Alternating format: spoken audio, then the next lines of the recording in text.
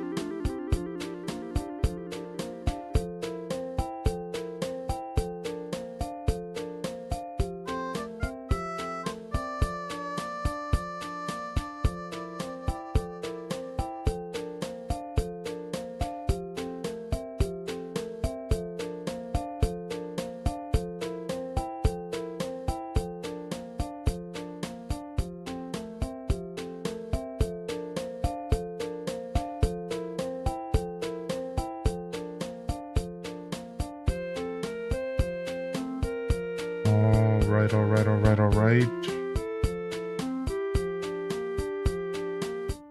Good morning.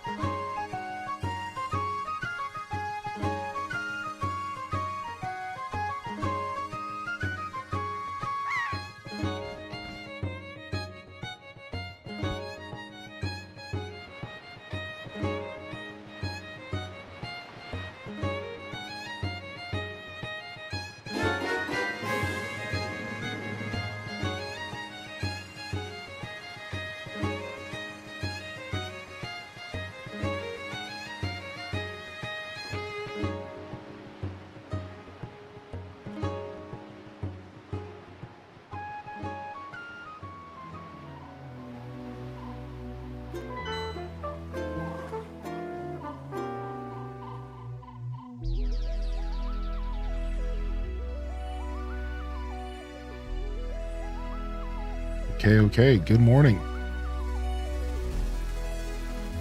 All right. Yo. Welcome in here, y'all. Thanks for your patience today. Running a little behind.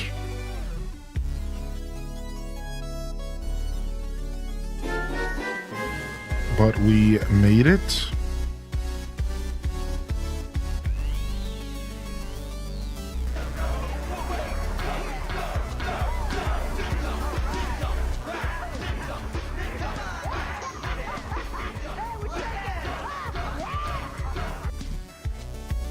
Left until the funny number. Look at that street belief. H-Day link dot.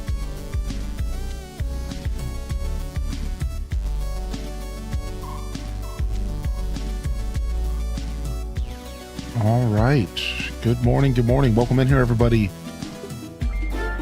Welcome to the show today. Happy Monday, H-Day Gyroid. Fresh week, fresh opportunities.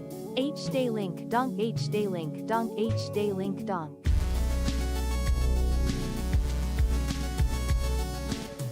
All right. Think everything is set here. I see YouTube is live. Good.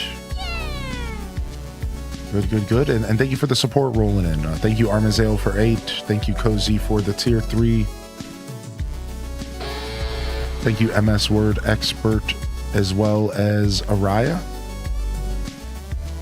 I don't know. I'm trying too hard. Aria, I suppose. Thank you, Coco Miko, for the 9 months. Sorry, for the 4 months as well. Thank you for all the support coming in. That's a first time Prime from Aria. I don't know. Aria. I don't know. Here we go again. Thank you very much. Good morning, everyone. Welcome to the show. Happy Monday.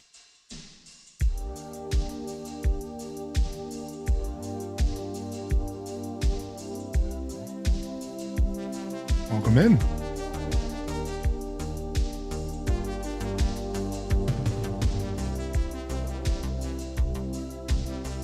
All right.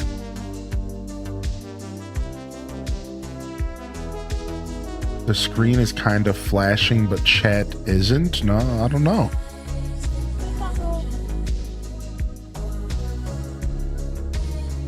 Try changing your quality settings, maybe. Or let us know what quality setting you're on, and then we can test that quality setting. We had an issue in the past that I can't remember the solution of. There was some kind of weird issue years ago where people were getting a weird flicker. And it was like it was like only if you were watching the stream on the source on 1080p or something. It was a real weird bug. We're talking back in the day though. This is a couple years ago.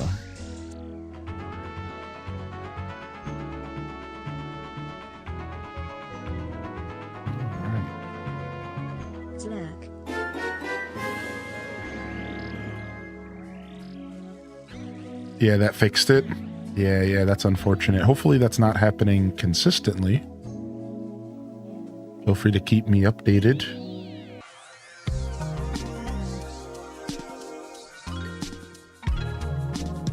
What up, Mini Mochi? Thank you for 47 months, Noko. Welcome to the show. What up, Mr. Bubbles and Classy Saya? Welcome in here. What up, Boss Man? I had a pretty good weekend. How about you, dude? What up, Rainy Mystic? Good morning. Thank you, Lucinda, for the 100 biddies. Thank you, Ham Labs, for the Gerudo Valley bits. We like those Gerudo Valley bits, baby. Thank you. Let's turn these jams down. Turn up these headphones a little bit. So I'm a little closer to what y'all are hearing.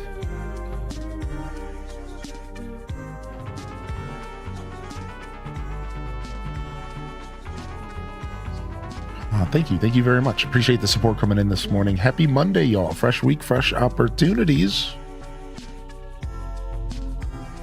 And we're gonna do some island design today. I feel like doing some interior stuff. So that means for the first time in 5 years since the island rehaul, which would have been around 2.0, we are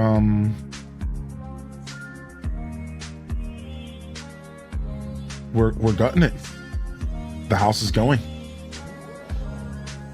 It's I'm glad I still got the memory of this design and dream address for now. It's probably my favorite design I've ever done in my history of playing Animal Crossing since 2002, man. It's probably the coolest design I've ever done. This house is my crowning designing achievement if I had to pick one.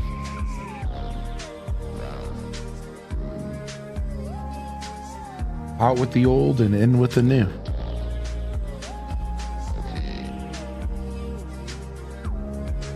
Out with the old and in with the new. Get some light in this so we can actually see.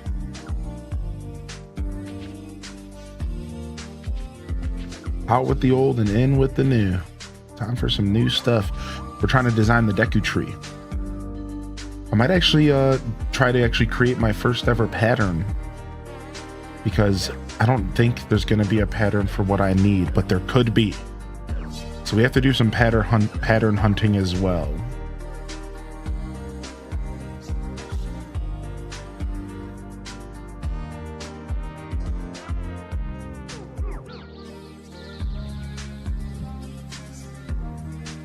Oh, I better be careful. I'm gonna get a visitor. I better be careful. Yeah, I am playing on the Switch too, yeah. Dude, the power was out and I tried to play Tears of the Kingdom and I couldn't because it was the Switch 2 edition. So it had to default back down to the Switch 1 edition. And I was so mad because it had to check the internet to see if my Switch 2 edition was valid.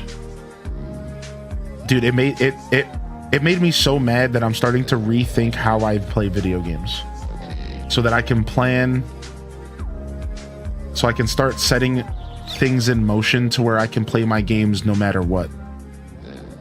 That made me so mad. Like, dude, I spent $500 on this Switch 2, and you're telling me I can't play my Switch 2 edition of Tears of the Kingdom because my power went out and I haven't loaded up Tears of the Kingdom in the past month? Because that's what it is. If you don't load it up within like 30 days, then it doesn't automatically pass the checker. Like my Animal Crossing Switch 2 edition was fine. Maybe it's because I bought that. I guess I didn't buy the Tears of the Kingdom one because it's a part of my pass. I guess that's the problem. So I have to go and buy it. I have to go spend the $10. and buy it because I don't actually own the pass. That's like what was getting me. Yeah, like because I don't actually own it. It was a part of the subscription. Yeah, it just sucks. Like I was like, dude, what is this? Like the era of the internet blows, dude. I don't know if I like this timeline.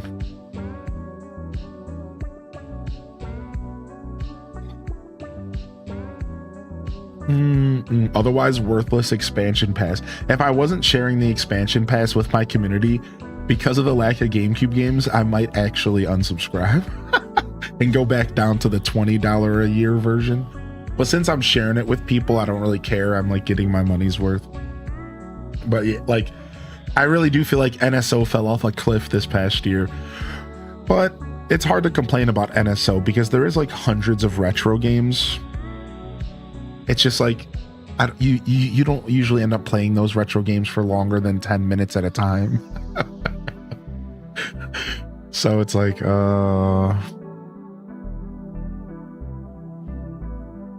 they treat it like an afterthought. Yeah, dude. They're putting the price up in Japan. I heard about that. It's like if you're gonna put the price up, you got to be doing something more with it, right? DK challenge being limited. Yeah, it seems like they're testing the waters with achievements, but they're doing it in that classic Nintendo way where it's like stupid. I think it's cool. I think the DK challenge stuff is interesting. I want to see them do more. I want to see them do more for sure.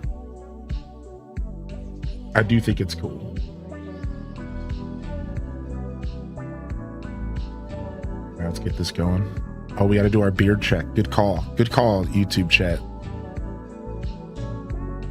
Let's see what's going on here.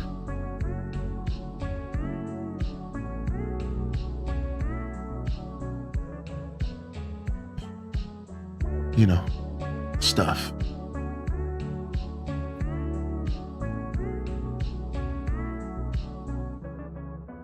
Stuff and things and stuff. Things and stuff. Thank you for all the support, everyone. Thanks for the good morning hype train. Never expected, always appreciated.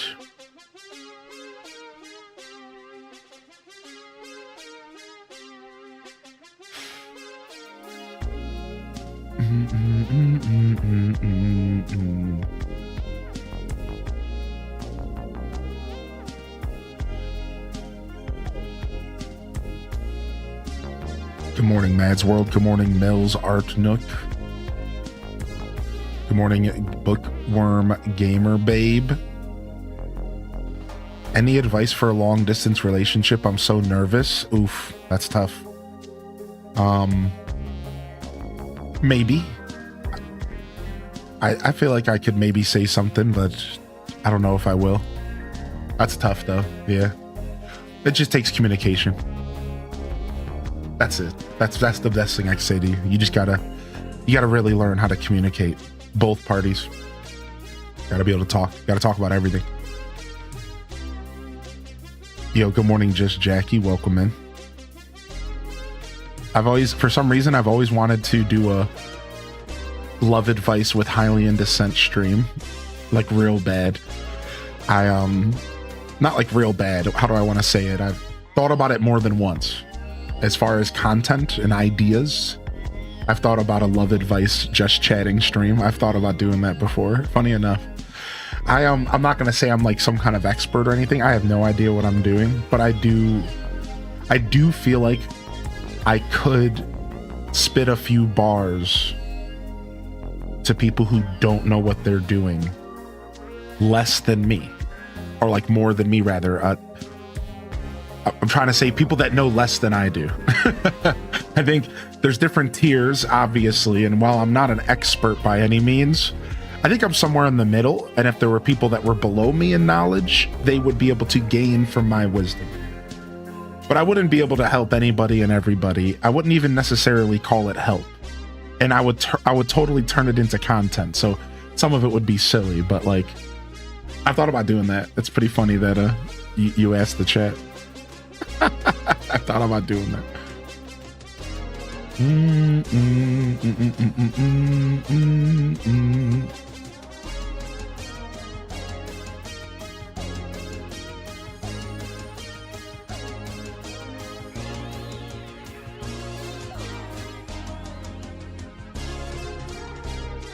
All right. So this is gonna be the hole where you fall into to go fight Phantom Ganon. We need to see if anybody's created a depth hole design, and if not, we might actually have to design it ourselves, which would be quite an undertaking.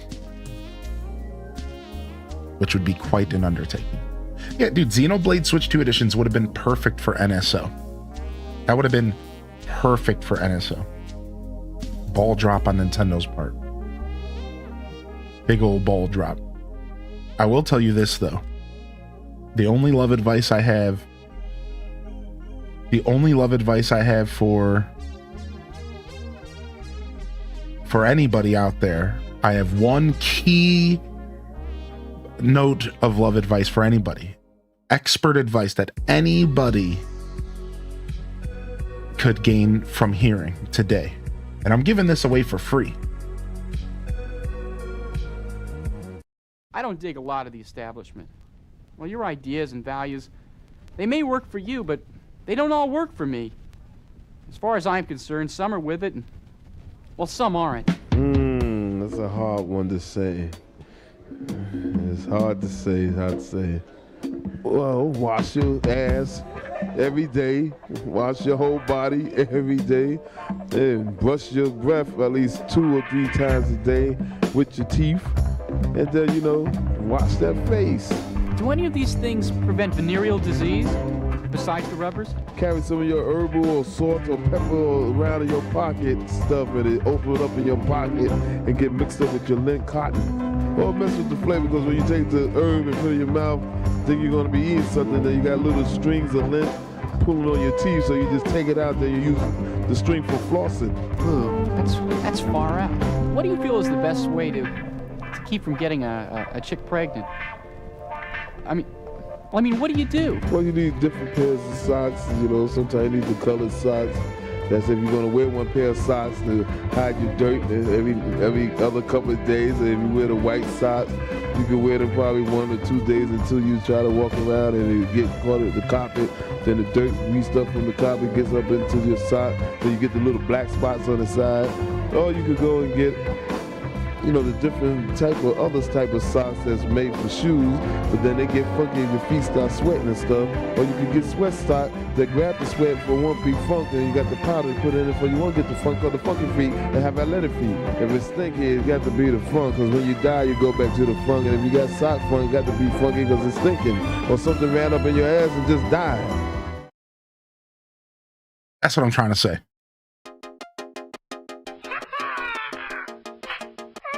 That's the only real love advice I could give to anybody. That's it. That's really all I got. That's all I got for y'all. Good morning. Welcome in. Thank you.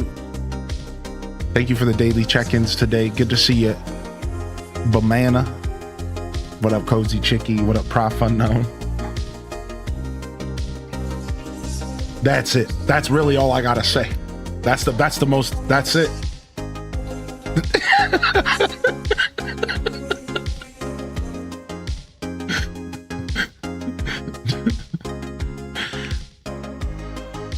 What up, Lunar Cades?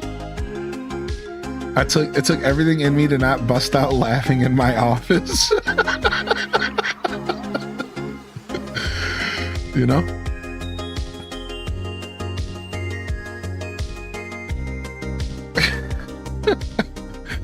Oh man, I'm tired today.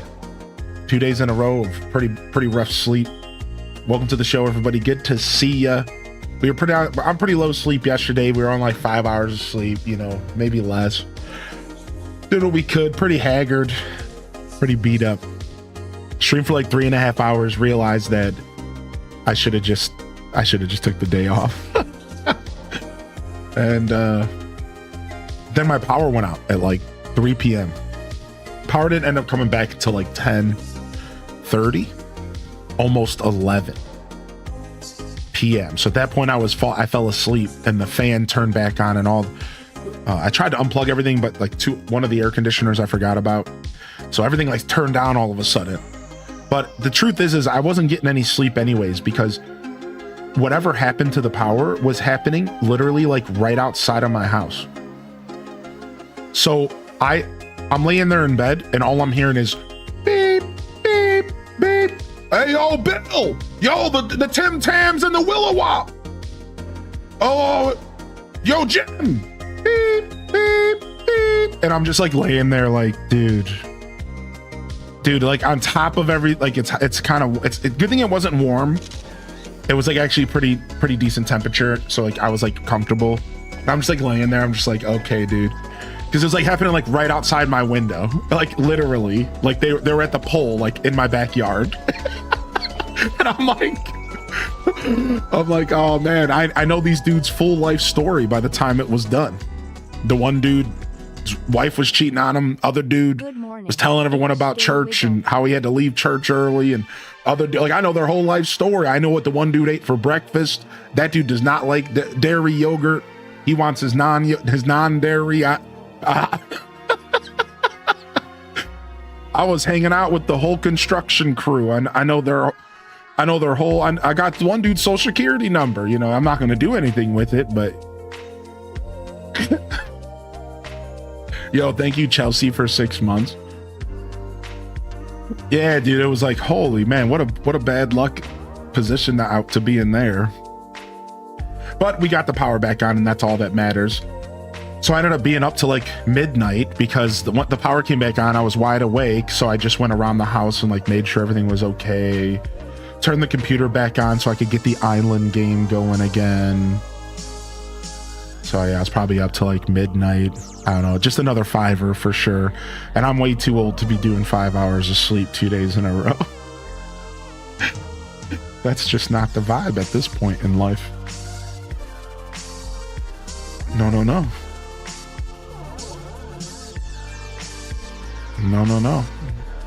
Yo, what up, Catastrophe? Good morning. What up, Naders?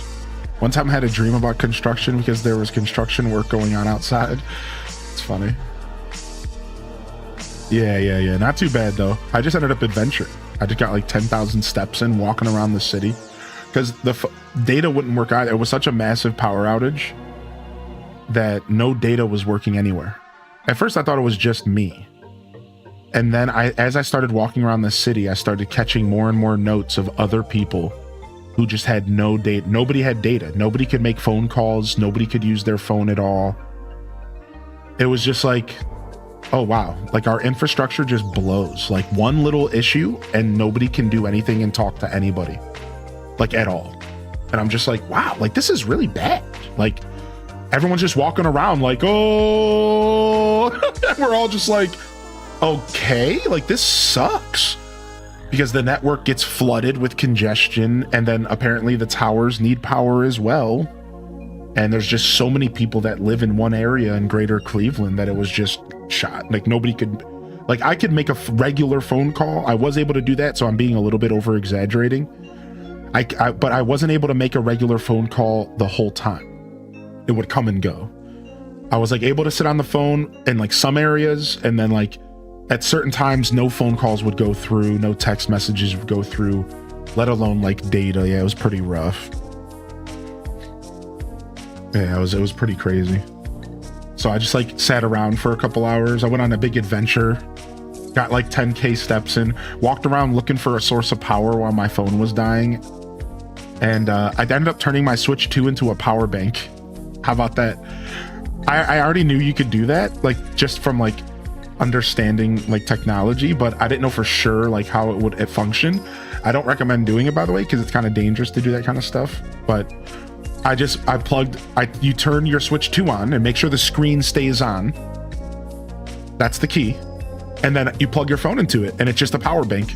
So my Switch 2 from 80% to 40% charged my phone 20%. And I was able to get my phone back on and like use it for a little longer.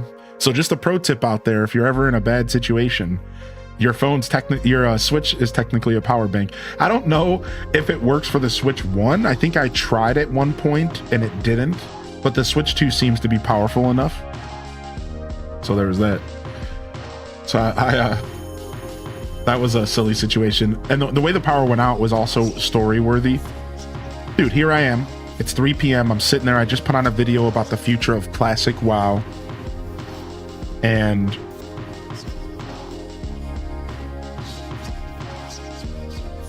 I'm eating some food, and all of a sudden, and I kid you not, maybe I wasn't noticing the wind slowly going up, but from my perspective, this is what happened.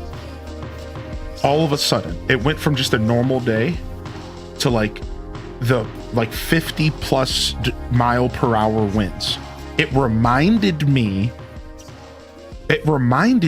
of the Truman Show when they're forcing the weather to get insane to kill him, or to like almost kill him rather at the end to make him turn back. It was very Truman Show. So the wind went from like just regular hokey dokey to like 50 miles, 60 mile per hour winds in the blink of an eye. And before I knew it, my whole house was shaking. It was just like whoosh, like my whole house was shaking. Everything around me was just like getting blasted, like with like an almost seemingly superficial blast of wind. And for like 20 seconds, this like insane 60 mile per hour gust of wind like blasted everything. And then we heard a boom, and then boom, power was out. It was like for like 9 hours. Yeah, it was just like, it was like a soup. It wasn't even that loud. It was just like a pop. It was a weird pop, and then it was just done. It was the most intense wind I think I might have ever experienced.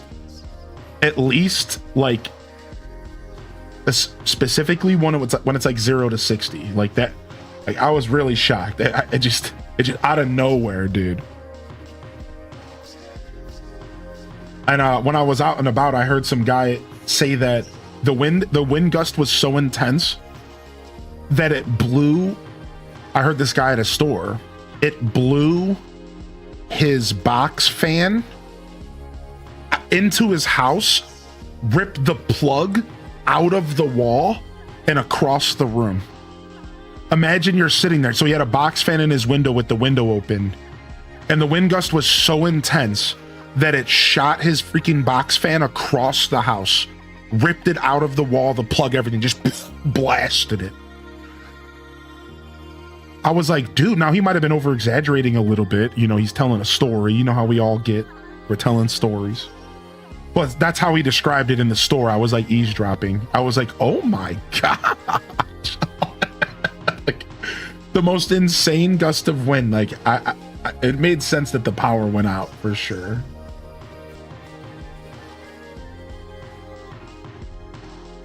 Yeah, he was probably embellishing a little bit. Yeah, exactly.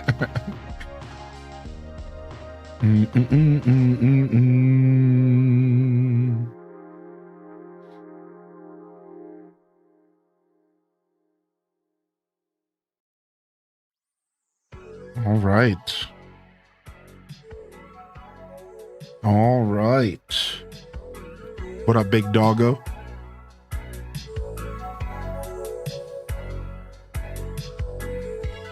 No, Classy Saya. I wasn't planning on doing that, but that's a good idea. That's fun. Yeah, I do play Classic WoW, yeah. Exclamation point, BNet or BattleNet or Battle Tag, actually, I think is what it is.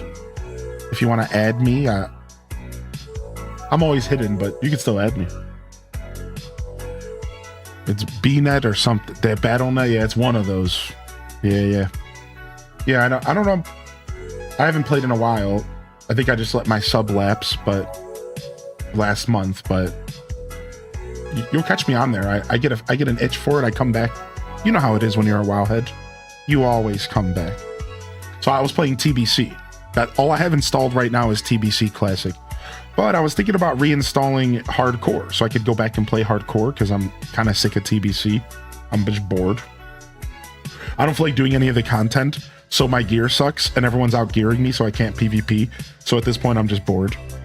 I'm trying to PvP and like everyone just has a monster gear, and I'm just like, okay, I'm just not even gonna try.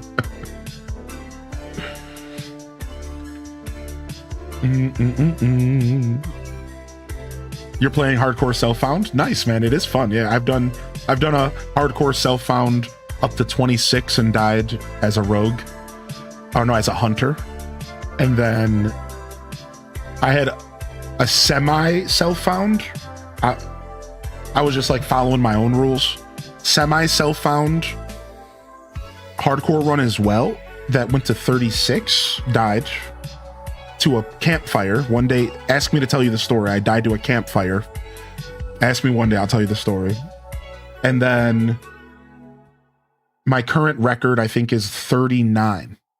I'm a dwarf rogue at level 39, solo self-found right now. Yeah, I think I'm doing I'm doing the self-found button. I think so on that character. I think so. I might not be. I might be buying stuff off the auction house. I can't remember. And then I think I have a hunter out there that's like 16. So like I'm always kind of I've never won the hardcore challenge yet. I'm trying. One day. But yeah, I go back and forth from Classic. I'm waiting to hear about Classic Plus. I think if they actually do a solid Classic Plus, I'm there full time. I think if they actually do a Classic Plus, I'm there. I think I'm there full time. I really do. I don't know for sure. It's hard to say because I got to be in the mood for a while, but if they do a Classic Plus, it's supposed to be announced this September, so just want to find out. But I'm starting to look towards MMOs that have horizontal progression. Anybody else? Anybody know what we're talking about here? So there's two different types of MMORPGs that are like mostly talked about. There's horizontal progression, where no matter when you pick the game up, you can always kind of get in where you fit in. And when the game adds new content, it doesn't make the old stuff irrelevant. So new content just keeps stretching horizontally. It doesn't make the old stuff bad. So I don't know if there's an MMO anybody here plays that you understand what I'm saying, but the big one is RuneScape. So RuneScape is a horizontal progression game where they add new content. It doesn't take away from the old stuff.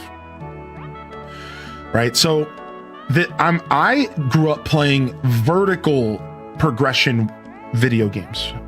And vertical progression means anytime there's new content, the old content, it dies. It's dead. It's irrelevant. And nobody interacts with it really, and your gear falls off. So every couple months, you have to get new gear because your gear is worthless. And every couple months, you have to jump back on the treadmill and you have to, get back on to running the race again because you have to keep up. You have to keep playing catch up. You have to keep playing catch up. You have to keep playing catch up. So this is vertical. This is World of Warcraft. World of Warcraft is the biggest, most iconic version of vertical progression. Every few months, new season, fresh start. And that's the kind of MMO I thought I was into until I'm turned old. And now that I'm old, I can't keep up with the young duns. So vertical progression feels miserable because if you're not playing just that game every single day, you cannot keep up. And that sucks. So I realized that I need to make a decision as an MMOer. And I need to start playing horizontal progression MMORPGs. Ones that aren't going to make me feel like I need to play every day.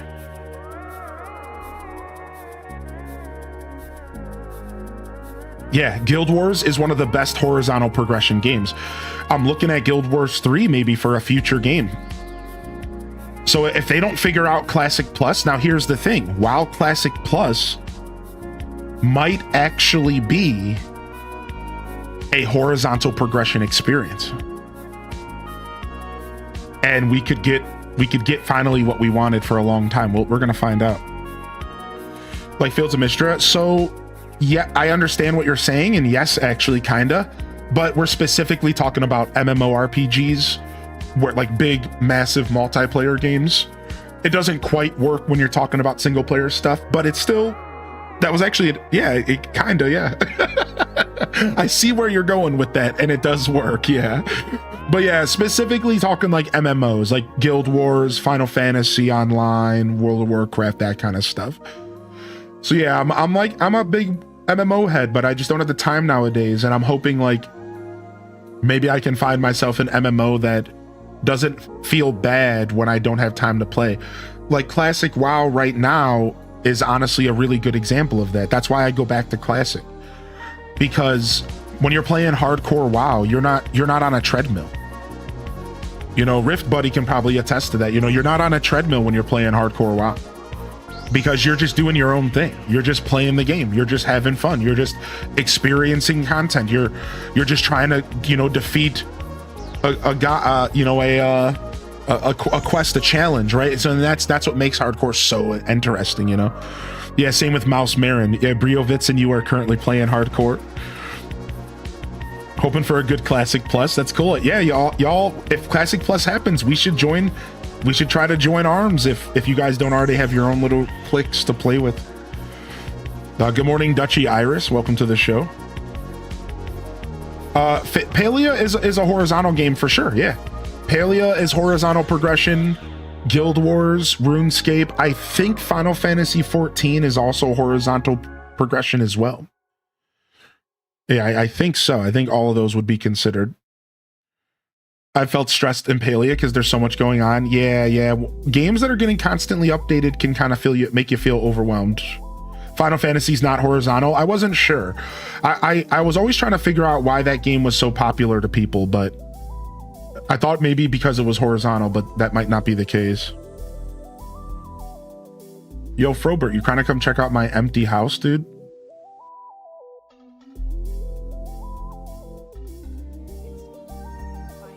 Yo, you said I'm coming in.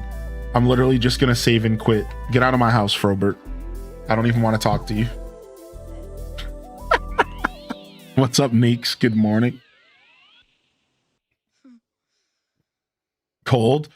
What, dude? They force you to hang out with them for a certain amount of time. No, dude, listen, if you don't sit there and hang out with them for a certain amount of time, you literally can't leave.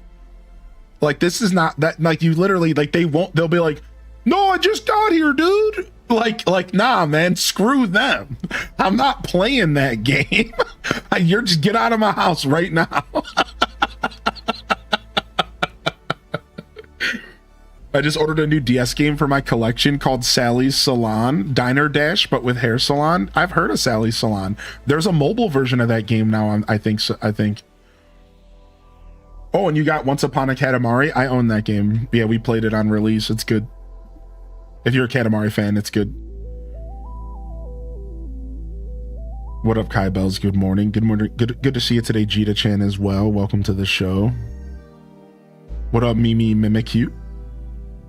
Welcome in. All right, let's go look at some designs real quick. I want to see if there's any depths designs real quick.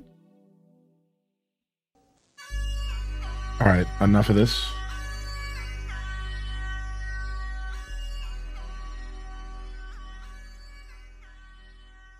I think I'm done spinning this album for a little while. I think I need a break from it.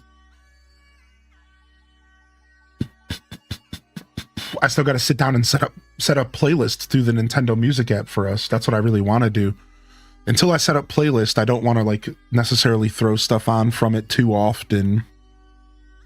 Because like not every video game soundtrack has like cracking beats the whole time. You know what I mean? I got to sit down and make playlist. I just haven't had time. Rather, I haven't made the time. That's the real problem here. Let's go back to Donkey Kong again, though. Donkey Kong's always a vibe, dude. Anytime I just need some default tracks, you just throw on some DK and you're going to be entertained for at least 20 minutes. At least 20 minutes.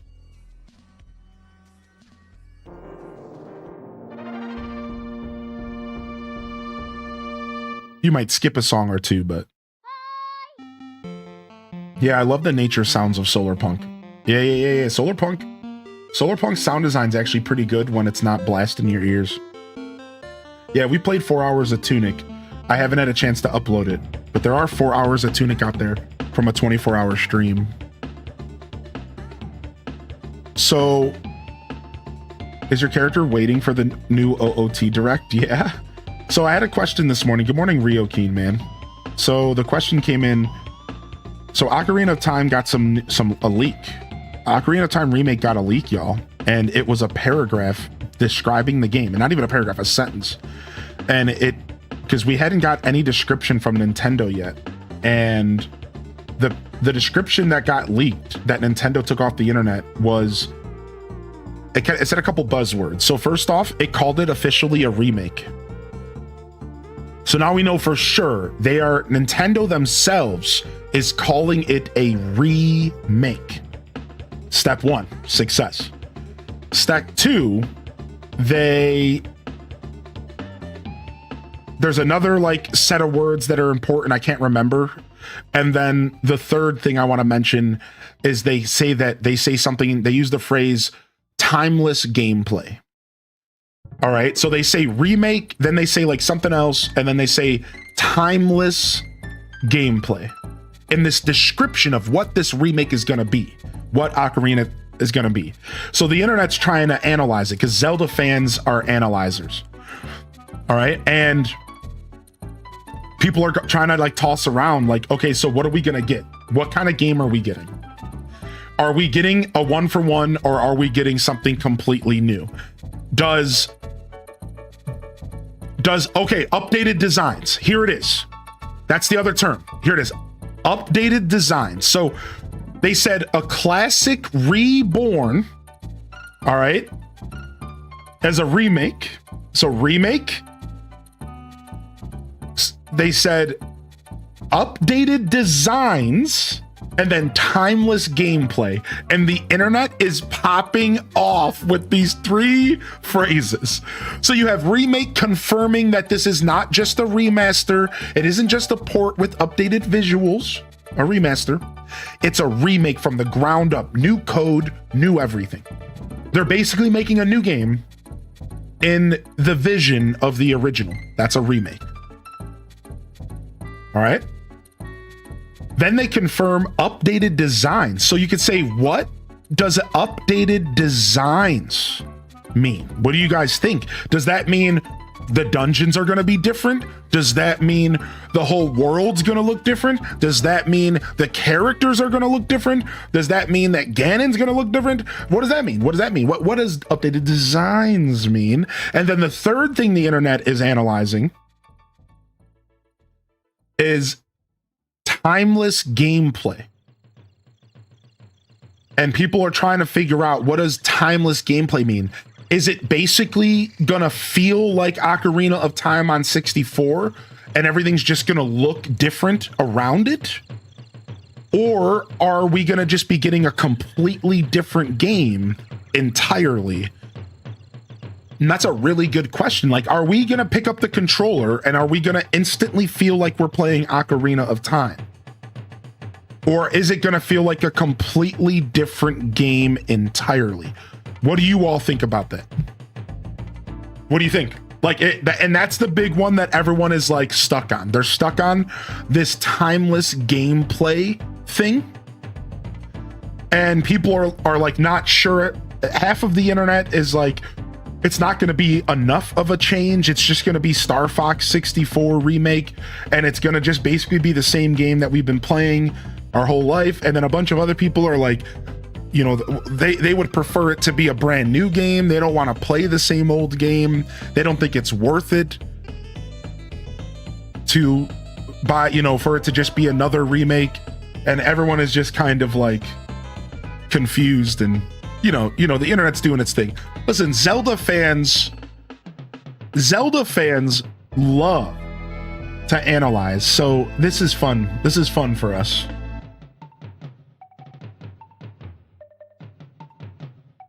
Maybe different aspects, like the tunic he was wearing is made out of natural twine, like leaves instead of cloth. I think it means they're not changing the story / progression arc, but updating things that won't impact those things. It won't be the Final Fantasy VII remake. I agree with that. I think in my heart, I don't think it's going to be Final Fantasy VII remake. I don't think it's going to be, they're not going to go in and just basically gut the original game. Because I don't know if this is accurate, and maybe some of y'all could tell me if it is. But I'm pretty sure Final Fantasy VII Remake just uproots the whole original game. It changes the whole plot line. It completely pivots the whole plot line in a different direction. It changes the gameplay. It changes everything. It's not even remotely similar to the original experience. Like, not really. Like, besides for like the characters and like maybe like some of the character design, like I don't know, like I don't know. You guys tell me. I didn't even play the original, but like when I see Final Fantasy VII Remake and everything I've read about it, that game doesn't really seem anything like the original at all, besides for like the concepts. Like, you know, they Midgar is still there. Like, oh, Midgar, like of course it is. Final Fantasy VII has affected the story, but it could still end the same way. Wow, that's interesting. I didn't know that.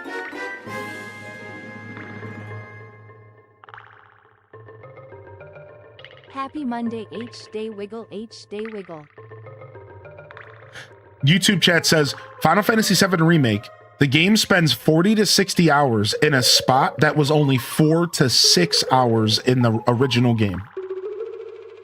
They add in a weird time warpy explanation. But yeah, it's different for sure. Okay. So like, here, this is what I'm hearing. Here's what I'm hearing. Final Fantasy VII Remake takes the original story that goes from A, B, C to D to F, and it goes A, C, D, B, F, and like it'll probably still end in the same spot, maybe. So they just kind of like mix it up, kind of jump around a little, you know, do a warp here, do a jump there, but it's still kind of the same game. It's kind of, that's what I'm hearing. C and a half, yeah, that's what I'm hearing. That's what I'm hearing, basically. So I don't know. I think Ocarina is. I think it's going to be the exact same game. I think it's going to be the exact same game, and it's just going to look way better. And here's where I think they're going to change the game. If you guys want to, I think here's where they're going to change the game. The world. Oh my lord, Chasm works, dude. Yo, look at this, dude. Nice. All right. Well, this is a lot of pattern spots, though. That's the problem.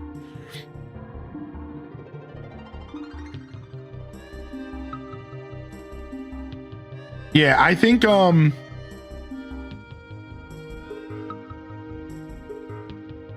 here's what I think. I think when you go back and look at Ocarina of Time, all right, I think you got to remember that game, like,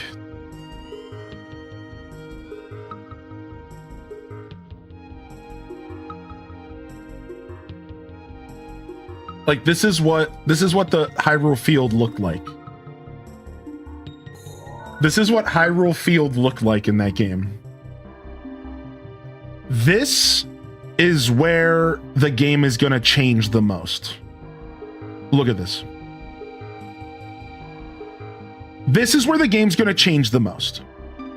We're going to be seeing a beautiful landscape in front of us. Like I'm talking, we are going to get the immersive world that we deserve, but that they couldn't make back in the day. Like that's where this game is going to shine. We're going to get the immersive world that we were expecting, that we saw in our mind as kids, that we had to create with our imaginations. Right? Like they're going to take this empty field, they're going to take this and they're going to turn it into this lush experience, and it's going to feel immersive, and it's going to feel like heavy, like weighty, and like that's where I think this remake is going to shine. It's going to take Ocarina's like lackluster environments and really bring them to the forefront of the game. It's going to take Ocarina of Time's lackluster, you know, visuals and like really bring them to the forefront of the game, because like unfortunately, as much as like the emptiness can be portrayed in a way where it looks good, right? Like this is like the perfect example of where like empty fields, sprawling empty fields is a good feeling thing. You know, I'm not expecting them to turn it into a forest. This picture right here is what I'm trying to describe. Like, this is what we're going to be getting. We're going to be getting a lush, rich experience environmentally. And I think that the game itself is going to stay the same. And then here's the other place where I think things are going to change. Gameplay. Like, think about it. Z targeting is going to change. It's not going to be the same exact system, but I think they're going to I think Z targeting will still, I don't know. Actually, now that I'm about to say this, I don't know. So let me actually reword what I was going to say. Do they bring back Z targeting? Or do they make it like Breath of the Wild, where you could still like lock onto an enemy, but it's like a different feel? Whereas like Ocarina was designed a certain way where you were having these 1v1 battles and you were circling each other. Like, are they going to bring that back? Right? Are they going to add a jump button? What a great app. Look, are they going to add a jump button? Are they going to fix the camera problems? Obviously. Right? Like, there's little things. I think that game design wise, we could be in for a treat. Here's a really good philosophy, and then I promise we'll move on for those that are not big like Zelda heads. All right. What if they infuse the open air, open zone Zelda vibe into it? So you might say, hold on a second, how would they do that? Just make the Ocarina of Time map open world. We talked about this. Just make the Ocarina of Time world open world. Make it one big open world map that you have a good amount of agency to explore, but still provide linear gameplay by putting barriers to entry for some things. Like, for example, you won't be able to get into the Forest Temple without the hookshot. Because that, like, you can't climb the Forest Temple walls, but maybe you can climb mountains. Maybe you can't climb, just like in Breath of the Wild. You know how you can't climb, like, inside of shrines? Right? They can just use that logic. So they can just force you to use tools to do certain things, but then make some things unclimbable, but still make most of the game climbable and explorable and fun and open air, and right? But then, like, you're still not going to be able to go into Dodongo Cavern until you blow up that door, and you're still not going to be able to go into Zora's domain, and until you play the song, and you're not going to be able to go into Jabu's belly until you move the king. Like, so they could still create a linear experience that is massively open world and really bring life to the fields of Hyrule that we grew up playing on the 64. Think about it. Now, it's obviously not going to be as big as Breath of the Wild because there's only so much stretching you can do before you start to mess up the original experience. So I'm not even picturing a huge map. I'm picturing the exact same Ocarina of Time map, just open world and a little bit bigger and a little bit more fleshed out. Yeah, I agree. They're not going to go balls to the walls with this. Like, they're going to make it smaller so that they can make it look really good. We've already seen the graphics. So, like, I think it's going to be a smaller in scope experience so that everything can look higher fidelity. Whereas, like, Breath of the Wild had to do some crazy tricks and stuff to make the game look good because it was so big. They're not going to do that. I think they're going to keep it smaller so that they can have really gorgeous fidelity. And then maybe even separate the dungeons out from the main world. Maybe even go as far as make the dungeons separate instances. So it's not fully open world, it's like close. But once you walk into a dungeon, it is a separate instance. And this way they can get real nuts with the dungeons as well. Something like that, maybe. You know what I mean? I'm not even picturing a fully open world experience. I'm picturing maybe even open zone. Think about it. Hyrule Field could just be a massive zone, and maybe, like, instead of Gerudo Valley being a separate instance, it's all connected. You know, Zora's not Zora, Lake Hylia could be connected, right? Like, so like that, those areas all make sense. Lake Hylia, Gerudo Valley, Hyrule Field, Lon Lon Ranch, all that stuff could be like pretty open world, right? But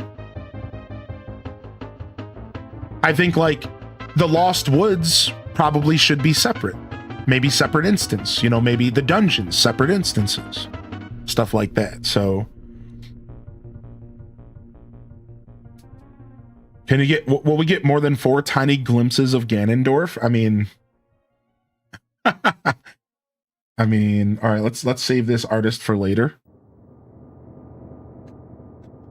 We don't have room for this. This is a 1, 2, 3, 4, 5, 6, 7, 8, 9, 10, 11, 12, 13 pattern dump. I could use it if I got rid of like my fairy path, like all of this. If we gut all of this and we just didn't use this kind of stuff this time, I have the space. That's like pretty much all I have to gut. I can't get rid of my planks. I could get rid of this. I could get rid of the fertilizer bag and the recycling machine.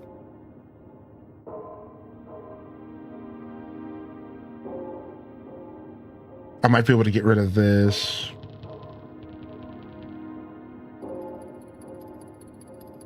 Maybe I finally get rid of the awesome broken fences here. Yeah, so we found a chasm pattern though, which is really nice. So we don't have to worry about this right this second, but I just needed to see if there was one available.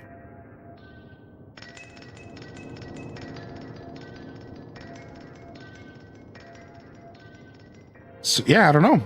I think the game is going to be bigger in scope than Ocarina though. I think that's the one thing. I think it's going to be bigger. I think everything's going to be a little bigger. I think Kakariko Village a little bigger. Right? I think everything's going to be bigger than it was, but I don't think it's going to be too much. I'm excited. The last thing I'd like to mention about Ocarina before I move on is people are scared that I read that people were toying around the idea that they're going to change the lore of the game and they're going to infuse the lore from Tears of the Kingdom, Breath of the Wild into Ocarina of Time to make it all like canon. And I 100% disagree with it. I don't think so. I think people are getting ahead of themselves. So I'm just going to throw that out there. That's just my take on that. I don't think they're going to touch the lore at all. They're just going to keep it as Ocarina of Time. There's no chance that they try to bring Raru and technology and all that. No. Zonai, none of that. No. I zero chance in my opinion. If I'm wrong, I'm wrong, but zero chance. No. I don't know why people are so freaking out about it. Like even like people worried about them adding breaking weapons. No. People forget Nintendo never does the same thing twice. Tears of the Kingdom was the exception, not the rule. Everyone is so afraid after Tears of the Kingdom. It's like, now maybe Nintendo is going to continue copy pasting. Maybe they're going to turn into the Ubisoft of Zelda, and maybe we're going to start getting the same game over and over again. Call of Duty, I don't know. Maybe we are going down that timeline. But I think as of right now, why are we stressed out that Nintendo's ever going to do the same thing again? They don't do that ever. They never do that. They said they're done with, they said they're done with Breath of the Wild. They said we're done with Tears of the Kingdom. Believe them for now. They said we're done. They don't do like copy paste often in their games. Like they don't do that. Like when they set out to make a new adventure, they always set out to make that adventure separate, different, and unique. And Tears of the Kingdom is the exception. And I'm sure there's a couple other exceptions out there, but like every Kirby game was pretty different in a lot of ways. Different gimmicks across the board. Every Zelda game has been different across the board. Every Pokemon, or not Pokemon, that's not even really Nintendo, but Pokemon games are the worst example of this actually. But yeah, I don't consider Pokemon games Nintendo, but I know a lot of people do, but that's like the worst example. For me, when I think of Nintendo, I think of the big three, right? I think of Mario, Zelda, and then usually from there I'm thinking like Kirby, or I'm thinking like, I don't know, I think it's Kirby, yeah. But anyways, there's always gimmicks, there's always something new. You know what I mean? Like they don't really copy paste often. I see a lot of people, they're so worried like, oh, the next big 3D Zelda game is gonna just be more Tears of the Kingdom. It's like, no, like why?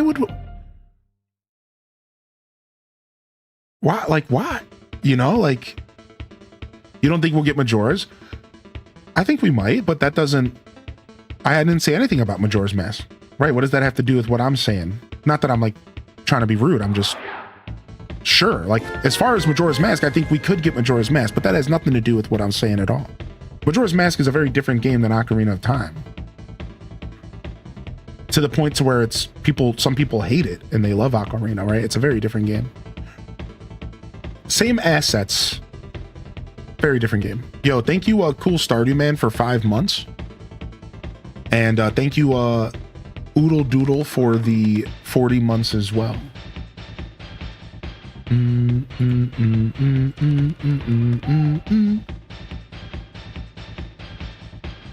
Yo, thank you for 27 Recyclops. Thank you, Cool Stardew Man. I appreciate that, yeah. Yeah, them remaking Majora's Mask is not quite a part of what I'm trying to express here. Yeah, like, that's like a whole nother separate conversation. And to go on that, sure, you know, we talked about that in the Discord, actually. We were chatting in the Discord about if they're going to build Ocarina of Time from the ground up, doing Majora's Mask actually wouldn't really be that far-fetched, because they already have all the assets already built up. They only have to add a couple things. So as far as the conversation of will they do Majora's Mask, I mean, that's as far as they'll go in terms of reusing or copy pasting. Right. And I do agree with that. I do agree with that. But like Majora's Mask, I would even argue, like, I don't even put Majora's Mask and Tears of the Kingdom in the same conversation. Majora's Mask was so drastically a different game, it doesn't even matter that they used some of the same assets. It doesn't even matter. Whereas arguably, Tears of the Kingdom was basically Breath of the Wild with Legos. And that's why a lot of people do look at Tears of the Kingdom as like a negative thing sometimes. It really was like the first time that they like copy pasted a game. It really was. It was like the first time that Nintendo randomly showed up 7 years in development with the same game, but like with some with some additions. And it was like kind of like crazy. Like it was kind of like, whoa, wait a second. They've never done this before. Whereas like Majora's Mask looked the same, and you loaded up the game and you were in a completely different like thing. Like it was so different. Like so like on that note of conversation, I would argue that like those games don't even like they're not even the same kind of copy paste. I think Majora's stands out as one of the most unique experiences in the gaming universe, whereas like Tears of the Kingdom, if somebody were to argue to me that it was just a clone of Breath of the Wild, it would be hard for me to fight that argument.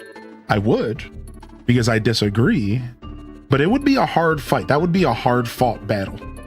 It would be a real hard argument to like really put down a solid stance that Tears of the Kingdom isn't just kind of a like more Breath of the Wild. Like I can't really argue that. Like it kind of is, right? Yeah. Whereas like if you try to say that about Majora's, dude, I could give you a dissertation on why those games are so different. I could give you a full scholar lecture about why those games are different. But as much as I could do that for Tears of the Kingdom, it wouldn't be convincing.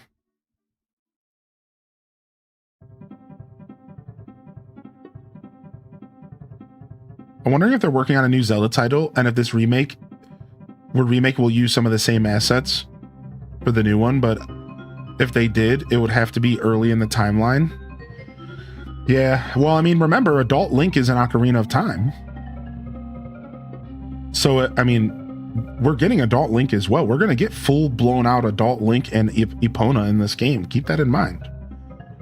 We're getting like the whole thing, dude. Yeah, like they're going to be building fully evil Ganondorf, transformed beast Ganon, right? Like they're going to be rebuilding all these concepts.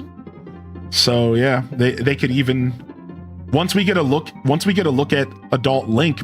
So what you're saying, Minty, is once we get a good look at Adult Link, could we be getting a good look at maybe like a glimpse of the next big 3D Zelda? That's kind of what you're saying. Same idea even with Child Link, right? Like you're saying just in general, like once we get a look at this game, are we maybe getting a glimpse of the potential of the next 3D Zelda game? And I don't know, maybe. Again, you know, that kind of goes along with this whole conversation of like, Nintendo doesn't like to do too much copy pasting. So is this just a completely separate project? You know, I have a theory on this, y'all. I have a big theory on this. Let me share. Here's what I think Nintendo's doing right now. And boy, do I wish I was a fly on the wall to know what they're really doing. All right. Here's what I think they're doing. I think that they have their old heads on the Ocarina remake. I think the Ocarina remake is probably being designed by the oldest team on the, like, that's available for Nintendo's content. It's probably Aonuma, it's probably Miyamoto, it's probably all the old heads.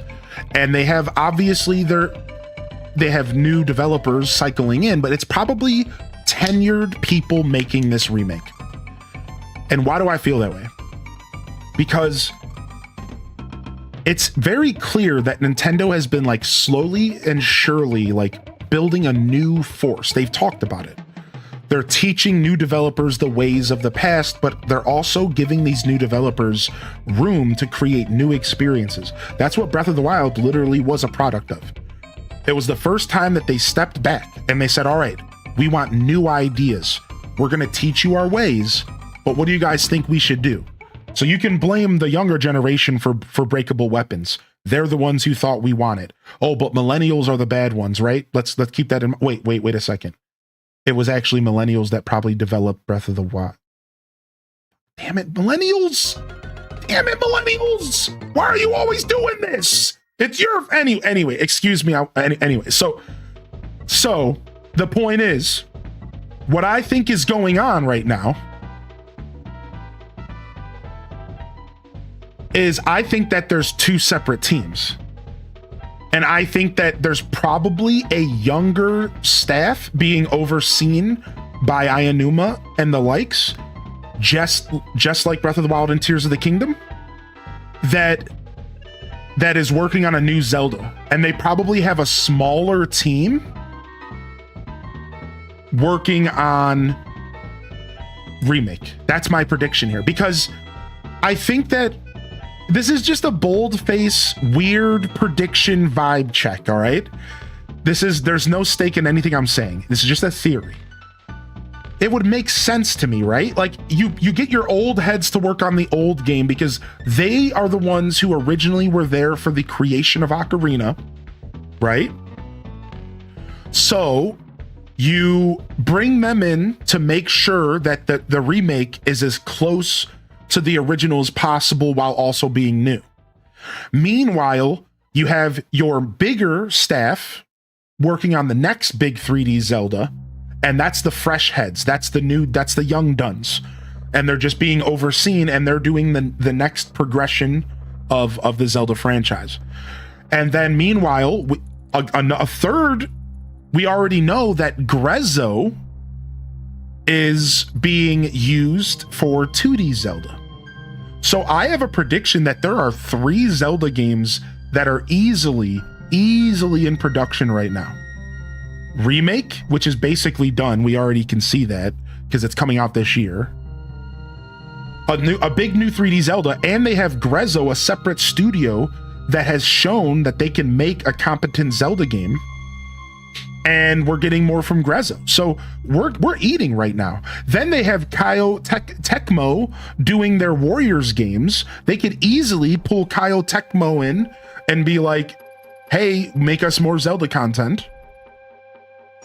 So like, dude, like the Zelda team is working on more than one project. This is what I'm trying to, you guys get where I'm going here with this? They're working on more than one project right now. And I would imagine that old heads are working on Ocarina. And this theory is my copium. Because this theory is how I'm convinced that the next game is going to be good. We're getting good stuff. We're getting good stuff, man. I don't think we have a problem with the Zelda franchise. And I think that gamers are so worried right now because the gaming industry has been so weird. And I think that maybe we're all losing faith with these companies, but I'm going to just be the one to keep faith. I'm going to be the one to say it. Hold fast, Zelda fans. I think we're good. I think we're good. And even if Tears of the Kingdom felt like a cash grab to you, hold fast. I think we're good. I think that was a one-off. I do not believe they will be doing anything like Tears of the Kingdom ever again, as far as the actual game, as well as this idea of putting out a like cheaper sequel, but that they make us wait 7 years for. I don't think they're going to do that again. I really don't think they're ever going to do that again. In my opinion, I think that was a one-off situation. And maybe I'm wrong. Maybe the future of Nintendo again is Ubisoft Assassin's Creed, kind of copy-pasting games for a decade before they finally start finding their stride again. I think the most recent Assassin's Creeds have started breaking away and doing different stuff again. So good for them and good for that franchise. But there was a little bit there where Assassin's Creed games were getting a little bit samey from what I've been told. And a better example would be Call of Duty. They couldn't figure it out. They stumbled for a while there, and it was just basically Madden. It was just the same game. I think I don't think Nintendo's going to do that again. I don't think they will do that again. I don't. So if you're worried about that, now I don't think everyone's worried about that. To be clear, I think a lot of us here are big chillin', and we loved Tears of the Kingdom. So, now. I can't get away from Zelda today, and I want to bring this up because it just popped into my head. But then there's that old saying, that old quote from Ayanuma from about a year ago, and he said, the next Zelda game is going to be taking inspiration from the most recent Hyrule Warriors game.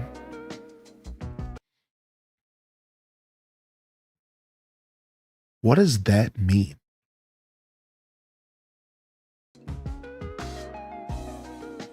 What does that mean? Hyrule Warriors games don't play anything like Zelda games. What does that mean? Are they gonna like go nuts with the combat? Are they gonna like turn the Zelda franchise into the Dark Souls combat? Like what are they doing? What are they trying to do with this next Zelda? Like, I don't know. I'm like a little scared. That's a scary comment in my opinion, because Hyrule Warriors is nothing like Zelda. Like, that's a terrifying comment, dude.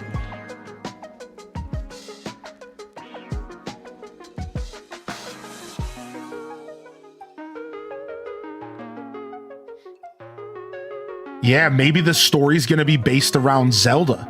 Maybe it's gonna be the second Zelda drip. Maybe it's gonna be the first 3D Zelda game.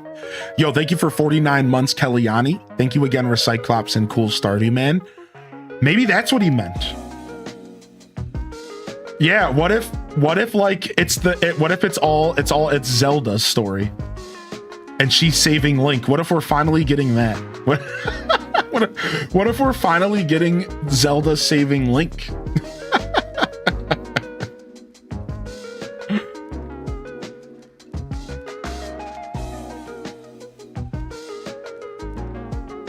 Yeah, well, we got that in Echoes, but in 3D though. Sorry, in 3D. Big 3D Zelda game. Maybe, yo, here's an idea. What if the next Zelda game you're going to be playing different characters? Oh my lord. What? Imagine Breath of the Wild, but you got to play. Imagine Tears of the Kingdom, but instead of your partners being those little shadows, they were just actually the characters, and you could switch between them. So like instead of Unibo being like the spirit of Unibo, it was literally just him. And you were just like, you could just switch back and forth, and you could play as Unibo, you could play as Link. Done. And they give us like, instead of it just being Link, it's going to be a cast of characters we're playing with. And we're going to be running through the game with a cast of characters. And we're going to be able to choose who we want to save the world with. What about Link as the villain? I mean, that would be a cool arc for sure. They kind of toyed with that with Hyrule Warriors, with that fake robot Link. Dude, maybe that's what they meant. What if the next game's plot is going to be Dark Link Returns? The return of Dark Link, and it's going to be all about Link versus Link, and this crazy story all around a Link that gets corrupted or something. Ganon's the good guy. I don't know if Ganon could ever be a good guy. That would be almost as bad as Bowser turning into a good guy. That would basically just be like watching the first half of Super Mario Galaxy movie. And I don't know about y'all, but I don't like nice Bowser, okay?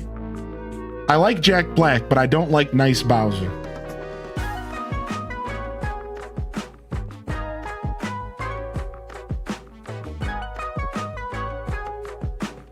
I don't know what floor you use for the inside of the Deku Tree. I don't think you use swamp. Obviously, we're looking for the inside of a tree, but we don't have anything like that. So I think we have to go with like the forest floor. Yeah, I like the movie. I was just being silly.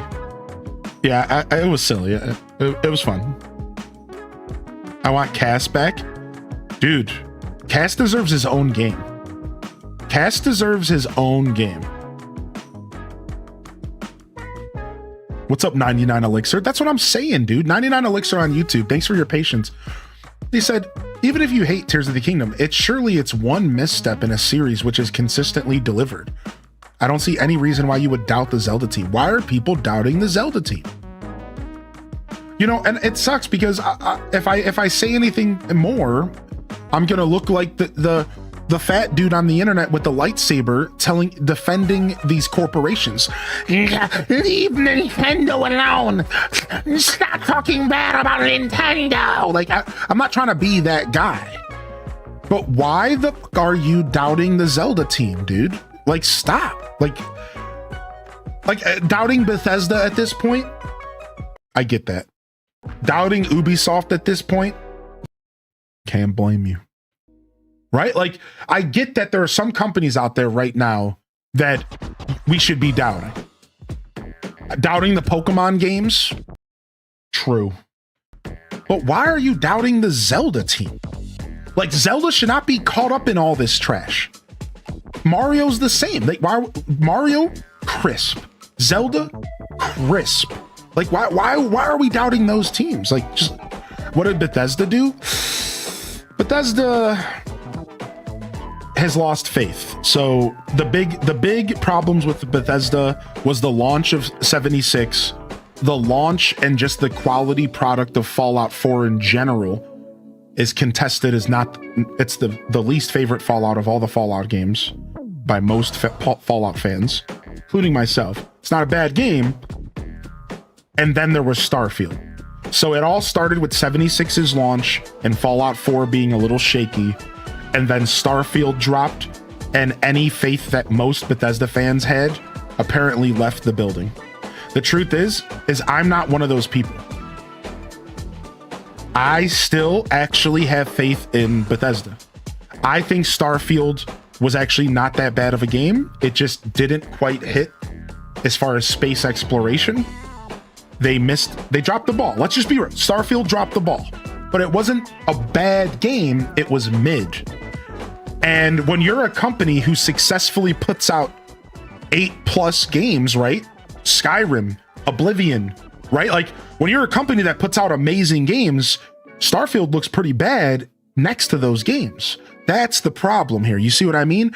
It's a company that is known for putting out phenomenal games that all of a sudden dropped a game that was mid, and everyone was hoping that it was going to be better than that. They were hoping it was going to be this amazing experience, but it was mid. It was just like a solid 5 out of 10, 6 out of 10, maybe even a 7 if you want to be full.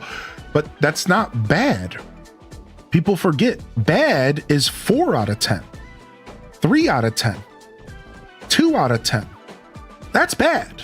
5 out of 10 is the middle, and mid is acceptable. It's mid. It's not great. It's not even good in some cases, but it's acceptable. So yeah, Starfield just was mid and it fell short of expectations. And then 76 was the worst launch ever. It stole people's money. People didn't get their product. It was a nightmare. And then they lied a bunch. So 76 really lost a lot of faith. And then Fallout 4 just fell short for Fallout fans. So Fallout fans really started getting beat up over the years because, and again, a lot of people here might disagree, but Fallout 4 is the weakest entry in the Fallout franchise. And that's all. That's all. It's not that it's a bad game. It just is the weakest game in the franchise. Right? And that's it. So again, it's just another situation where it's just a little mid. And so people were expecting the follow-up to New Vegas and it didn't happen. And so Bethesda hasn't like done anything wrong. They've just slowly kind of fell into a decline. And people have lost faith. So great question. And I'm glad you asked, because this isn't a conversation where we're beating Bethesda up. We're just saying like, it's just not the same company. Now, again, I still have faith. I have faith that Elder Scrolls 6 is going to be great. I have faith that the next Fallout game is going to be good. I have faith. I really do. So I really believe that they could figure it out. Here, excuse me, Midna. Hold on. Let me scoot my chair back. Okay, thank you.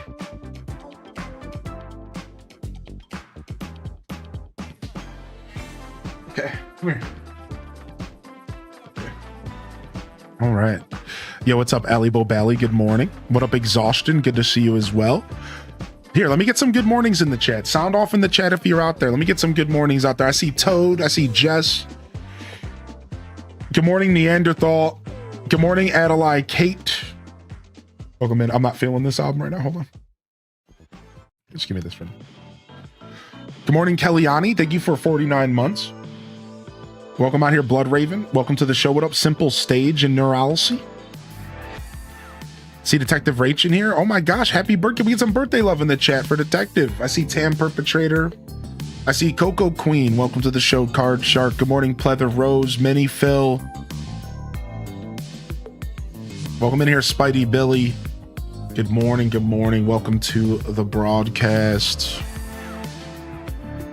I see Tater Tot Soup. Welcome back, Tater Tot. Toter Tot, rather. And then Tater Tot. I think both of y'all are here. But Yo, what's up, Lights? Come on. Good morning. What up, Erica? Good to see you today as well. Good morning, Cozy. Welcome in here, Parappa. What up, Lindsay? Arquette, that baby. Welcome to the show, y'all. Anybody I missed out there? Happy birthday. Detective Rach, are you doing anything for your birthday? All right, let's turn this off. See if the cat wants to come relax with us today.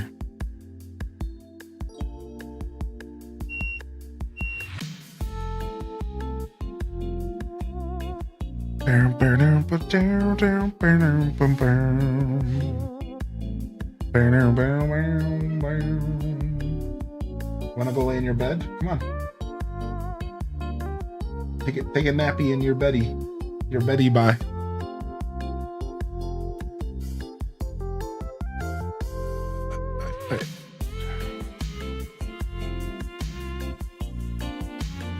What up, JC Violin? had a nice breakfast, and we're going to the mall. I want to look at purses. Nice.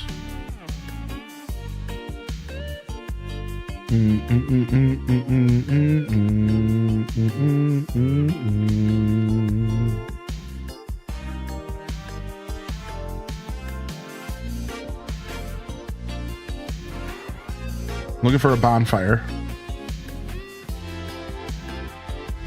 I have so many items. Sheesh.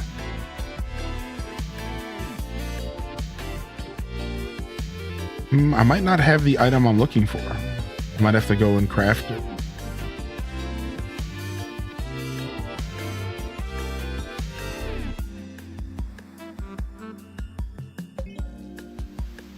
Here it is. A Z fire pit. Z fire pit. Even though, like, we want a cooking pot, I feel like the fire pit does a better job at looking like the thing that Link cooks in, right? I think so. But we could use the campfire cookware if we wanted.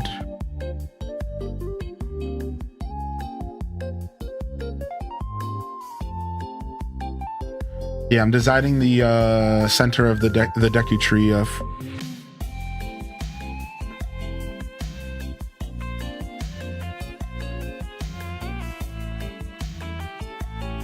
Inside the Deku tree. Tears of the Kingdom.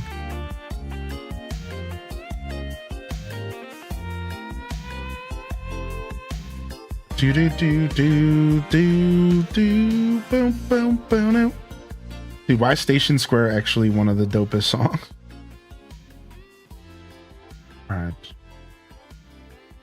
Where is let's throw this on. It's been a while. Let's throw this on. This funky little playlist I put together a long time ago. 84 tracks. 84 tracks. It's meant to be shuffle. Let's put this on. It's been a while since I listened to this.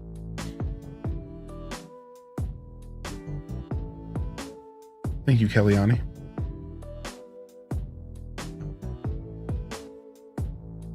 That's so funny, JR Prisma. Yeah, good morning, y'all. Welcome to the show today.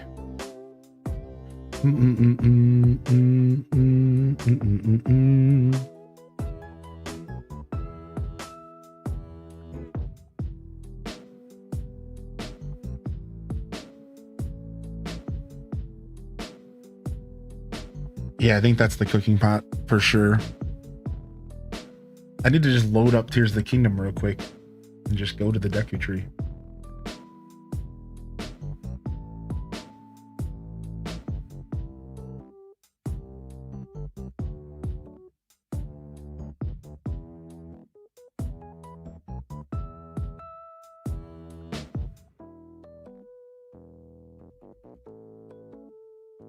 Boom, boom, boom, boom, boom, boom. Yeah, right. There's a bed to the left. That's right. Here it is. Here we go. Got it. A tiny panorama, but it's all I needed here. Right. So you walk in and there's a cooking pot in the center. There's a bed to the left. There's a shop to the right and there's another shop to the north. And then further behind that is the hole that you drop in. Right? Like a little bit further behind that back shop is the chasm that you drop into, I believe, to go fight Phantom Ganon.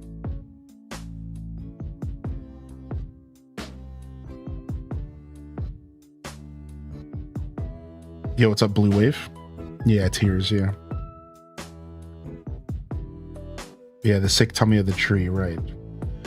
So my first room is going to actually be pretty empty, and we're going to be challenged to make a very simple build in this room that we're working on, because it's literally just going to be the pot and space around it, and we have to design the walls and try to make it look like it's gonna. So this is like a little bit of a fun challenge, because I have to design a room that basically has nothing in it. and try to make it look good. Let's see what we can do here. So first off, I want some wallpaper that represents like being kind of inside of a tree, and the ruins wall is kind of actually good for this. But there's also just stuff that has trees in the background.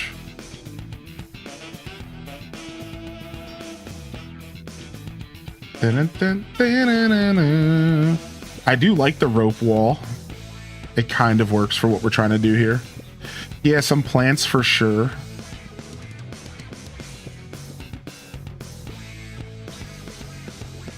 Some plants for sure is going to have to be Oh, we do have the Korok Forest wall. It's so nice. Sheesh. We could use it as an accent on this wall, so when you're leaving the room, you're going back into the Korok Forest. So that'll be nice, but we still need to figure out what the main wall's gonna be.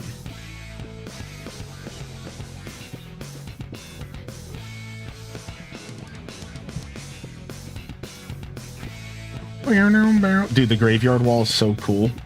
Every time I do this, I always have to talk about the graveyard wall. So if you turn the lights on and off, the graveyard wall, a ghost will appear and start to haunt you. Every time you turn the lights off and turn them back on again, the ghost gets closer and closer. I don't know if it works. Oh, you see the ghost right there?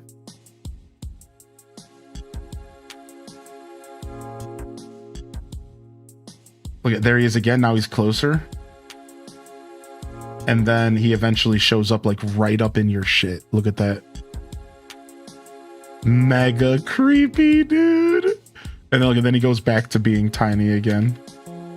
So like if you build your dream address, you can build it with the ghost as small, or you can build it where the ghost is middle or even bigger, and it's your choice. Because once you turn the light off, it'll stay that way. So this wallpaper is really cool because you can like set it up the way you want. You can have the ghost be like right up in it, you know, like, so you walk in here and you're like, ah, you know, it's like your choice. It's cool. Super sick wallpaper. This game did everything, man.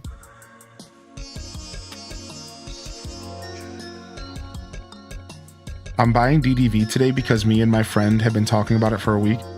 I was recommending your stream to her, just wondering, will you be playing that anytime soon? Yeah, we're gonna be doing the announcement this Wednesday. Yeah, Wednesday they're doing a presentation, and then we're gonna be playing the game for 2 hours alongside the presentation. And then I got booked again for another segment within this week. So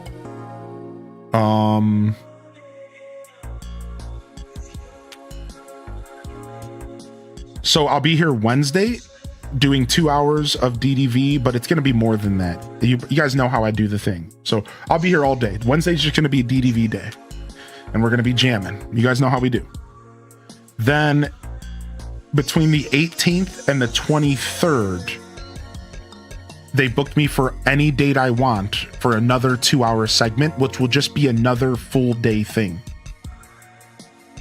So you guys are getting 2 full days of DDV starting the 17th within that week. You're getting 2, like, 4 to 6 hour streams or whatever. And then, yeah, anything else I feel like doing outside of that. But, I usually do like full days. I don't, even if I get sponsored by something, I tend to play the game all day. I just feel like that's the right thing to do.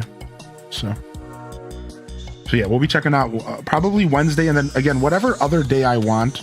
I haven't decided what I want the other day to be yet, because I don't have to decide right now. They're okay with whatever I pick. So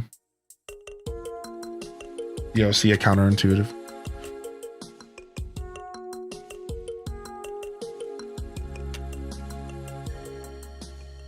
Do do do do do do do do do.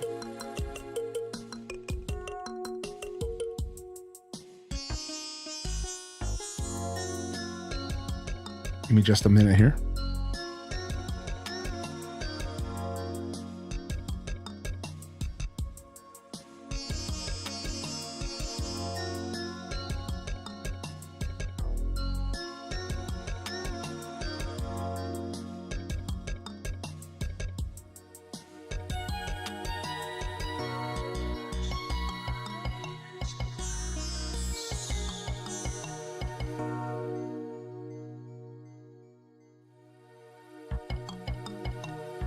Yeah, here it is. Here's the tweet right here. Here's the tweet right here. And we can make... Here's the tweet right here, and we can make a post about it. But here it is right here. So on the 17th at 1 p.m. So we'll be here at 8 in the morning. We'll probably do AC mornings. And then we'll switch over to DDV. We'll watch the showcase, and then we'll play it into the afternoon. So you'll get like a solid 4 hours of DDV, maybe a couple beforehand if I feel like it, as we build up to the showcase. So we're gonna see what they're doing here. What up, Simsetcher? I wonder what the song is. This is a cool remix. Yo, it's VIP roulette. Let's go. Well, can somebody please get Mrs. Pirate a rotisserie chicken, a VIP jacket, and go ahead and throw him one of them badges as well.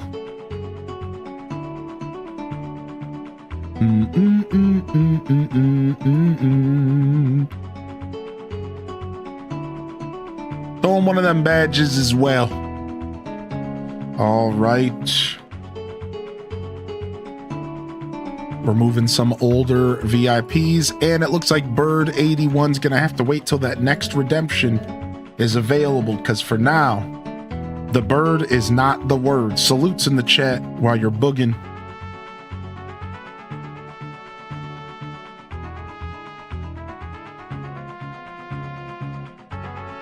Don't worry, Bird's probably got his channel points stacked for the next redemption. He's always farming channel points, so don't worry, Bird's fine. He had it for 4 months. He could take a couple day break before he boots Mini Mansky off next. Don't worry, Bird will be fine. Bird's farming up them points. He don't care, man. Bird's chilling. Bird's chilling. Bird's chilling. All right. All right, nice. Enjoy it. Enjoy. And then, yeah. See, that's what we got for DDV here. Well, let me go send a message off real quick.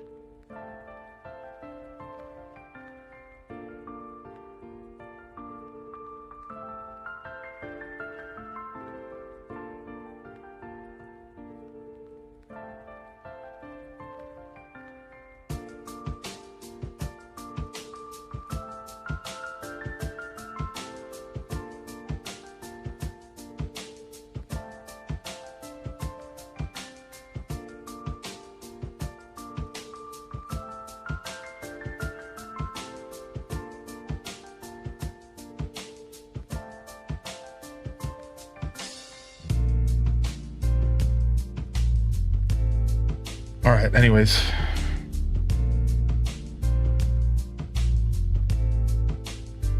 Dude, that sucks. That sucks, Blood Raven. That blows. Dude, this lo-fi remix goes hard. What is this? Song of Storms by Glitch City.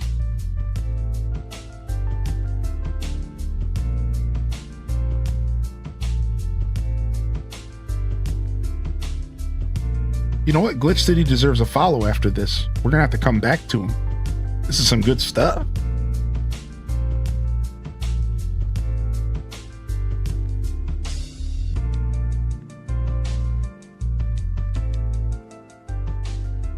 F you, Tim Hortons. No, don't F Timmy, dude.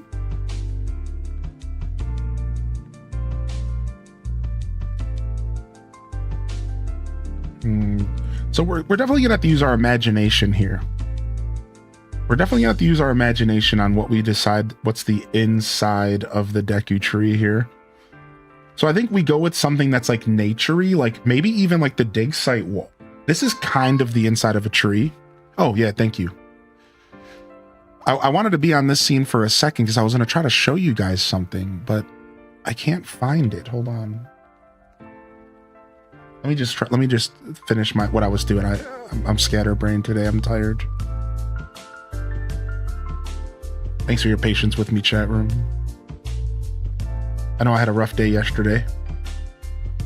You know, it's a new day. Fresh week, fresh opportunities. We don't need to rehash. But I was tired. The forever battle of trying to figure out when I need to show up for myself and when I need to stay in fucking bed. Maybe one day we'll figure it out. Maybe one day.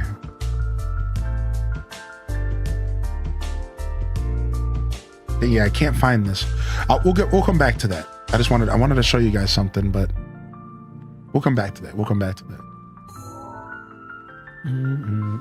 I think the dig site wall might actually work. This is kind of the inside of a tree, especially if we put nature and wall and hang like vines and stuff. Like this actually might work, dude.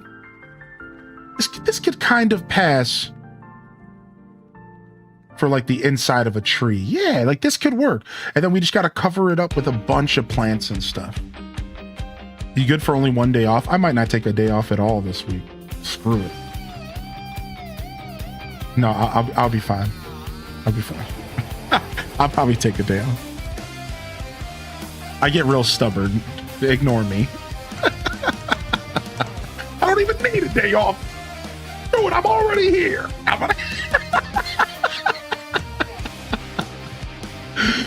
I'm a Capricorn, man. I'm a boneheaded sea goat, all right, dude? If there's one thing y'all need to know about me that I try not to express during my broadcast is I can be pretty stubborn, but it only shows up in my life, in my personal stuff nowadays. Because I got pretty good about not being real stubborn and like around people. Like I'm a people person. I'm a bit of a people pleaser, maybe to a fault, but so I don't like do that to my people. I don't interact with people stubbornly, but with myself, I'm a stubborn sea goat, dude. I'm such a punk. You're a Capricorn too, yeah. Did you see the Direct had the highest viewership of all the SGF streams? I didn't see that myself, but like, I think I heard somebody mention that the Direct was like stole the show when it came to viewership. Yeah, I didn't understand why. I believe it. All right, we need plants. We can do like, we have some tall plants. There's a handful of real tall plants. We're gonna look for those first. We might even want to go into our catalog. These ones are somewhat tall. We might want to work those in somehow. We could even just start dropping topiaries in here if we wanted. And then of course there's like the vines, which we might actually end up making these vines work for us. And then there's the big pine trees. I don't think I want to do the pine here. It's too much. Some leaf piles makes a ton of sense. We'll probably do some of those. So what I do is I like to throw everything out. All right. And then it all shows up here. Oh, never mind. I'm not on Happy Home Paradise, so I don't have the recent tab. Right. Well, you know. Whatever.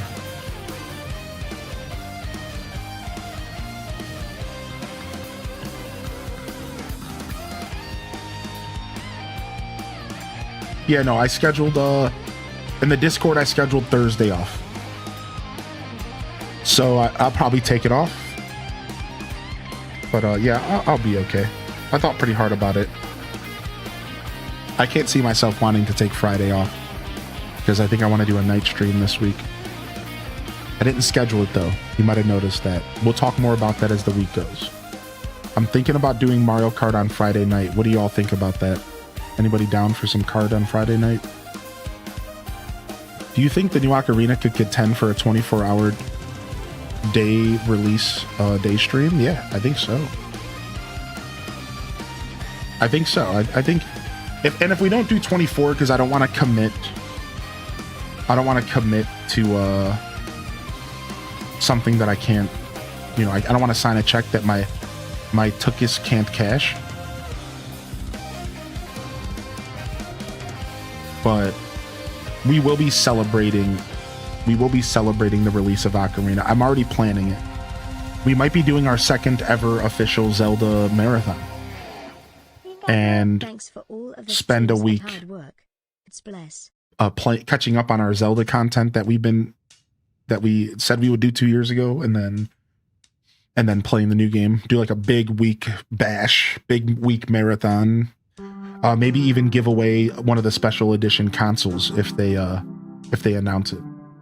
Because I'm putting some money aside for a big giveaway this year. And I don't know for sure if I'm going to be able to deliver this year because I have other stuff I need to take care of. But if these opportunities keep arising, like another opportunity just came across me. Thank you for the 100 biddies, Shellfire.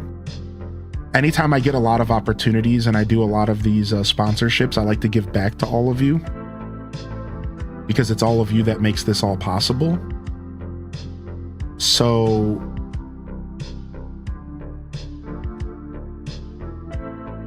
what's the date today? The 15th, huh? I might have missed this one. I'm gonna go look at this real quick. What is this? But yeah, either way, if I can budget around it, I don't want to share too much of my personal stuff. If I can budget around it and I got some ideas on how I'm gonna make this happen, it's gonna come out of my pocket, and I think I want to do a big giveaway this year. I'd like to give away a Switch 2, I think, this year. I think so. But I'm gonna wait and see if they do a special edition. If I can pull it off for y'all, I'm gonna do it. No promises. All right. Please, I'm just a stream of consciousness right now. So please don't take my word on anything at the moment. But I might try to do something like that this year. It'd be really cool if we could do that for y'all. It would obviously have to be people who have been following for a while. Anytime we do big giveaways, you have to be following me for a while, first off. So like, that's a little plug right now. Hit the follow button if you're enjoying the show, and you might have a chance down the road. But I do have to limit. Big giveaways have to be limited. Otherwise, I could get scammed. Like, they have to be limited. So like, if it were to something I do, just a heads up, it's going to be like 3-month followers or higher, stuff like that. So obviously we'll make exceptions for people who accidentally unfollow and stuff. Don't overthink it. Don't overthink it. You know, we make sure that the people that show up here are the people that are going to have a chance to win. That's the point. The people that are here for me, the people that tune into my show. That's what, you know, we just don't want no day oneers winning it. No offense, but you know, if somebody shows up in my stream the day I'm giving away a Switch 2, you're not winning the Switch 2. Like, no offense. I'm happy you're tuned in that day. But you're not winning it. You know what I mean? Like, it's just not going to happen that way. I got people that are dedicated and loyal to my show. Like, that's just not having that way, you know? The last Switch we gave away was my buddy Titus. I believe the last Switch giveaway was a Switch Lite, and it was Titus, who had been watching me since 2019. I was pretty happy about it.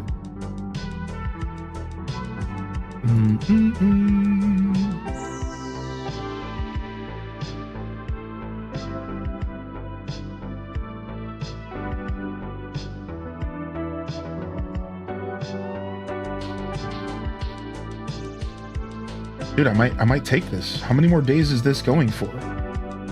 Oh, 27 days. Okay, it goes for a while. Dude, there's a sponsorship offer here for maybe for Bioden. I gotta go look into it to see what they're offering though. Is this a real sponsorship? this website confuses me. I've used them before. Sometimes it's like, is it a real thing? I don't even know.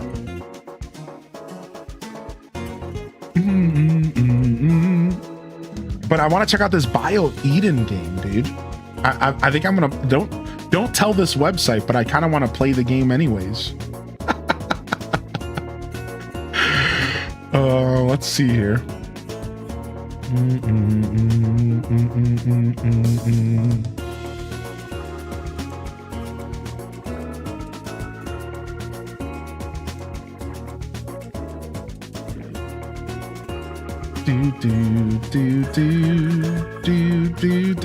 Dude, this game Bio Eden was something that we called out during one of the games we called out during the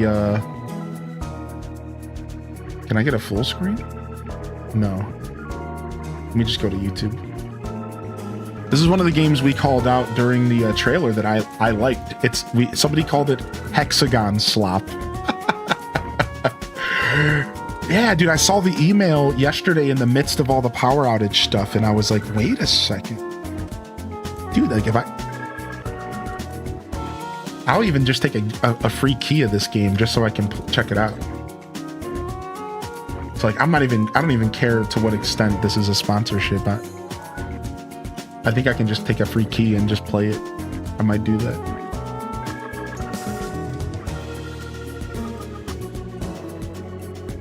Nice. I think the word slop's being thrown around a little too much. Yeah, that person was like very obviously joking, but I do agree with you. I do agree with you that it's being thrown around a little too much. I do agree with that.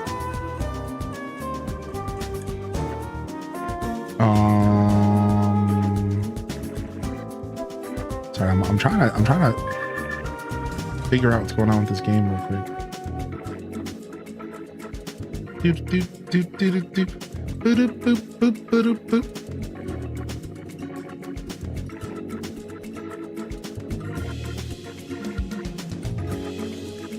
All right, anyways, I'll do that later. Dude, I forgot how fire this playlist is. I gotta have more faith in some of my old playlists. This playlist is funky, dude.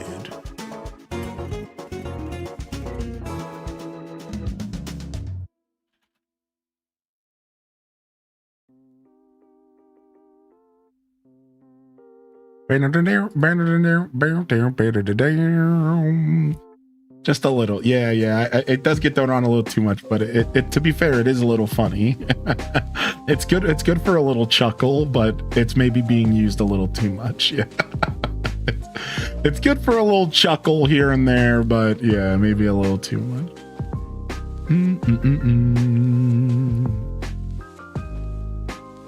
Dude, when's Orbitals come out? I saw you talking about co-op. We have a bunch of stuff, dude. On the 18th, which is Thursday, which is why I'm thinking I might show up on my day off, is Elliot and the Millennium Trials or whatever. The Millennium Tale releases. Elliot releases this week. I think I want to play that game.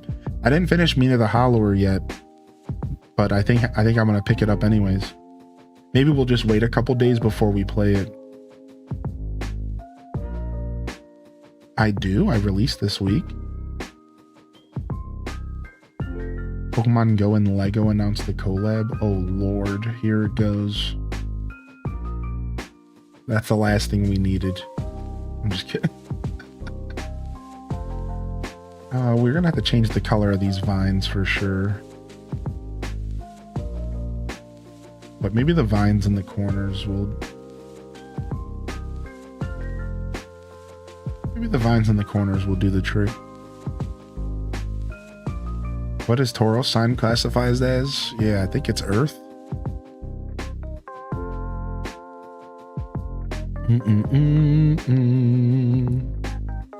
Alright, I'll be right back. I'm gonna grab some more coffee. Give me just a second here. Diggle, diggle, diggle.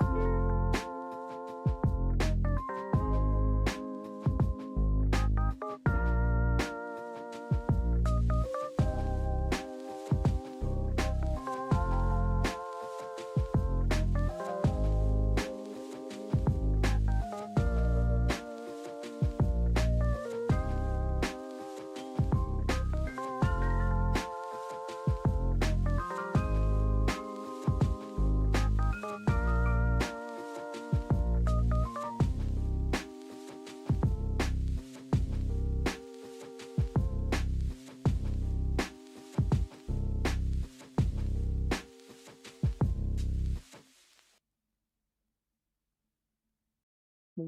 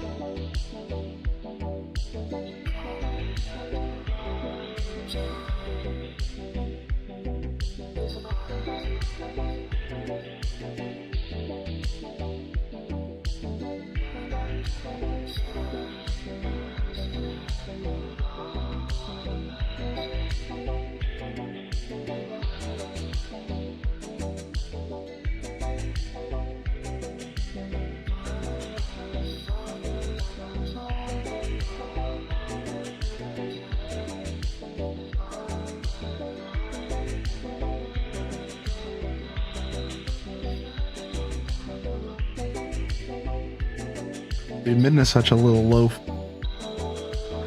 I'm gonna try to find the time to figure out setting up my phone to OBS maybe over my Wi-Fi, and then we'll have a modular cat cam, and I'm gonna purchase one of those, you know, those like stupid TikTok. There for a while there was like a TikTok advertisement for a phone holder that could stick to like any surface. I'm gonna find like a version of that isn't junk, that I can just like attach to the side of a desk with like a quick little crank, and then we can just we can just plug my phone in anywhere I want real quick with the, you know, spin of a thing or quick click of a button, and then we can just have the phone on her wherever she is, because she just all the time she's sitting near me, but she's just right out of camera view, you know, and I can't force her to sit in this exact location. So I'm working on getting a modular setup for all of you, and then and no matter where she is, we could just be like, oh, let's take a look at our cat, and like pull her up, and I could just have my phone, you know, do that kind of work for us. It'll be nice. It'll be nice. We'll figure it out. I got sent some information in the Discord about it, and it all goes through my Wi-Fi, which is exactly what we want. I think I literally think I'm just downloading the OBS app to my phone. I'm pretty sure that's like the whole that's like literally it. I'm pretty sure you just download the OBS Studio app on your phone, and then they connect via my internet around the house, because like I can connect to Wi-Fi on my phone and my computer is hardline into the same router. Yeah, camera for OBS. Turn your device into a webcam. Got it. Hold on. OBS Studio camera. I wonder which one of these is probably going to be the best. I have to do a little bit of research because there's a bunch of them, and I bet you most of them suck. There's a bunch of them, but I think most of them blow. You made it.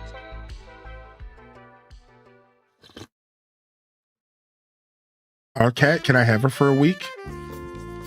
You can stay on the couch for a week and hang out with her, but you have to ask her if she wants to come hang out with you for a week. That's up to her. That's not up to me. Slippery slope. It's one of those days, homie. Couple days of low sleep got me a little bit curmudgeoned. There's so many options, dude. Which one do I download?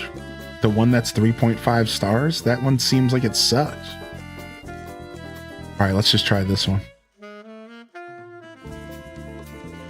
Down, down, down, down, down, down, down, down, down. All right.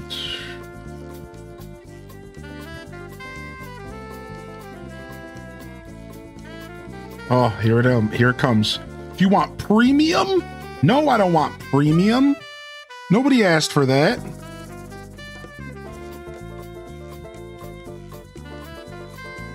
Oh, because there's a watermark. Okay, you suck. I'm sure there's a free version out there, though. Oh, I got something in my eyeball. Yikes.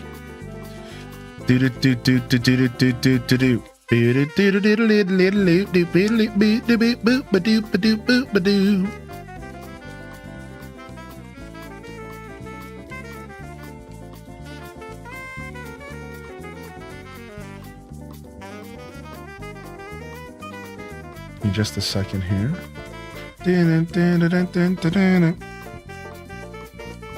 Yeah, all right. So it's that simple. It's that simple, dude.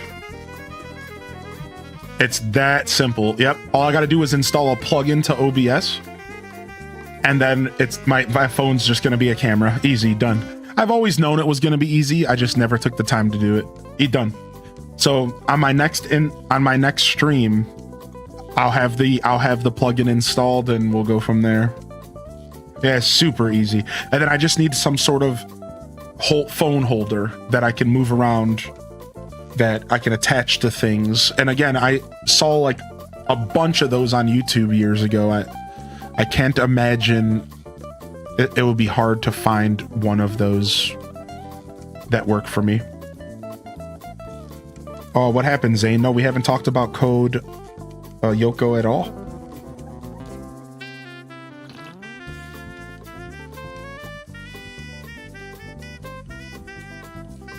I wanted to look up the spelling and actually definition.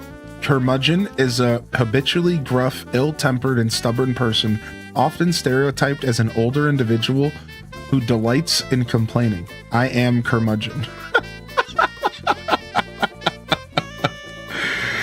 I have curmudgeon days. I wouldn't say I'm a curmudgeon often, but I definitely have days where I love complaining.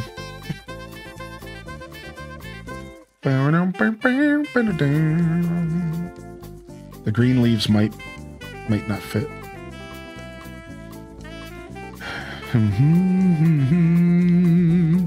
All right, let's take a look through the game's catalog.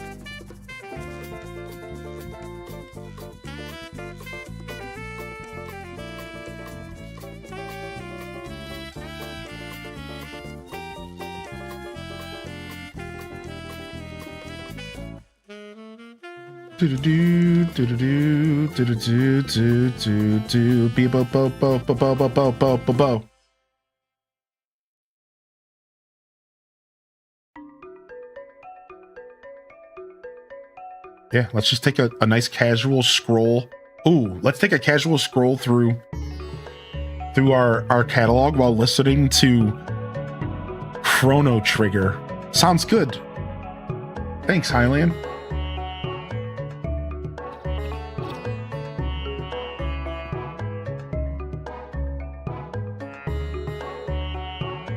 Maybe some bug statues. Maybe.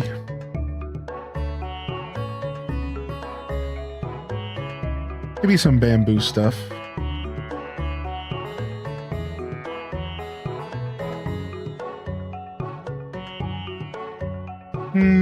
Maybe the bird of paradise. Nice and tall. What's up, Dania?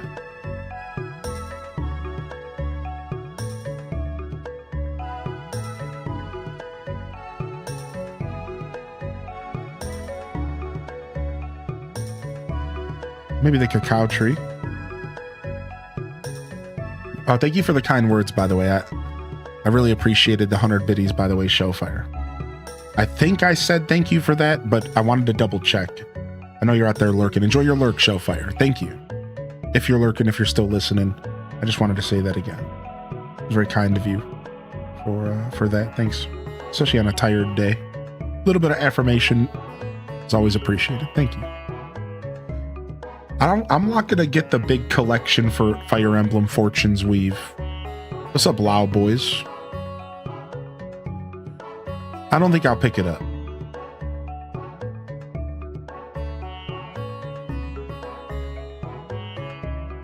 I'm just gonna do the regular game.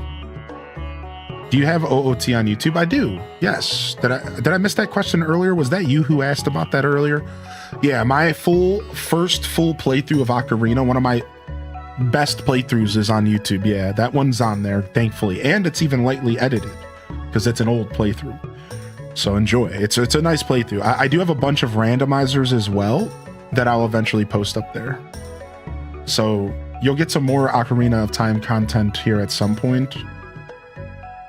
That was actually my plans for yesterday when I ended the stream early and then the power went going out, kind of stifled.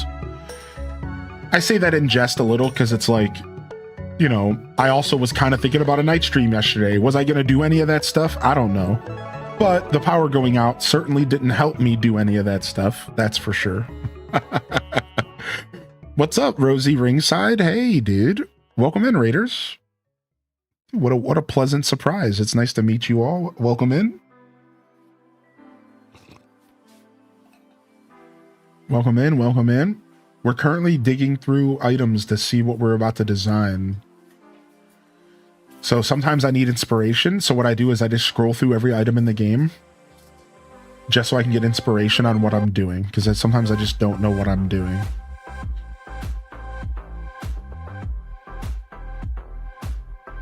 So this gives me inspiration for my designs. Were you doing some New Horizons? I had a feeling you might have been doing some Animal Crossing. Dude, it's so wonderful to meet another Animal Crossing creator. I know this category can be tough on Twitch because of all the Treasure Islands. I don't have a problem with Treasure Islands. I do have a problem a little bit with them clogging up our category. I want to meet the creators. I want to meet them Animal Crossing fans. Welcome in here, Rosie. You're not too far into building your island quite yet, but I'm excited for when I get to the point of having all this stuff to work with. Animal Crossing gets better with the more items you have. Yeah, for sure. Like, it gets better the more items you have. That's the whole thing. Are you new to the franchise, or is this something you've played for a while? First off, if you got to step away, go ahead and do your thing. You know, be easy. Do what you got to do. But if you want to hang out and chat a little bit, you're welcome, dude. Here, let me hit you with a follow. Hit you with the follow, and hopefully we could check you out sometime, homie. Yeah, thanks for the raid. We love our Animal Crossers around here, dude. Welcome to the community. I've been doing Animal Crossing for 7 years on the channel. We absolutely love our AC around here. So welcome home, dude. If sounds like you might be kind of new to AC, I'm kind of picking that up a little bit. I'm not sure if that's true. It's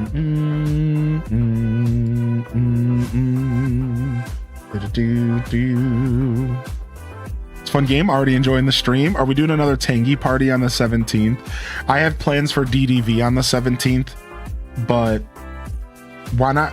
If you guys can be here in the morning, I was gonna do AC mornings. So yeah, in the morning, but you have to be here kind of early. Is that a deal? So I'm thinking Animal Crossing mornings on Sunday morning, and then we'll switch over to Disney Dreamlight around like 10 a.m. So I only have those first 2 hours, and then we're getting a sponsorship with DDV. So I do have stuff I have to do, but wait, we could do AC mornings. I don't typically get to stream on the weekday mornings, but I took the day off from work, so it was nice to get on here for a little bit today. Dude, nice. You started playing back in December. I'm just playing a little bit here and there, not too far. AC's wonderful, one of the best games to just play casually.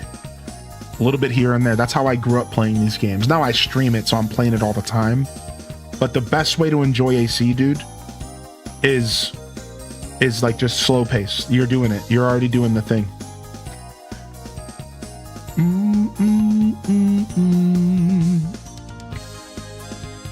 Nice. Well, dude, it's nice to meet you officially. I'm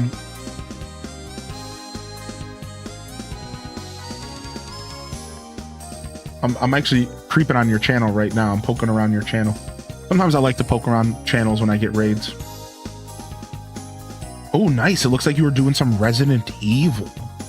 Oh, Requiem. Is that one of the newer ones? That's the newest one. That's the newest Resident Evil game. Yeah, dude. And some Repo. Nice. I haven't played Repo, but people in my community play it. People's in the chats play it. Resident Evil, some Donkey Kong 64. Hey, cheers, dude. The community's been asking me to play Donkey Kong 64 because they just released it on the Switch too. Yeah. Well, on the N64 app. Donkey Kong 64 is a riot, dude. That game is a riot, man. My birthday's Thursday. I'm planning on Final Fantasy VII Remake on the Switch. Yo, happy early birthday. Hopefully you can make it so we can wish you a happy birthday, but just in case we don't, happy birthday. And you said earlier it's Araya. Did I nail it? Tell me I nailed it. Tell me I nailed. Thank you, Araya. Tell me I nailed it. All right, I was stumbling this morning, but we got it, baby. We got it, baby. Thank you for your patience. Xbox Game Studios CEO just stepped down. Wait, who was it? What was their name? I don't even remember. Thanks for all the advice and nice to meet you. Yeah. Nice to meet you too, man. You're a bit of a variety streamer. Yeah. You come and hang out with us anytime you want. I'm here during the day, most days, 8 a.m. Eastern. Come vibe. We got a little community of creators, a little community of gamers. We're doing our thing. Your name caught my attention for looking for a raid because I love the Zelda franchise. Cheers. I'm an Animal Crossing streamer. I'm an Animal Crossing streamer born in a Zelda streamer's body. Welcome to my show. I'm an Animal Crossing streamer born in a Zelda streamer's body. This is what we do here, baby. Craig Duncan. This song's about to make me grab some sticks and play Melee. Dude, I just played Smash Brothers this weekend and I'm pretty happy about it. I kicked butt, man. I got a DDD win. The first win of the day went to me. Everyone else was warming up. I went out there, started swinging hammers. And I just instantly took the first game. I felt so good. I was like, okay, you know what? And I didn't even play DDD again until way later, like 5 games later. I got a win with Mega Man. Mega Man's my new vibe. I finally figured out how to play Mega Man in Ultimate. You just pretend you're playing Mega Man, and everything on the screen is just bosses that you're fighting. I figured it out. Sakurai is a literal legend. Like, you just gotta pretend you're playing Mega Man the whole time. So now I'm playing Smash Brothers with my boys, and in my head, I'm just fighting Cut Man. I'm just fighting, Claw Man. I'm just sitting there just jamming, dude. And it works. I'm figuring Mega Man out.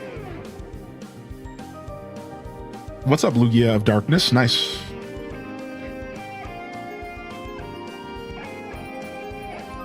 Aw.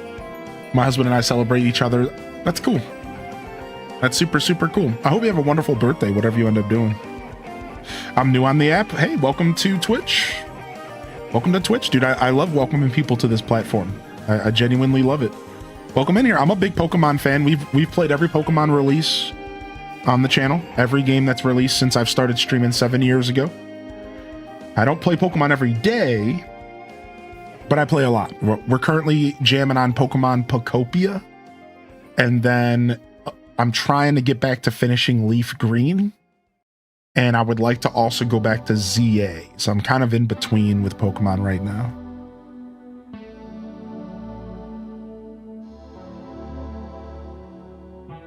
Oh, I think I subscribed to you on YouTube. Nice. Well, welcome in here, man. Yeah, welcome to the show. Today's kind of my just chatting segment. Just a heads up for those that are wondering what we're doing today. This is what we call the Monday morning show. And it's gone through a lot of different iterations over the years. But if there's one thing you need to know about my Mondays, is it's just chatting, but with a game on in the background. Or we like to say with extra steps. So I'm going to play a game. It's usually it's usually Pokemon, Pokopia, Animal Crossing, maybe Stardew, something that I can talk over. And we just like chill out and we just like yap. I'll do media shares. We'll share each other's pet pics and we'll go through food pics and memes. And sometimes we'll, have little events and do gaming news, stuff like that. So whatever, just giving you a heads up. I am a gaming streamer. I am a gaming focused creator, but I do a lot of stuff. I cook, I chat, I yap, I podcast, I do all this stuff, But yeah, I just like to give people a proper introduction to my show. Today is a rare vibe. I only do this on Mondays. I say that, but it's funny because I think a lot of people know me because of my Monday show.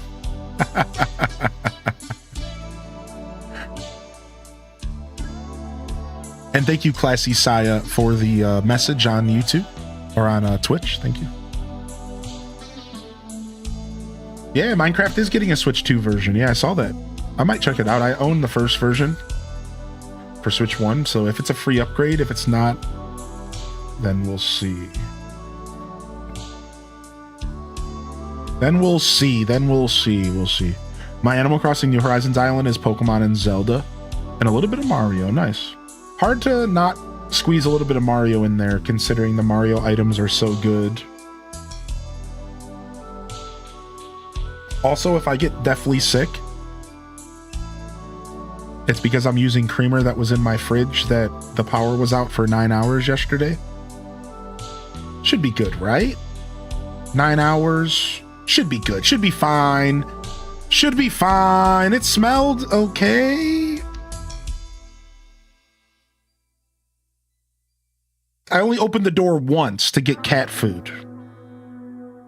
I only opened the door once to get cat food out of the fridge. It's fine.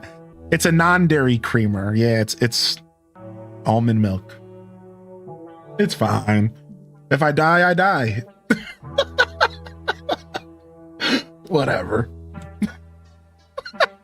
If I gotta get my stomach pumped, yeah, whatever. What's one more debt in America? Cheers.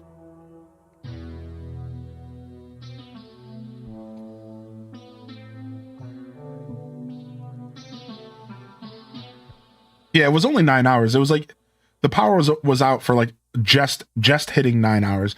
Jokes aside, I wouldn't have done it if I didn't think I was going to be okay. I do have some self-preservation. It also didn't smell bad. So, jokes aside, yeah. I gave it the sniff. I even gave it like a teeny sip, and I was like, I think it's fine. Yeah, have a wonderful day, Rosie. It was nice meeting you, man. Always nice to meet some fellow creators. Thanks for tuning in. Welcome to my community, dude. Yeah, as a viewer, as a creator, whatever. We'll see you around. If not, that's okay too. You have a great day, all right? Coffee time, Snow Joe 3 cheers. Hey, Snow Joe. YOLO, baby. Thanks for 40, man. Thank you, dude. Good to see you back.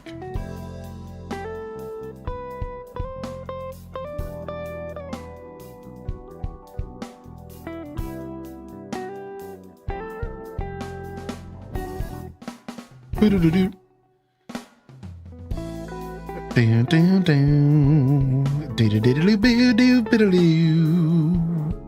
Yo, thank you so much for the support coming in, y'all. Yeah, it's a jazzy track. It's a jazzy track for sure.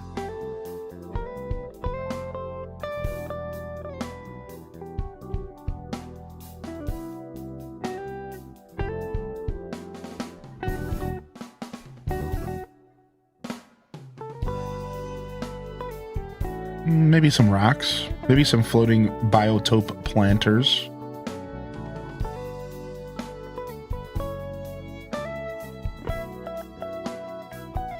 Oddly specific, but true. I can kind of see it. Like I can picture the store. I can smell the store, Teeny Giraffe. I can smell it. It smells like slightly musty. It smells like clothes. Yeah, just a little.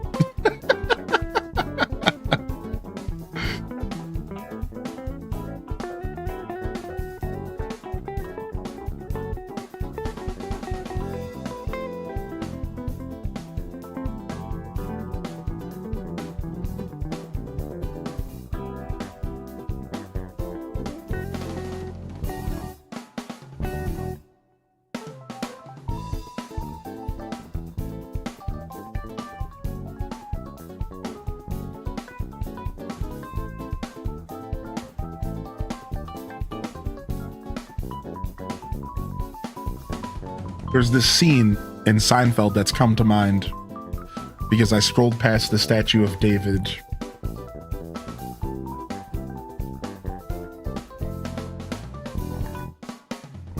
That this is a weird Google search. I googled. This is what I YouTubed. This is gonna mess my YouTube up. I YouTubed Pee-Pees and Wee-Wees Seinfeld. I'm probably on a list somewhere for that one, but whatever. It's all straightened out. Would you like a cup of tea? You got any coffee? Coffee? Yeah, coffee. No, I don't drink coffee. Yeah, you don't drink coffee? How about instant coffee? No, I don't have. You don't have any instant coffee? Well, I don't normally. Who doesn't have instant coffee? I don't. You buy a jar of Folgers Crystals, you put it in the cupboard, you forget about it. And later on, when you need it, it's there. It lasts forever. It's freeze-dried. Oh, I gotta talk over this because this could actually ding my YouTube now that I think about it. I don't know who owns Seinfeld, but there's a point to this. You just gotta keep watching. Freeze-dried crystals. So here's the context, everybody. This guy, Really, I'll have to remember. Right. this guy right here is a library cop who goes after old books, movies, and media that hasn't been returned to the library. And he shows up at Seinfeld house because Seinfeld apparently never turned in this book called Tropic of Cancer when he was a kid. And Seinfeld's convinced he did turn it back in at this point. But this guy knows better. And he shows up here and he starts interrogating him.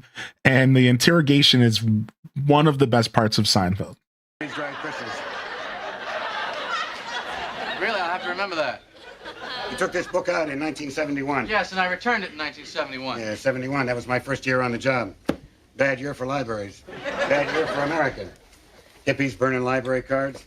Abby Hoffman telling everybody to steal books. I don't judge a man by the length of his hair or the kind of music he listens to. Rock was never my bag. But you put on a pair of shoes when you walk into the New York Public Library, fella. Look, Mr. Bookman. like he does. This is just a really dope exchange. All right, it gets better. I returned that book. I remember it very specifically. You're a comedian. You make people laugh. I try. You think this is all a big joke, don't you? No, I don't. I saw you on TV once. I remembered your name from my list. I looked it up.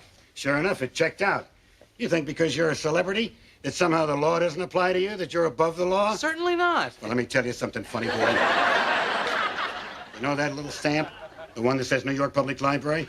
Well, that may not mean anything to you, but that means a lot to me. One whole hell of a lot. Sure, go ahead, laugh if you want to. I've seen your type before. Flashy, making the scene, flaunting convention. Yeah, I know what you're thinking.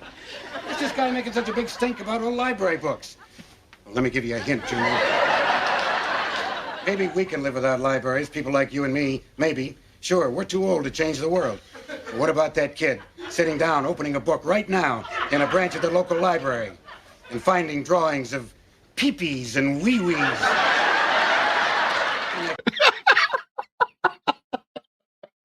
Cat in the Hat and the Five Chinese Brothers.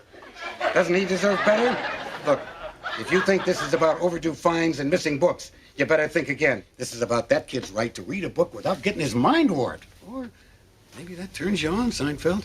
Maybe that's how you get your kicks. You and your good time buddies. Well, I got a flash for you, Joy Boy. All right. I'll stop. I'll spare you guys the rest of this, but hopefully YouTube doesn't get dinged for that one. I don't think it will, but if it does, YouTube, don't worry, we'll come back. Well, I got a flash for you, Joy Boy. Dude, that just pops in my brain every once in a while. Drawings of Pee-Pees and Wee-Wees. What a performance. You and your good time buddies.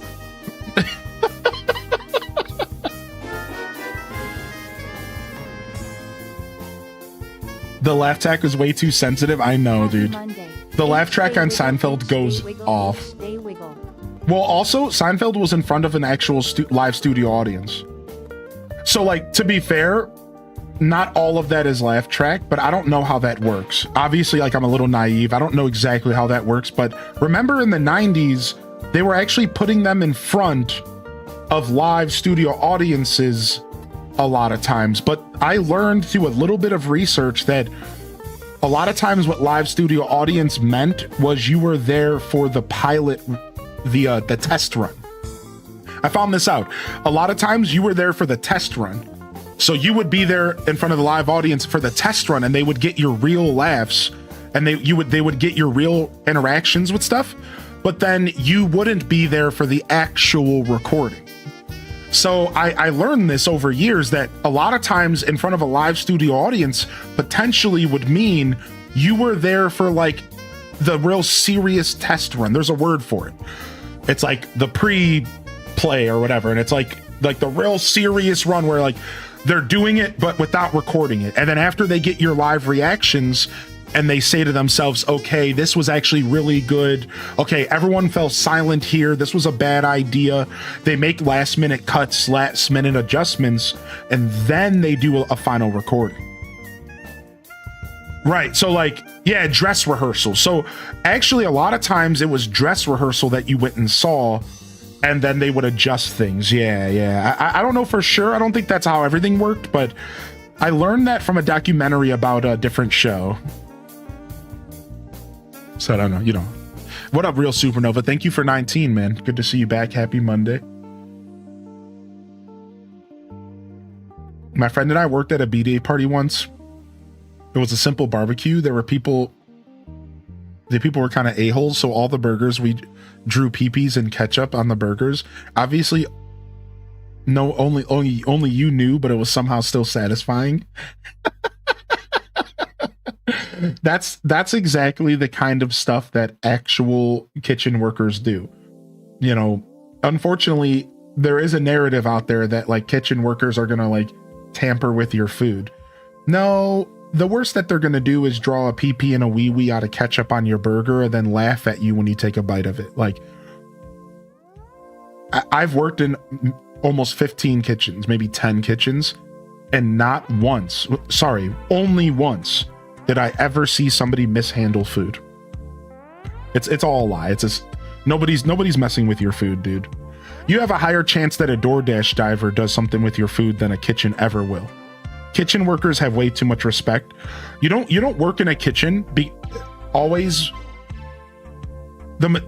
Almost every person I've ever met who worked on a line had more respect for their job than most office workers ever could even dream of. Because when you have to get up and you have to go work in a stinky, smelly, hot, miserable kitchen for 10 hours, you have to psych yourself out and you have to make yourself feel like what you're doing matters. So you put a chip on your shoulder and you make sure that your food is phenomenal. Whereas like you don't have that same chip when you're just out there vibing, doing whatever. So it's funny because there's a stigma out there that kitchen workers are like a bunch of hooligans, and that's like the farthest from the truth. Every single kitchen I've worked in, almost everybody who worked there took their job more seriously than anybody I'd ever worked, any job, retail, anything. They're there and they're serious and they're ready to work. They have families, they have kids they have to take care of. It's like that whole stigma on kitchen workers ruining food actually bothers me because it's so false. Only once did I ever run into a kitchen that was grody. And I'll tell you the story. Two old dudes running the kitchen, had been there for 15 years and didn't give a f- about being there. And it was a hole in the wall that was more a bar than it was a diner, but it also served a lot of food. One day when I was working there for a brief amount of time, the dude dropped, and like two things happened. This one maybe not as bad, but still miserable. He was setting up the wings to go in a box, and he dropped the whole box of wings into the garbage can, and it stayed closed and everything. It wasn't latched shut, but it fell and stayed closed.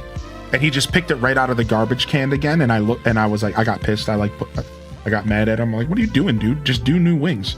He's like, oh, it didn't touch anything. I'm like, it doesn't matter, dude. It's the principle. But he was so old and so stuck in his ways, he didn't care. And then the second thing I ever saw was a full blown out steak. Same guy, same disgusting cook, not a cook, a phony. We're talking Charles Barkley in Space Jam. Like, he wasn't a cook, he was a phony that looked like a cook. He wasn't, because real cooks don't do this. And a steak dropped and it fell on the ground, on the disgusting ground. And he picked the steak back up and put it on the grill. and I walked out and I never went back. I walked out. I literally was like, okay, I'm done. I just walked out in the middle of dinner service, never went back. Like, I'm good. So yeah, like, I'm not saying it doesn't happen, but I promise you that is the exception, not the rule. It doesn't happen often. Every once in a while, somebody's going to do something. It doesn't happen often. Most cooks really respect what they're doing. Yeah, so, you know, you probably have more of a chance of getting in like a car accident than getting tampered food. Not to put that into the universe, but I'm just trying to give you like real, from my experience. Like, you probably have a higher chance of like getting injured going on a walk than you do getting your food tampered with. Like, I'm serious. Like, they do not do that. I've never worked in a kitchen that does that. Yeah, I have seen the movie Waiting. Yeah, that's like Waiting. I have a love-hate relationship with Waiting because it's funny and I love what they're doing with the movie, but I hate watching it because it's such a false thing. Like, it's like super over exaggerated, and as a cook I hate it. It's like, it makes me cringe. Yeah, like I hated Waiting because like I simultaneously thought it was hilarious, and you know, but I also just despise the way that it depicts kitchen workers because it's not like that. But I understand it's a movie, it's a joke, it's exaggerated, like, you know, it's a good movie. But boy, that movie, I have a love-hate relationship with it, actually. Yeah. My favorite part of that movie is Andy Milonakis.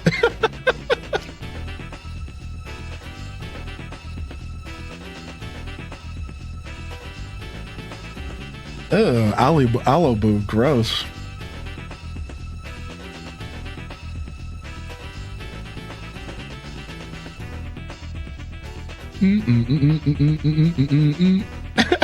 Planet Kitties. Exactly. Every character's so well done. That's fair. He's hysterical. Yeah, Andy's the best character in that movie. He's funny, man. Yo, thank you, Mary Meredith, for 19, by the way. How you been, man? Good to see y'all. Happy Monday. We're a little disheveled these past 2 days. Real rough sleep past 2 days, y'all. I'm just kind of here. I almost took the day off because the power didn't get back on until like 11 last night. So we had a power outage yesterday, not too long after the stream ended. I took a nap after the stream. I woke up, power went out, and it wasn't that big of a deal. The temperature also went down by like 10 degrees.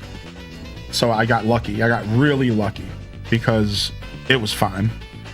However, no data was working. So I had no phone. I basically was completely in the dark because when the power went out, it was such a severe power outage that no data worked anywhere. It wasn't just me. I was walking around the city and barely anybody could get a phone call in, let alone like do anything. So it was real brutal. And wait, where's it at? Oh, here it is. And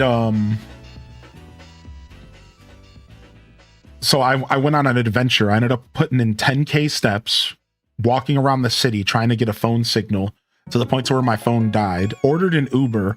The Uber told me it didn't find a driver yet. Turns out there was a driver sitting there waiting for me to show up, and I didn't even know I had an order. I get in the dude's car. I'm like, wait a second, you're my Uber driver. You've been here for 20 minutes. He's like, dude, this app's not even working. I'm like, man, can you just take me home instead of where I was trying to go? And I'll get you some cash out of an ATM. And then he was like, well, did you cancel the order? And I did, and I ended up getting charged. And this dude took me home. Like, what a beautiful reminder that humanity doesn't suck.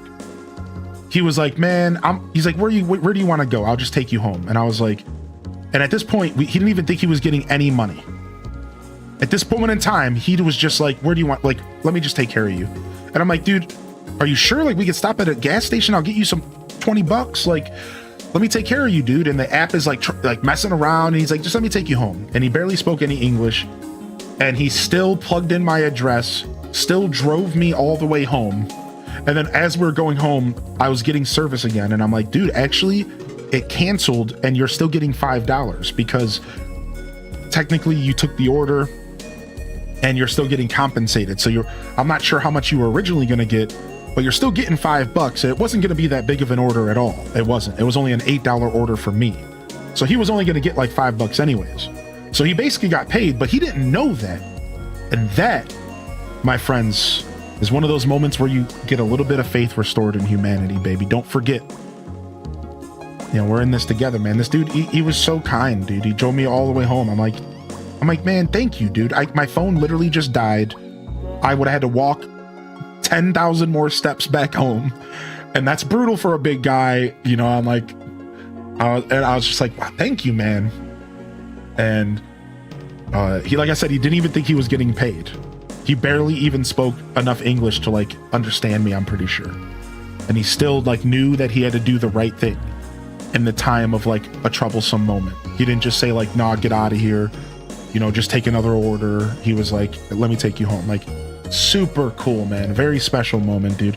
I like those types of things. I like sharing those moments with people because I like to remind people who are also like me and who also have a lack of faith in humanity sometimes, that it's not all as bad as it seems. Pretty nice dude. Yeah, pretty nice dude. Yeah, pretty cool. So I ended up getting home. Power's still out. Sat around till it went dark. Fell asleep. Woke up to the power company screaming, because the worst part is it was all outside of my house. Apparently, whatever happened right outside my house. So from 9 p.m. when the truck pulled up until like 11:30, I had to hear the sound of electric company trucks leaving and going, coming and going, coming and going. Beep, beep, beep, beep, beep. Yo, Bill! Yo, your wife last night was making yogurt. Oh, did you have... Yo, Jim! Yo, pass me the drill! Spark noises and drill noises and beep, beep, beep. Yo, Timbo! I'm like, dude, you guys have to respect that it's like, I know you're helping, but it's also 10 at night on a Sunday. Like, please. Anyways, turns out Jimbo's married to Sherry and they have 3 kids, and I got his social security number. I'm not going to use it. And turns out Bill was cheating on his wife, and I don't know. Anyways, I got a lot of their story while listening to them while they're on the pole, but you know, none of my business. Regardless, power turned back on. Pretty nice. And at that point it was like 11:30. So I rushed and turned the island game back on. Island game was literally the first thing I did. Priorities. First thing I did, rushed into my office, turned the computer back on, and was like, island game, island game, island game. And then I was wide awake, so I stayed up for a little while. I didn't probably get to bed till like 12:31, just another 5-hour night of sleep. Cat woke me up at 5:30, trying to get pets. I'm like, okay, universe, keep it coming. To be fair, my lack of sleep from Saturday to Sunday was my fault. I don't want to make it sound like I'm a victim. You know, I went out with my buddies. We sat around and played Smash Brothers. We played Magic, and I didn't get home till 12:30. But sometimes it's worth it to have a late night to spend time with people that you love. So I don't regret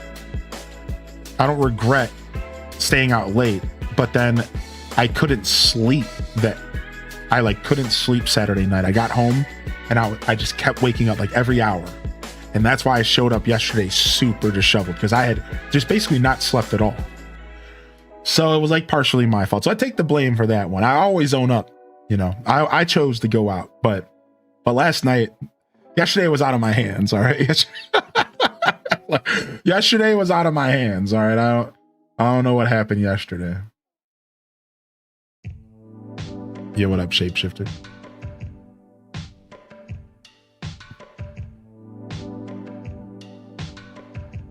I don't know if I want to do mushroom lamps here. Not yet. Maybe a mushroom lamp or two wouldn't hurt though.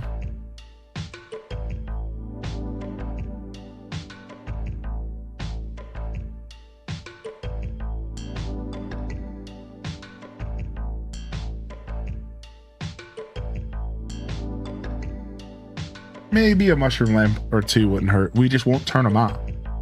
Just unlit mushroom lamps might work. What up, Fuzzy Dimples?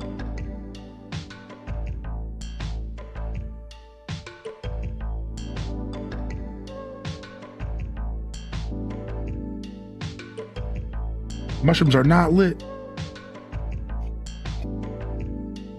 Hylian out here getting the tea.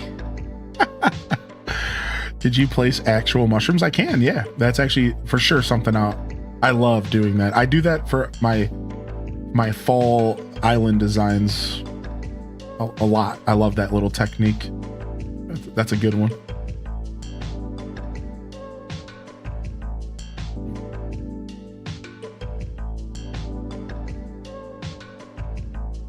Timbo, you left your zipper down. Yeah, I know, dude. I know.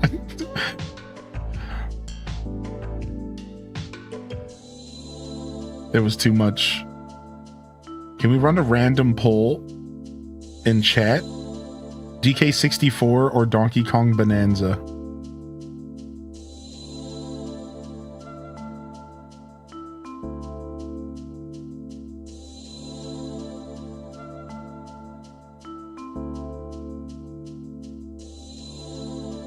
You haven't played either one?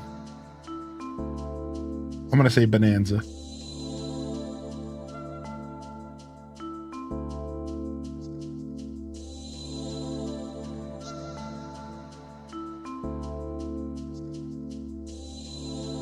I love that the collection has all of the fake paintings in it.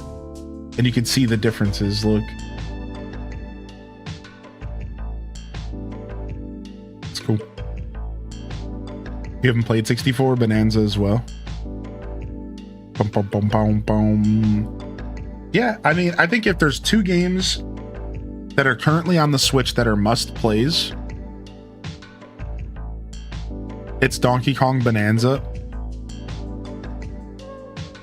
and it's Pokemon Pocopia, right? Right? I think so. I think those are the two must-play games on the Switch 2 right now. Like that, you know, the games that are selling the console, I think. I think Mario Kart World got unfortunately shrouded in controversy. Kirby Air Riders is too niche.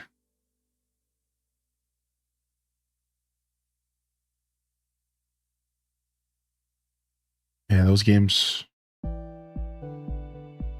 Still playing Kirby Air Riders. I've been addicted to Palia. Yeah. I think Kirby Air Riders is on the list of like reasons to buy a Switch 2. I just don't know if it's a must play for everybody. Whereas I do feel like Donkey Kong is like one of those like must play games. Like if you're a Nintendo fan and you have the extra money, pick up Bonanza. You're probably in for a treat. It's one of the most unique gaming experiences you'll ever get. It's super neat. It's super fun. You know what I mean? It's cool. I think Bonanza is like a kind of a must play a little bit. Like if you have the extra money, obviously if you don't have the budget, maybe don't take the risk. But if you have the budget, I think Bonanza is a must play. I think so. I feel the same way about Pocopia. I think Pocopia is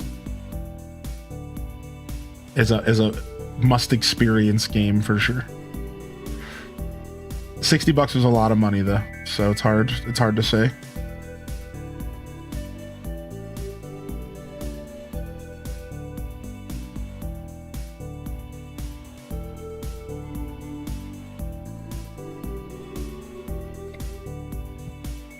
Do we think that Ocarina of Time Remake is the third must-play game? Do we think that's what's going to happen?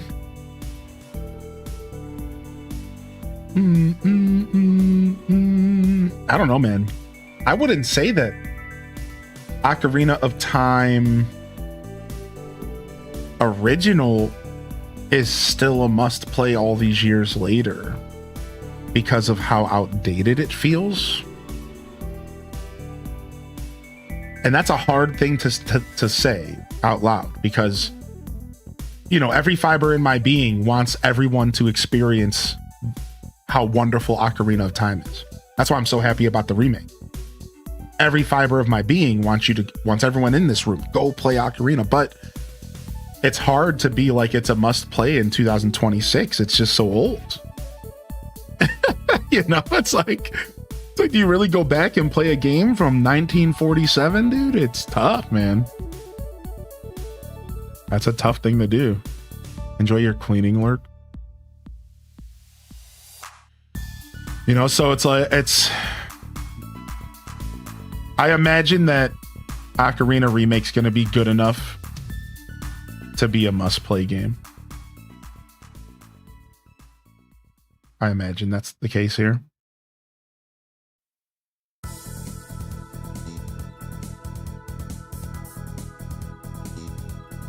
The story is really good, though, yeah.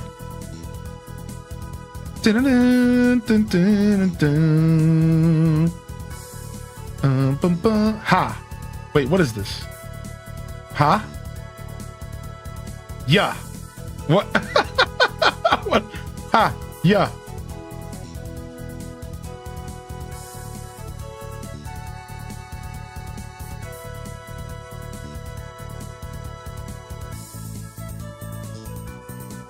A dudeoid? And oh, you sent me Koroks! Oh, you sent me more Koroks, dude. Yes.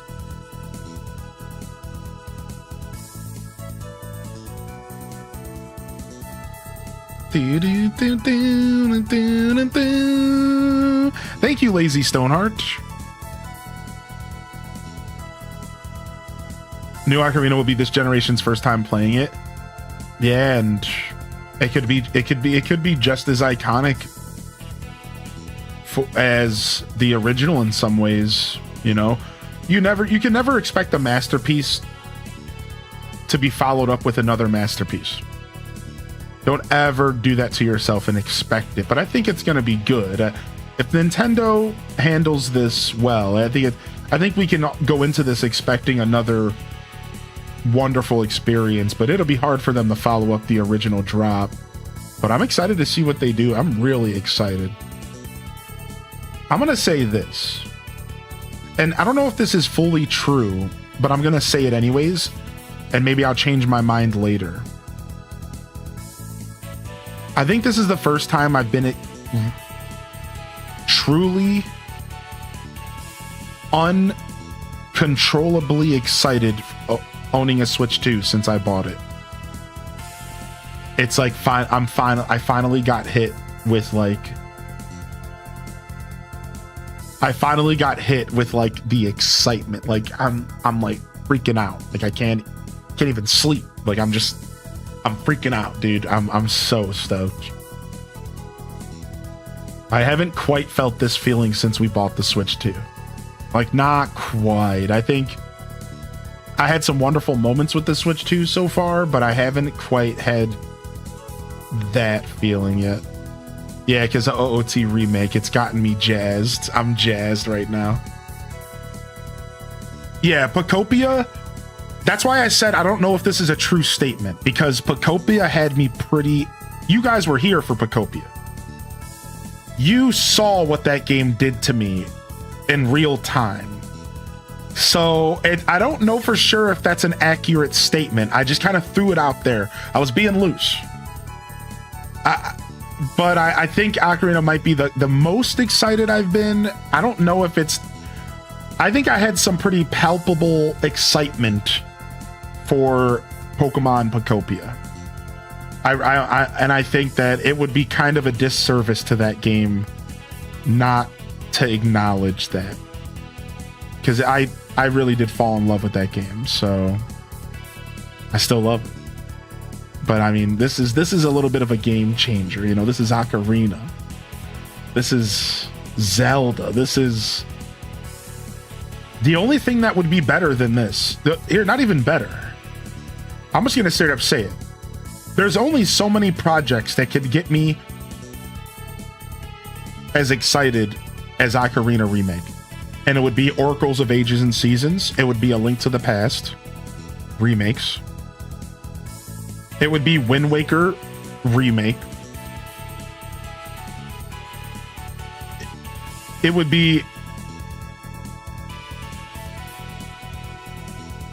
It would be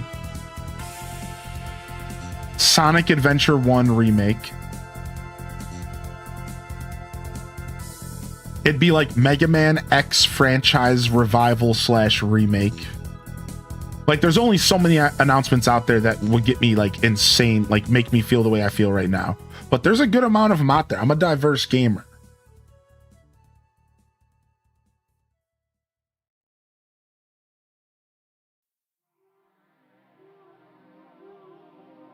Pocopia was my game of the year, but that may change. That's really funny. I forgot that Pocopia came out this year. Feels like it's been a lifetime.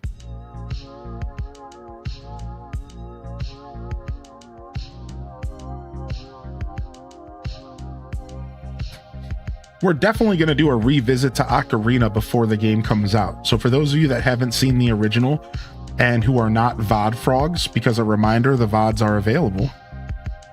We'll be doing some Ocarina of Time content on the channel by the time that game comes out. So just a heads up, like if you're somebody who would like to see the game and you know this is your home on Twitch, like don't worry. I'm going to definitely showcase a little bit of Ocarina before the new one comes out. We'll probably do like a randomizer, or it's going to be a part of my Archipelago, so maybe we'll just try to get that going. However you say that word that I always butcher.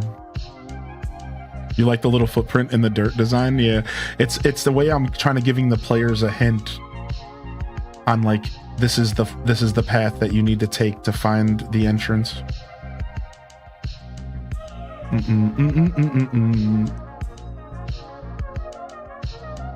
It's the little hint.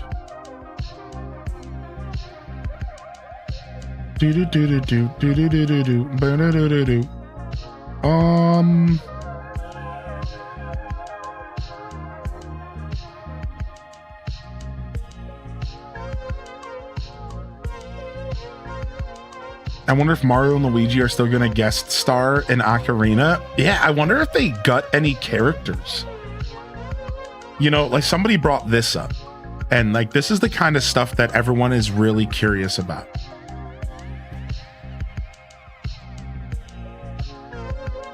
I saw this post, and this made me like chuckle as an Ocarina fan. All right, it was like, yay! We're gonna get to see this monster in gorgeous HD graphics. Isn't that fun? Isn't that a treat? And I was laughing. I'm like, dude, are they even going to like keep this creature? Like, let's be honest, man. Nintendo is soft nowadays. Let's just be real. Nintendo is mostly soft, dude. Are they really gonna keep something like this? Are they really gonna keep some of that dark tone of the game? That's the thing that's hard about this remake. Like, are they really gonna keep the dark tone of this game? Are we really gonna get the same Under the Well and Shadow Temple experience? Like, are they really going to do that? Because like that's not modern Zelda. Like, that's not modern Nintendo. That's like that's just that, you know what I mean? Like, yeah, exactly. Are they really going to do that? I don't know if I have faith, dude, but I don't have faith that the game's going to be bad or anything. I just mean I don't have faith that they're going to be willing to keep the game as dark as it was. I do think the game's going to lighten up a little bit. I do think they're gonna lighten the tone of the game up a little bit. Yeah, I think so, unfortunately. I hope I'm wrong, though. I really do hope I'm wrong. What's up, Gavcat? That's why I told y'all my dream vision is that all of the old school boys are working on this game. My vision and my dream is that it's all old school developers working on this game, and that Nintendo just threw this project to all of the super old developers that have been around for 1,000 years because they were the ones who probably worked on the original game, so that they can come together to create that experience that we want, that real, true to Ocarina experience.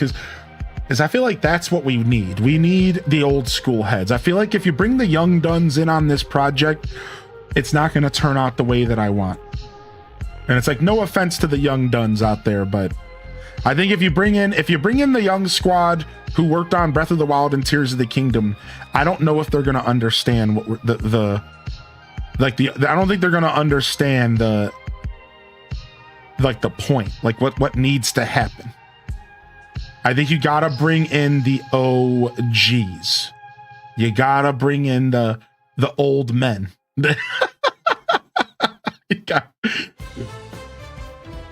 You gotta bring the old men in.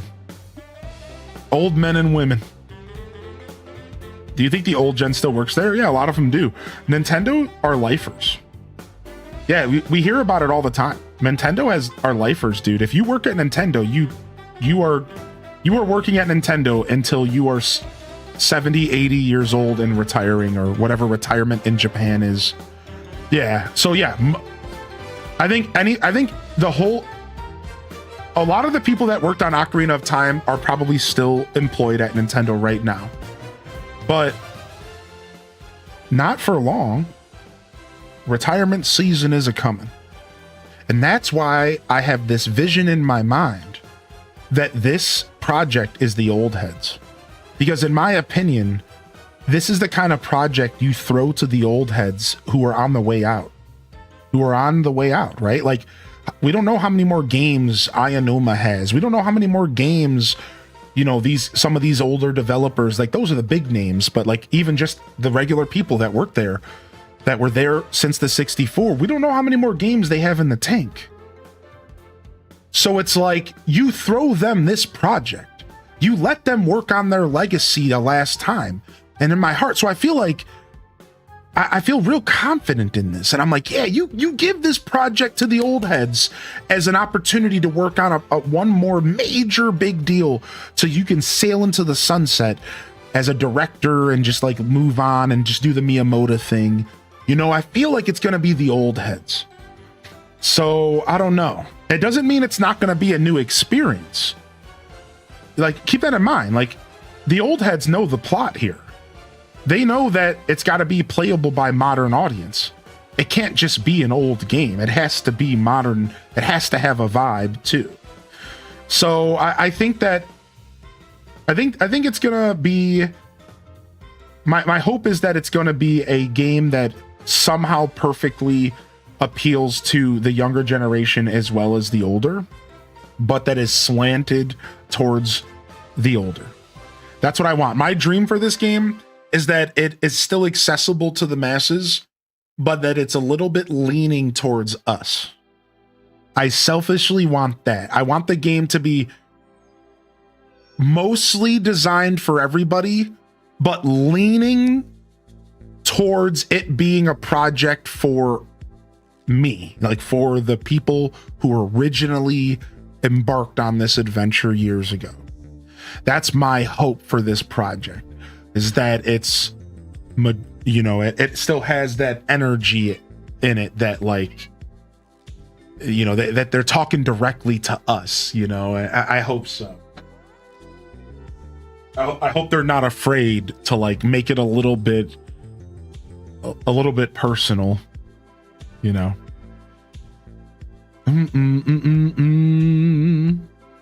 don't care either way about an Animal Crossing GameCube. Yeah, I actually don't care either way. I'll take whatever I can get with that game. A port would be fine just to update it to the modern era and make sure that I can keep playing it for the rest of my life and it links up with real time. And then, but I also, on that same token, would love a remake because I think Animal Crossing GameCube redone with this game's graphics would make me cry just as much as Ocarina did. Like, could you imagine this game's graphics, but like the original ACGC experience, but with a twist, remake? So some quality of life adjustments, maybe more content, maybe a couple things adjusted and shifted. Yeah, sure. Like, that would be awesome, but I don't care either way. I'll take what I can get with ACGC. I felt the same way about... I don't feel the same way about Ocarina because Ocarina of Time has already been ported. You see, if Animal Crossing GameCube was on the 3DS right now, I probably wouldn't even care. I would be playing that version. That's the difference in this conversation, is Ocarina of Time has been ported before it's even been roughly remade for that port. So I think for Ocarina, I want a remake. I want it to be new. I want it to be fresh. I want it to be a brand new experience. With Animal Crossing GameCube, I'll take anything, because we haven't had anything since 2002, the original release. So I just wanted to explain, that's the difference in why I don't care about one of my other favorite games getting a remake. It's like, dude, anything will be good for Animal Crossing. Ocarina deserved a remake. It deserved this treatment, in my opinion. Like, this is the game that deserves this treatment. So I think that's kind of the vibe difference here. I do think that Animal Crossing GameCube, as much as I'm obsessed with it, I don't know if it necessarily deserves a remake. It's fine the way it is. I think a little bit of a port. You don't need to think about it too hard. Another game I think that deserves a remake would be A Link to the Past, even though they kind of did it with A Link Between Worlds, but still. Oracles of Ages and Seasons. There's a good one. Oracles of Ages and Seasons, I think, deserves a remake. Wind Waker, nah, they already did the HD thing. I think Wind Waker could just be ported. Do I want a Wind Waker remake? Yeah. I would love Wind Waker in the modern era, done with Breath of the Wild style graphics, a larger ocean, more content, more islands, more fleshed out, more dungeons, everything we should have had back in the GameCube. Do I want that? Yes. Do we need that? And Wind Waker's fine the way it is. I don't know if we need it, but do I want it? Yes. Same thing with Twilight Princess. Do we need a modern Twilight Princess? Do I want one? Sure, I'll take what I can get, So I feel like I try to be a little bit tame with my takes. I try not to be too greedy of a goblin when I'm asking for remakes and ports. I try to be logical with like what I think maybe could use a remake versus maybe what doesn't need a remake. I try to think real hard about it. Like Star Fox, getting a glow up and coming to the Switch 2 makes a ton of sense. Like, that's fine. Like, that's cool. Like whatever, sure. Them saying reborn makes me question things. Yeah, it's fun to read into the words and like to really question what they're trying to do. That's what Zelda fans are known for. That's what we do out here. My take on the reborn thing is it probably is just a way for them to market the game as something fresh to people who are saying, oh, it's not a new Zelda. But you could interpret the word reborn as them piggybacking Final Fantasy, right? Because reborn gives me Final Fantasy remake energy. The word reborn gives me Final Fantasy remake energy. And that's a direction that this could go. I know a lot of us are sitting here and saying that's not the direction they're going to go. But I hope you all realize, like, that is the direction they could go. Like, this game could just literally be nothing like the original Ocarina. I know this does not sound correct. I'm with you. I don't agree with this take, but I'm going to say it anyways. We could just end up with nothing like it could just, what if reborn means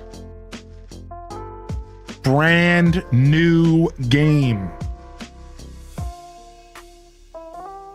And they're just going to expect you to accept that it's Ocarina of Time the same way that Final Fantasy expects you to accept Final Fantasy Remake. You play it and you accept that it's the same world, it's the same story, it's the same vibe, but it's completely different gameplay. Like, so different that it's like, whoa, right? Are they going to go into that whoa territory?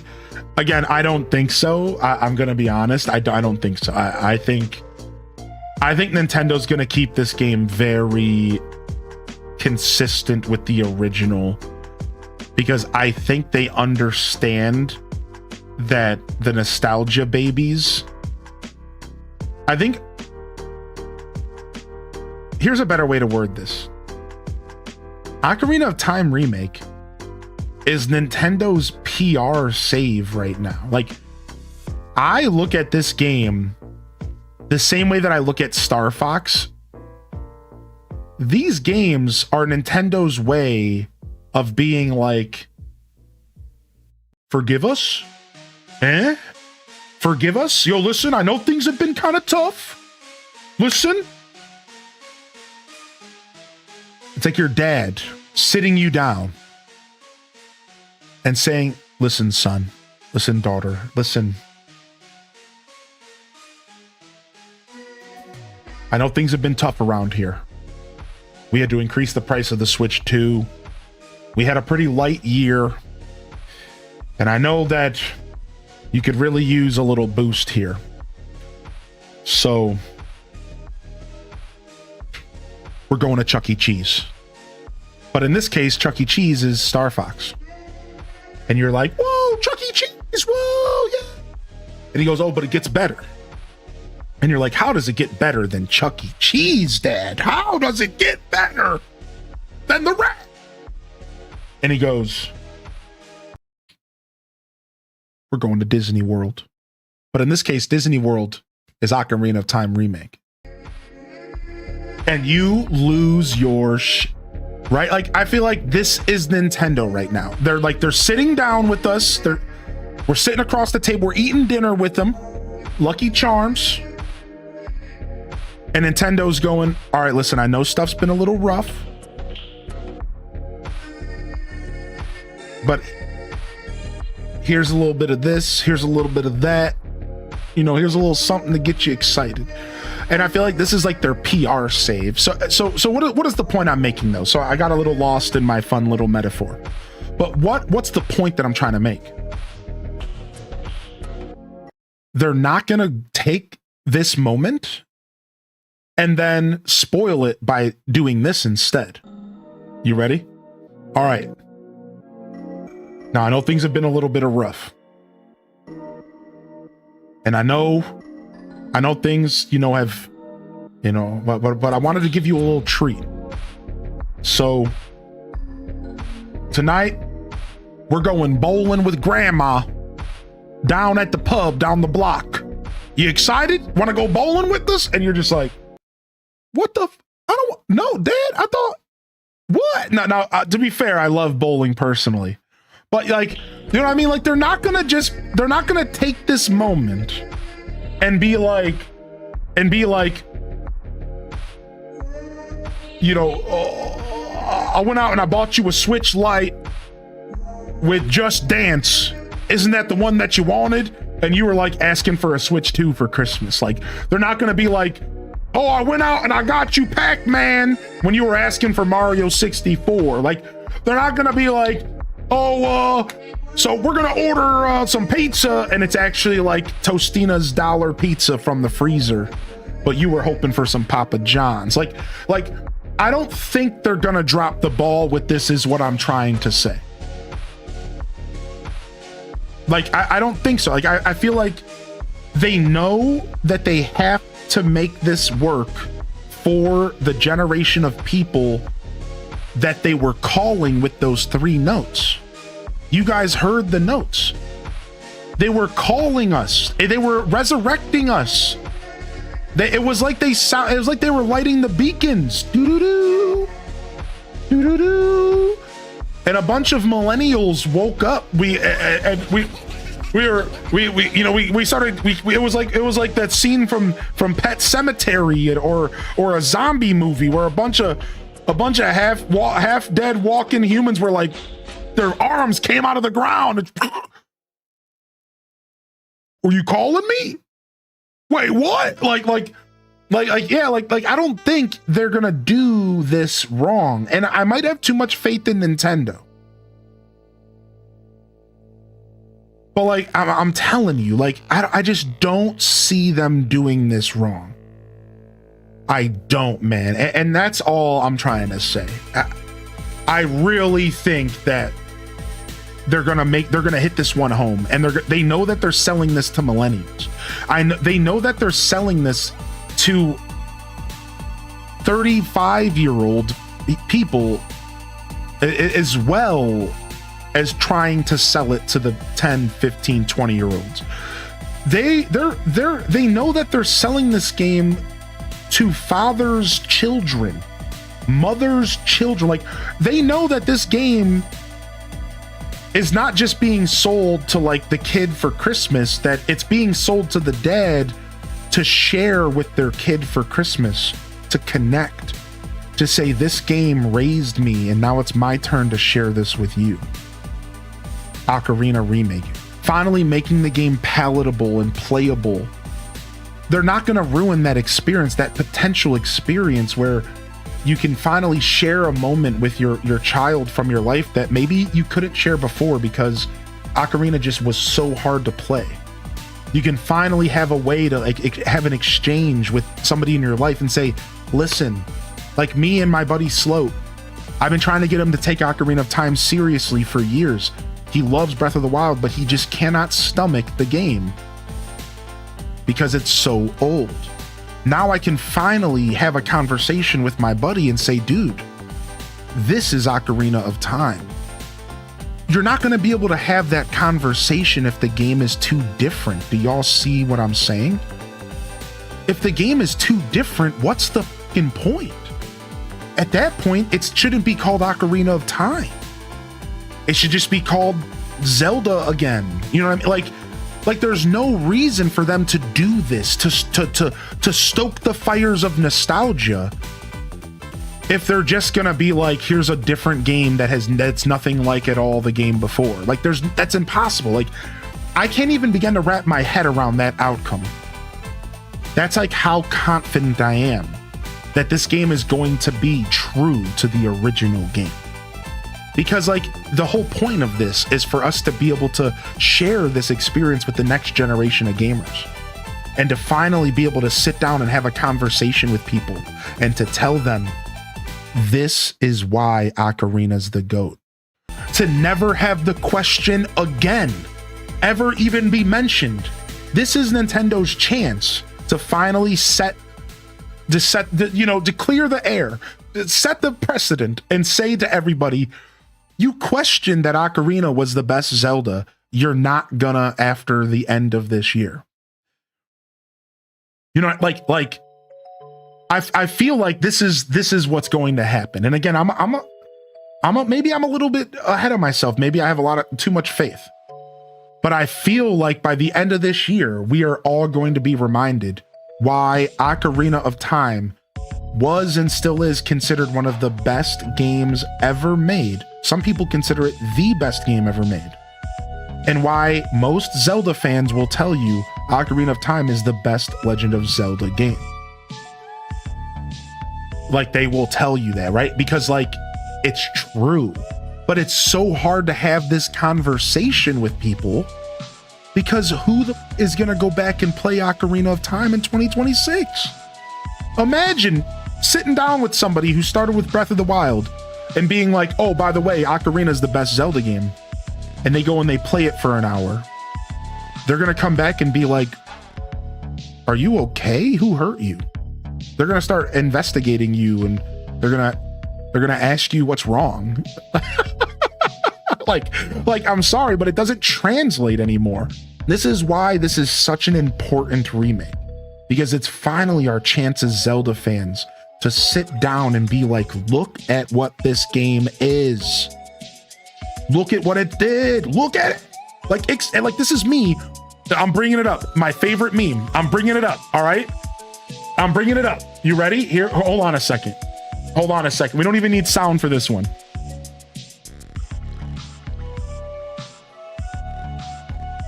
We don't even need sound for this one.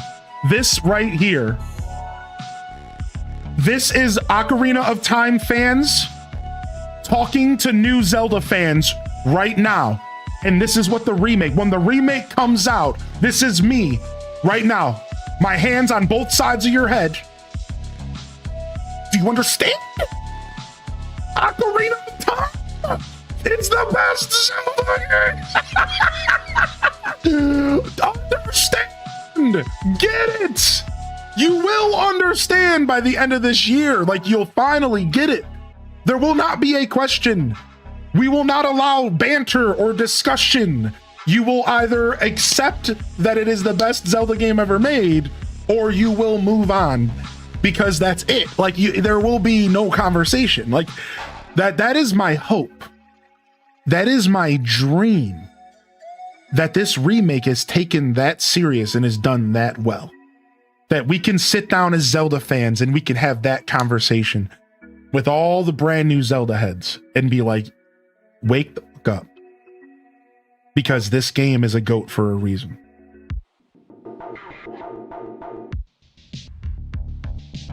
Breath of the Wild fans are Miss Vaughn. All right. Yeah, and please don't screw up the music. Oh, that's a big one. That's a big one. So, jokes aside, I do want to say one more thing because I thought of this during that rant. Well, first I want to read this message. Even though I wasn't alive when Ocarina of Time came out, it's a huge nostalgia game for me. I grew up with it. Then I got super into it in middle school with my friends. We love playing it over and over along with Majora's Mask. I'm so happy to see the beautiful story appreciated again. It means so much to me. And then here it is. Ocarina of Time's your favorite, right? No. Yeah, after that. No, actually, it's not. But the reason it's not is because I didn't get a chance to connect with Ocarina until I was older. And I don't have the same nostalgia. Wind Waker is my favorite old Zelda. A Link to the Past was my first favorite old Zelda. So to give you a little bit of my Zelda lore, I was a 2D Zelda head more than 3D because that's where I started. My first Zelda was Link's Awakening. The first one I beat was A Link to the Past. So while I never owned a 64 until the PlayStation 2 had just came out. So you have to realize that, like, I got everything late. I have a very, like, impoverished family at the time. So when I bought my own Nintendo 64 at like 11 years old. At that point, the GameCube was out. So I didn't get a chance to play Ocarina of Time really at all, only at friends' houses. And Majora's Mask the same until it came out on GameCube. Once I went to I went to the Wind Waker. Anybody here remember this? I went to Wind Waker's midnight release. Did anybody else do that? And they gave away a GameCube disc, excuse my brain here, that had Ocarina of Time, Majora's Mask, Zelda 1, Zelda 2, and a Wind Waker demo on it. They gave that to you for midnight release. Also, they gave us Master Quest and Ocarina. So they gave us these two bonus discs, at least at my GameStop. And I got Ocarina on GameCube, and it was finally the first time I sat and played Ocarina of Time, and really played it. I didn't even beat it. Because I was playing Wind Waker. I didn't even beat it. You have to understand, the first time that I beat Ocarina of Time is on my stream in 2021. And the VODs are on YouTube. I cried. I finally did it. I finally had my chance. I never went back to beat it. I played it all the way up to the Spirit Temple, but I never went back to beat it. So my relationship with 3D Zelda is weird, dude. I wasn't like a big 3D Zelda head. Wind Waker was my first real official 3D Zelda game. So you have to understand, Wind Waker holds my heart when it comes to my favorite Zelda for 3D. And Tears of the Kingdom's up there with it as well, of course, because I'm trying to splash in new wave and old wave in my life. But Ocarina is definitely in my top 5, but it's not it's alongside a lot of 2D because I am a 2D Zelda head. I've always been a 2D Zelda head. So when Nintendo stopped making 2D Zelda, my heart was broken. A Link Between Worlds, I consider A Link Between Worlds to be one of the best Zelda games ever made. If you didn't play A Link Between Worlds, in my opinion, you missed out on like the GOAT of the 3DS generation. It was by far the best Zelda game we had gotten at that point in a long time. A Link Between Worlds followed up Spirit Tracks, no offense, and Phantom Hourglass. So like A Link Between Worlds came out as a 2D Zelda and it was insanely phenomenal. And that's the kind of Zelda that I like that game is so good. So, you know, I've been a 2D head for a long time. I love my 2D Zelda. I'm not going to say I like it more than 3D, but it's close. It's a close battle for me. So yeah, that's my history with Zelda. So as much as I love Ocarina, it's not necessarily my favorite Zelda game, but I can say all of these words to you and I can instantly follow up and say, but I do still acknowledge it as the best Zelda game. And it took me until I played it on stream to be able to say that. I used to understand that Ocarina was good, but when I played Ocarina of Time as an adult, it made me realize that it actually has the best story in any Zelda game. Ocarina of Time is the only Zelda game, in my opinion, one of the only Zelda games that is a full package experience when it comes to like story, gameplay, design, dungeons, everything. I think Twilight Princess is really close as well, actually. I think Twilight Princess, when it comes to story, game design, world, dungeons, characters, Twilight Princess is actually one of the best Zeldas we've ever gotten, ever. It's a full experience. And the only problem with Twilight is it starts to fall off at the end. And they start to get loose with the items and they start to get less meaning and have less weight to them. And that's a little sad. Whereas I think Ocarina doesn't fall off. I think Ocarina stays true the whole time. I would argue that maybe Breath of the Wild / Tears of the Kingdom should be mentioned for full experiences, but without dungeons, without real dungeons, I can't help but say that's the problem now, isn't it? It's like the dungeons, man. It's that for me personally, that is the weakest point of the Tears and Breath of the Wild era. Like a dungeons. Without dungeon design, I cannot put it up on the pedestal alongside Ocarina. It's like right under it. Because I like the story in Breath of the Wild, Tears of the Kingdom. I like both stories. I think they're great. I love how they wrap it up. I love the dragon stuff. I think it's awesome. I love how they have Zelda incorporated. I think it's all great. But I think the lack of traditional dungeons really hurts the Zelda franchise. I do think that traditional dungeons matter. So the 4 bosses aren't like dungeons. Well, they are. They're just not traditional dungeons. So without going into the weeds here, the best way to describe what we mean by this is traditional dungeons are a little bit more linear, and the dungeons we got in Tears of the Kingdom are a little bit more open. So like they can be approached at any time from any direction. Heck, I even did this. I did the freaking Sky Temple. I did the Wind Temple in Breath of the Wild and Tears of the Kingdom without a glider, which is awesome. But that shows you that you can go and do these dungeons at any time. I beat all of Tears of the Kingdom without a glider. Beat the whole game. We weren't able to do the Spirit Temple, but you don't have to. I have that VOD. I'm going to release it on YouTube. Like, I beat all of Tears of the Kingdom without a glider.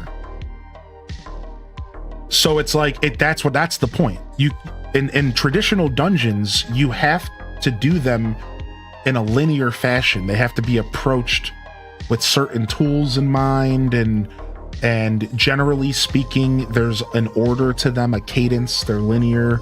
They're usually more involved and they take longer. I was stuck in a Tears of the Kingdom dungeon for 2 hours once. I was stuck in an Ocarina of Time dungeon for an hour and a half once. I was stuck in a Wind Waker dungeon for 45 minutes to an hour and a half once. Right? I don't know about y'all, but I've beat every Breath of the Wild and Tears of the Kingdom dungeon in 15 minutes. And if I'm like really forcing myself to take time, I can squeeze 30 minutes out. But like, that's if I'm like really taking my time. Let's be honest. You know, so, you know, it's like that. That's kind of the vibe. That's like the difference roughly. Right now, again, it doesn't mean that the Divine Beast is like not a worthy dungeon. It's like a dungeon light. Exactly. Like, I'll tell you right now, the Divine Beast were some of the coolest puzzles in Zelda history. I think people talk down on the Divine Beast too much. What do y'all think about that? Dude, being able to manipulate a whole dungeon was pretty freaking cool. Rotating the camel's belly around, the elephant was my favorite. Raising and lowering the trunk and then jumping on top of the trunk to get raised into the sky. Like, let's be real, the designs of the Divine Beast were super cool. And if you didn't cheese the Tears of the Kingdom dungeons, they were awesome. Dude, if you actually went through the Fire Temple without cheesing, chef's kiss. If you actually went through the Lightning Temple without ascending, chef's kiss. So it's not a conversation that they were bad. And I hate when people kind of go in that direction. It's like, dude, they were great puzzles. They were really fun. They just didn't hit as hard as they could have. You know, once you compare them to old Zelda, it's like a little worse. Yeah. Dang, now I want to go and play Tears of the Kingdom again. Now I want to do all the Tears of the Kingdom dungeons. It's wild that you beat it without a glider. I need it. Dude, Hamlabs, I didn't just beat Tears of the Kingdom without a glider. I got every single shrine in the sky without ever even activating Hyrule once. I got every shrine and every piece of loot out of the sky without ever leaving the sky from the beginning of the game. We never left the sky. We never jumped off to Hyrule.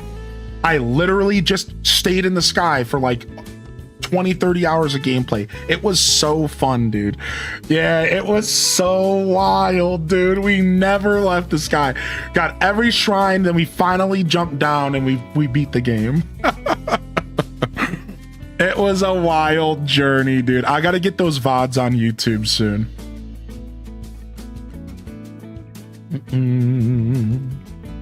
Yeah, it was so good. So yeah, I just had to gloat a little bit because it wasn't just a gliderless playthrough. It was a sky only playthrough first, which was pretty nuts.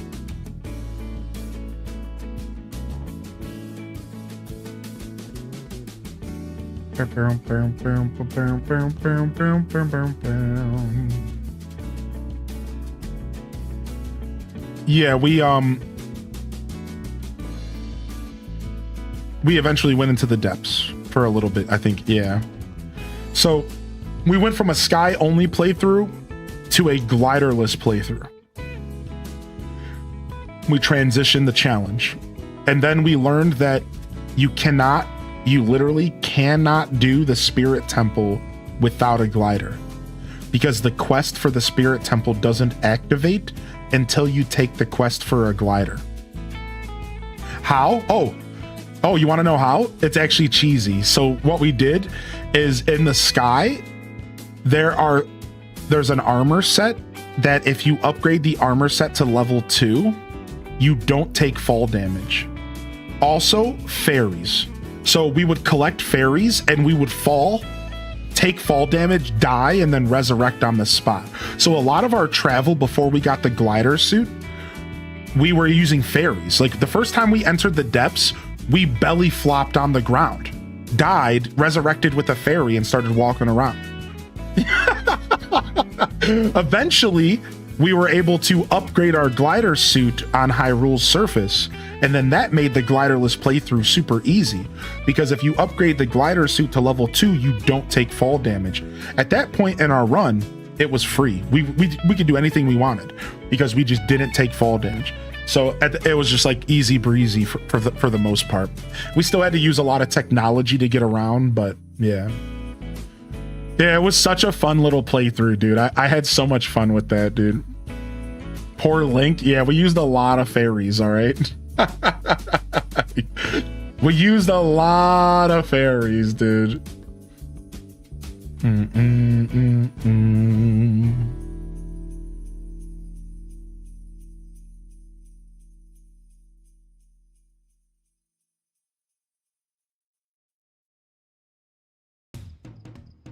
All right, so we're gonna need a couple acorns and a couple mushrooms scattered about the floor for sure. Maybe we put vines in every corner to make it feel a little bit more claustrophobic. So maybe we need 2 more giant vines. And then we need to figure out a way to hide the pots from the potted plants. So we'll do potted plants and we'll hide the pots using items maybe. We could also use some glow stickers to put stuff on the walls if we need. And then we could also use, so we could use glow stickers to like maybe put some like texture on the wall, that something, maybe just anything. We could use the tree stump rug, but it's probably going to look stupid, but oh, it's a tropical. It's not a tree stump. Why did I think it was a tree stump? Dang, why did I think it was a tree stump? What am I thinking of? Never mind.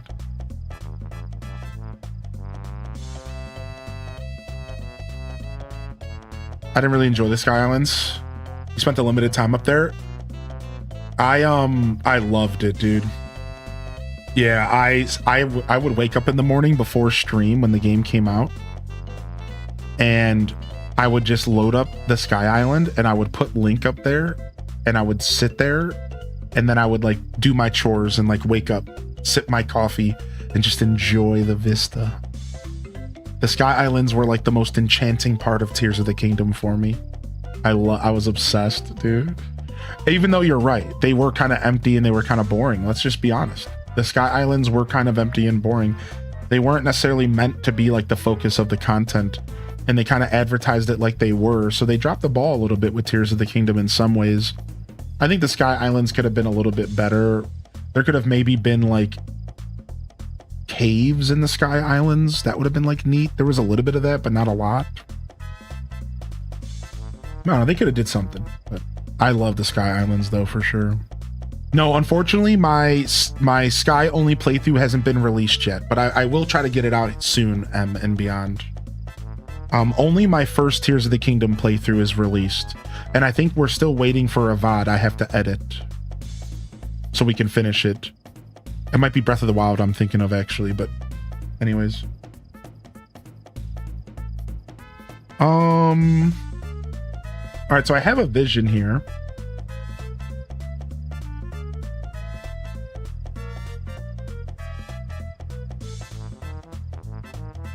It's gonna be hard to make this vision what I want it to be, but I think it's gonna happen. I never heard of anybody doing no glider. Yeah, it was cool. It was such a fun playthrough, dude. At one point, we sat around for 20 minutes to get the Master Sword. Like, we could get the Master Sword because we got enough shrines and we got enough stamina in the sky.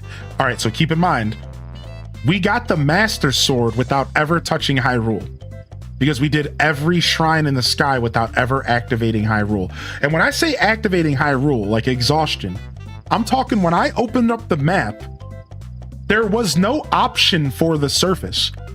The only option was sky. We couldn't even like pan down the map to like the other options. We never even activated the other zones in the game. And we got the Master Sword.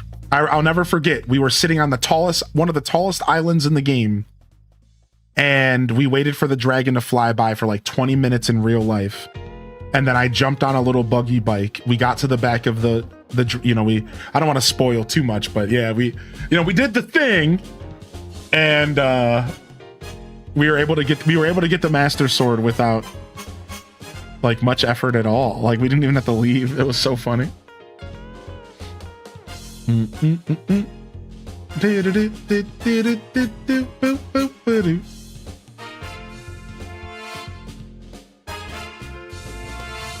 Then what are these other rooms gonna look like?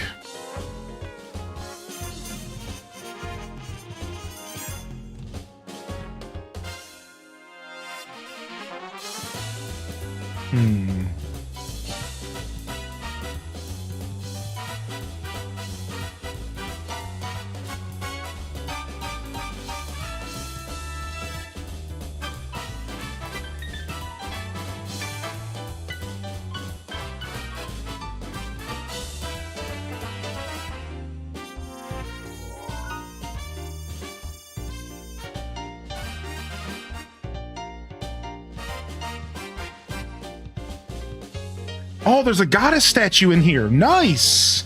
So we could put a goddess statue in here. I don't have any lights. I don't have any pea pods to hang from the ceiling.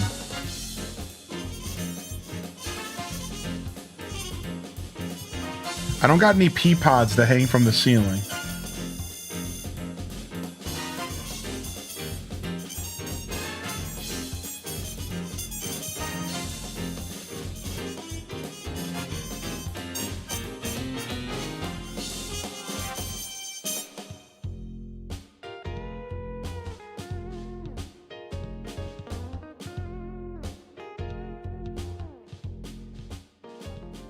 So that's the side with the bed.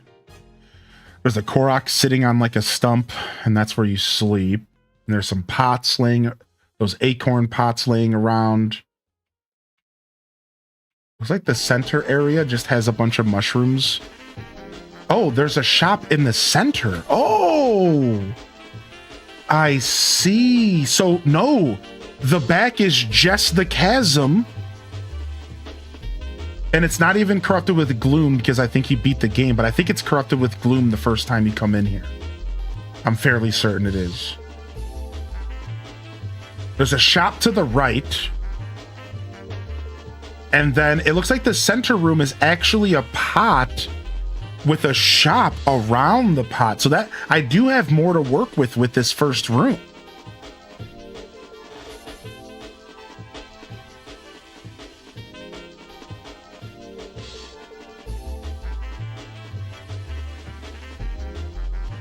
Okay.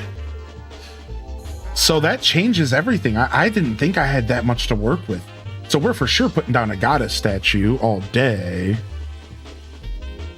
Dude, I love this song so much. This song makes me want to put on some shades, dude.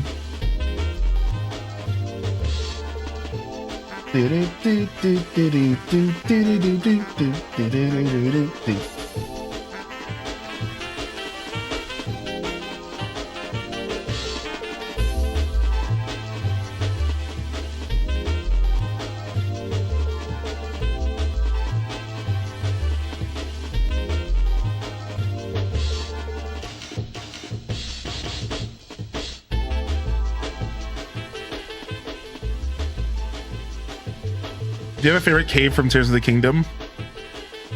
I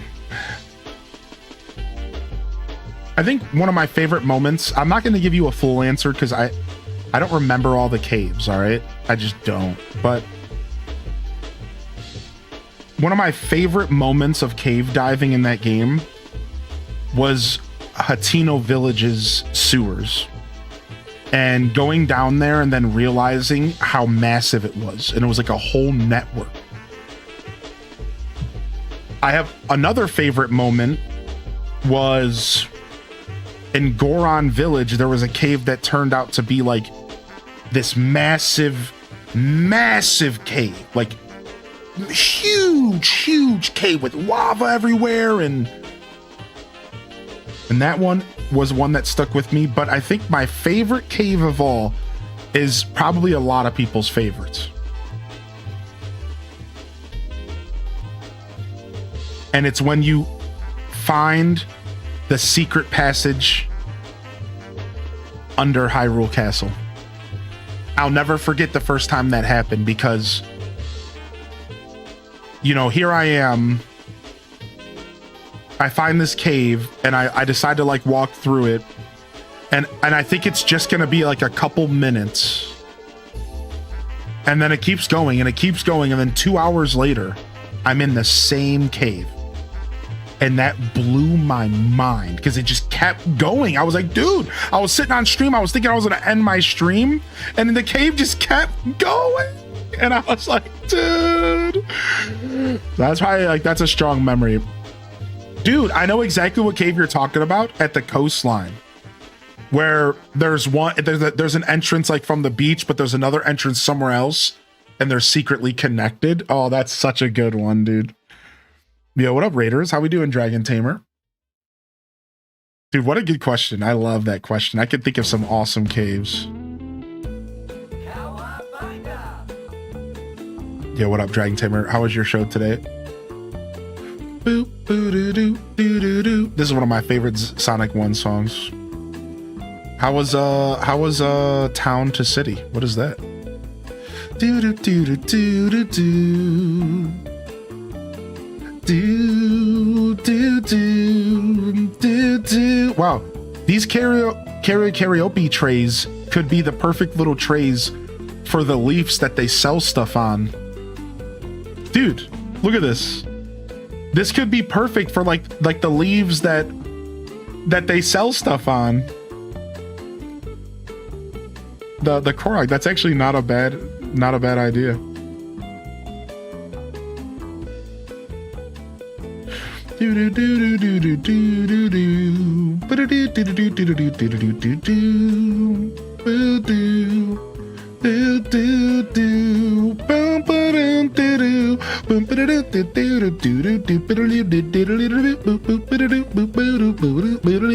do do do.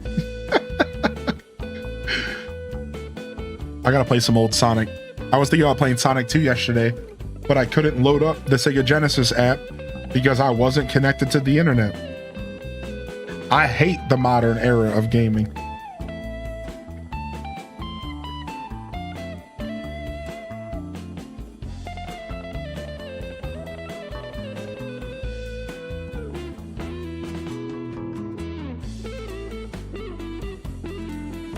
What's up, Caitlin?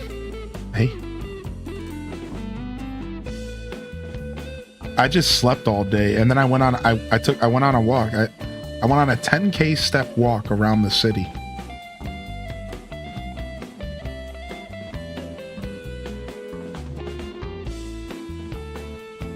I got my 10K steps in. I just went on an adventure. Yeah, I unfortunately don't have a hotspot. I thought about it. Yeah, I don't. My current phone plan doesn't have hotspot at all. But the data was actually the problem. Yeah, because the massive power outage caused data plans everywhere to not function. So I did some research on this because I was so shocked. But it was such a massive power outage that everybody got switched to data at the same time. So first off, the network was mega congested because simultaneously, basically like 5 cities in the greater Cleveland area all simultaneously switched to data. It was a massive outbreak or outage. And then apparently, I don't know this next part's true, but something about the actual towers needing electricity to some extent as well. So basically, any like massive power outage, you're not going to be able to make phone calls really at all. Which is like crazy, dude. Like what? Like I could barely make a phone call yesterday. I was able to make a couple phone calls, but I could barely make a phone call. Not FaceTime, I could barely send a text message. It was crazy. Yeah, they can get overwhelmed, right? I think that's what was going on. Was from what I read, it was just all the towers got super overwhelmed. So as soon as I would walk into a city that like an area that power wasn't out, it would like kind of come back. And I would like be able to sneak a phone call in. And then if I would go back to an area where the power was out, it would go away. It was like real crazy. Oh, thank you, Oz. Yeah. I got some Dreamlight farming to do at some point. Boop, boop, boop, boop, boop, boop.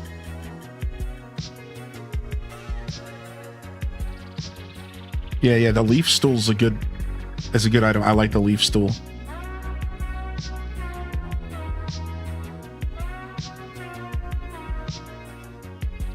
I like the leaf stool, yeah.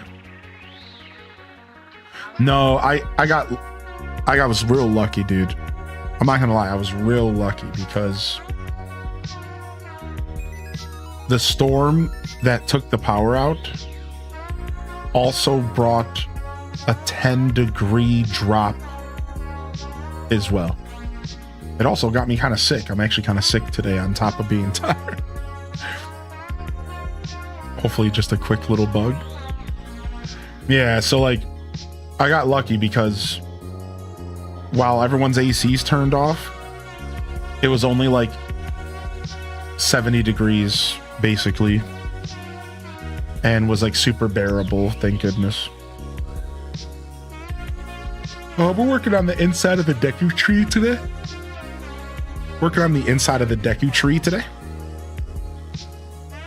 Felt like doing some interior designing, trying to figure out what the inside of the Deku tree is going to look like.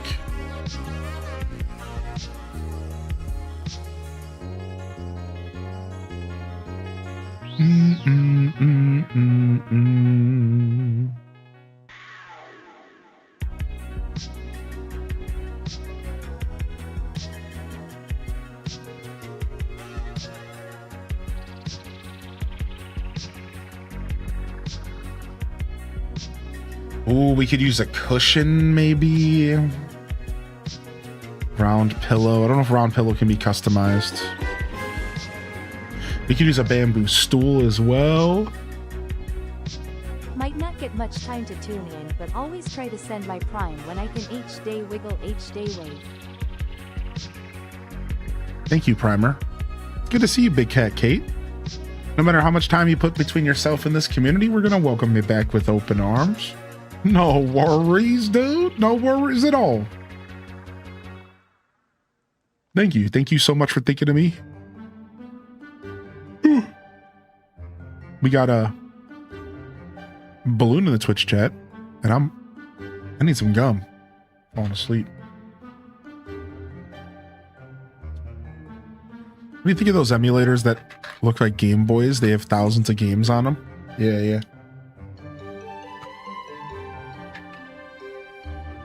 I had options though. Chat. I have a Switch 1 that's fully charged. I had a Switch 2 that was fully charged that I even used as a data bank. Sorry, a charge bank. If you didn't know, you could totally plug your phone into one of the Switch 2 ports and charge your phone on it. The screen has to stay on the Switch though. I used it to charge my phone 20% yesterday. Since I don't actually have a power bank. And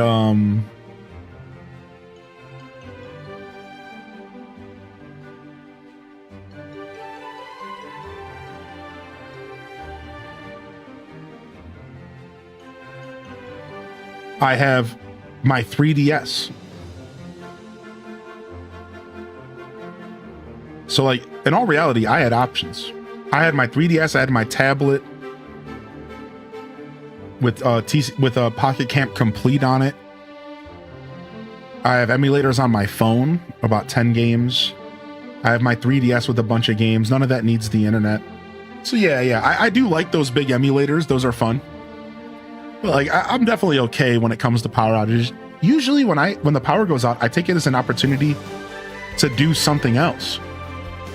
Anybody else feel that way? What's up, Renee? Like, I take it as an opportunity to just do something else. Like, I usually get out of the house, I'll read a book. And if it lasts longer than like a day, then then it's a little weird for sure. But yeah, I just disconnect and touch some grass, right? I have no problem doing that. So like I was totally okay. I really appreciate y'all thinking of me. It still sucked. Don't get me wrong. I had stuff I wanted to do yesterday. And I ended up just walking around the city and being a bum. But, you know, whatever.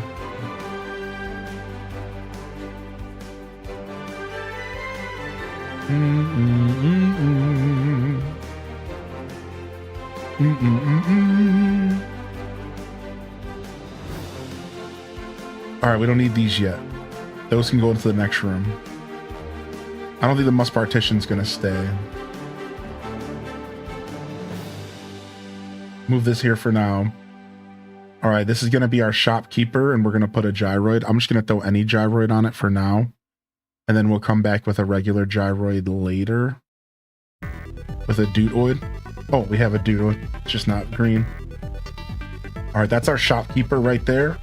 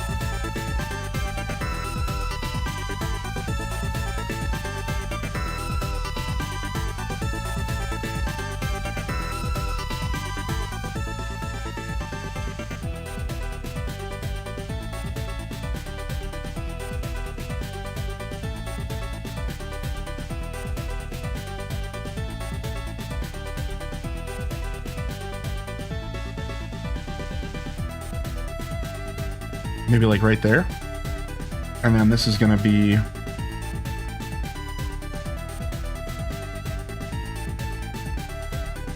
maybe like right here.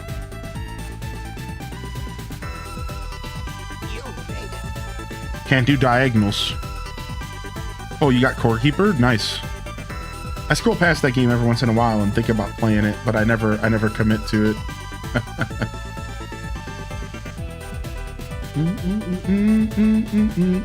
Like that actually just happened to me the other day. I scrolled past Core Keeper and was like, you know what?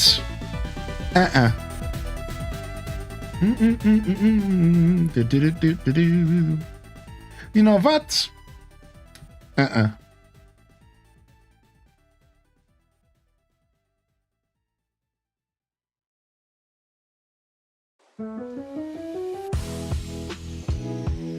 Dang.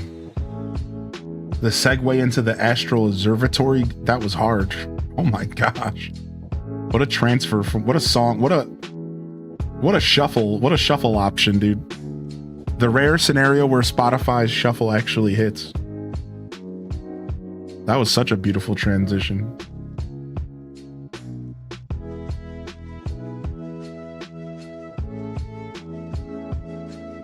I'm looking for a crafting table. What the heck? Gotta have one in here somewhere.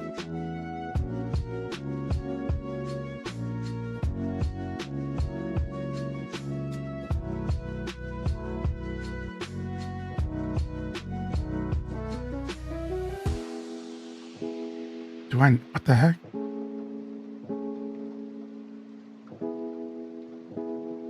I swear I always forget where the crafting tables are in here.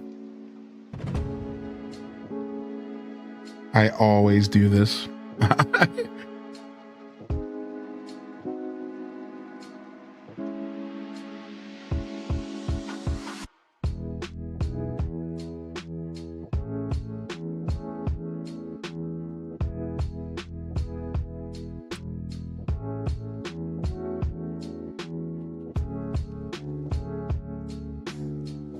I don't have one. The one I was looking for is not in here. That's why that was so confusing. The one I'm looking for just wasn't in here. I was looking for the stump, the old stumper. I was looking for the old stumper. all the items I want went into the storage. Whoopsie. We should grab a couple of these vine benches. These are actually gonna make us, like, help us with this, making this feel like a tree vibe.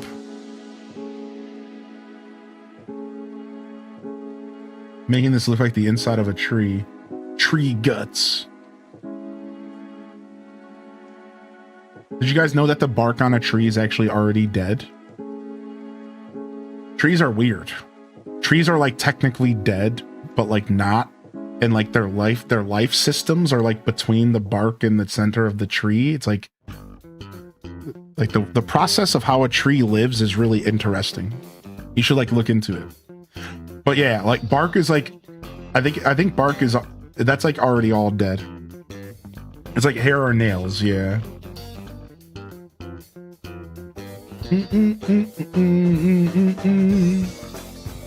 So basically what I'm trying to say is when you peel the bark off of a tree, it's like you're peeling back one of his toenails. Yeah. Ouch. Cut that out. Stop touching trees like that.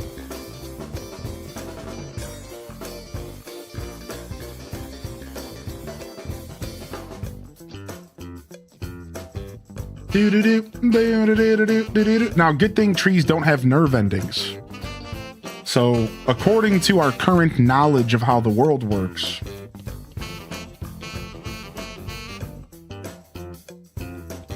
it doesn't matter.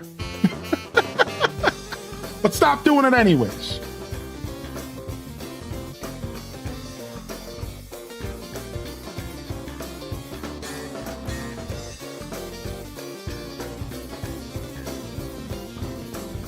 You didn't watch the Next Fest stuff today? No. So Steam Next Fest is usually just a collection of demos, I believe, where games will do temporary demos that allow them to kind of show off their game, and then usually the demos go away. It's usually not even like full demos. It's just like specifically designed for this event type vibe. Is usually what I think Steam Next Fest is. So yeah, there's a lot of demos to play right now, probably. Let's go take a look at what's going on with that. I've gotten a ton of emails, people trying to get me to play their games.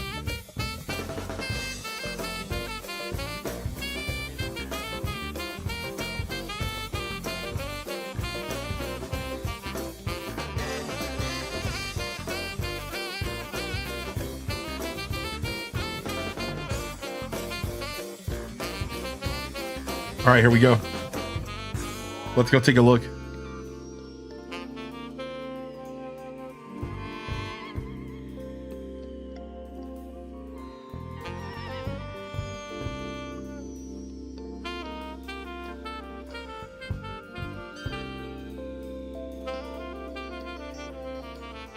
What? Where's the page at? Is it not going live yet or something? Is it not going live yet? Oh, I couldn't. Never mind. So here, I'll read it to you though.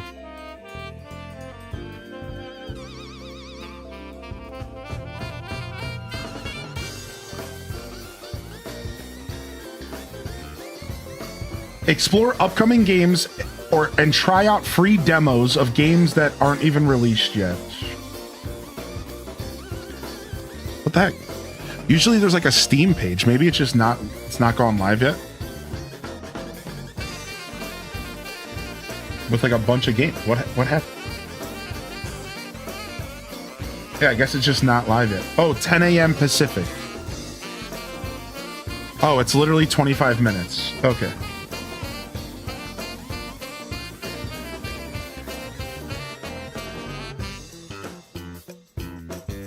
Do-do-do, ba-do, ba-do, ba-do, ba-do.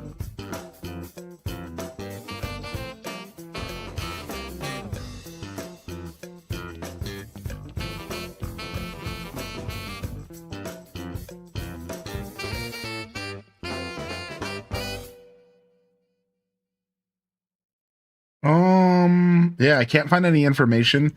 It looks like there's like no information on what games are going to be available at Steam's Next Fest. until it releases. Nearly 5,000 demos are going to be live for the next week. Yeah, I've never participated in Steam Next Fest because I just haven't had the time, but this is something I'd like to do in the future. And they do these multiple times throughout the year. Yeah, PC gamers are going to have 7 days to download and play roughly 5,000 free demos from unreleased games at no cost at all. And all before the next Steam summer sale. It opens in 10 days on June 25th. What? Why are you giving us misinformation? It opens at June. It opens on Monday, June 15th. Oh, the summer sale is on June 25th. If you plan to spend money on games this month, the next 7 days are a free trial period that should decide what goes into your cart. Oh, wow. My bad. This song means this. I'm not actually ending the stream. It's just in this playlist and it shouldn't be in the playlist. Let's go ahead and delete this out of the playlist real quick. This one's gotta go. All right, back to the jams. Among Us On Guard story goes live. M-Pulse goes live. Junkyard Stories Rebirth.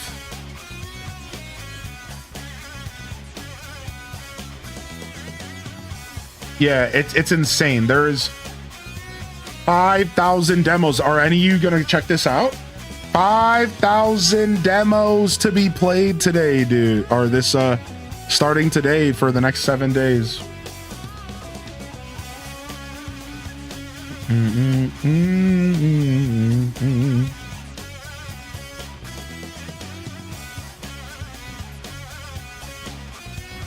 All right, let's see what emails I got about Steam Next Fest.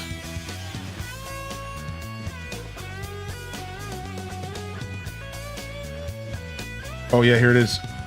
Flowers and Deities. Strategy deck builder roguelike.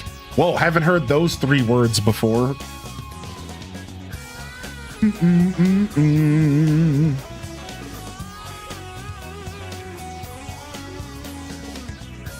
Cat Mail Co. Wait, this looks cute as hell. Cat Mail Co. What is this, dude? Look. Is this a mail plant simulator, but you're a cat? Is this a mail simulator, mail house simulator, but you're a cat?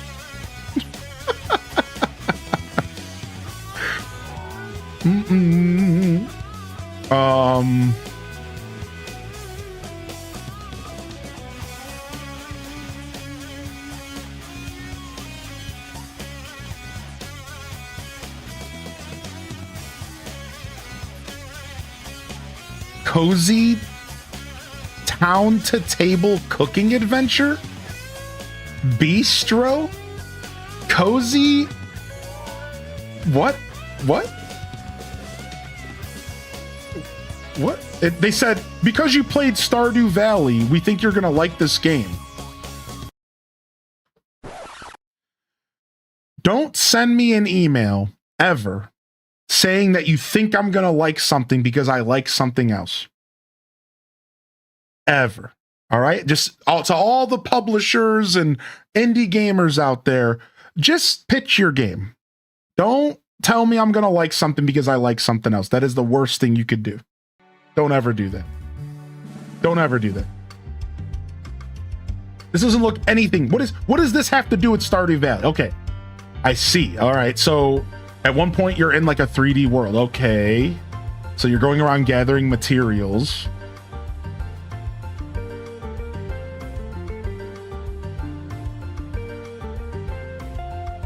This is such a weird game. It's very eclectic. It's a deck building cooking game.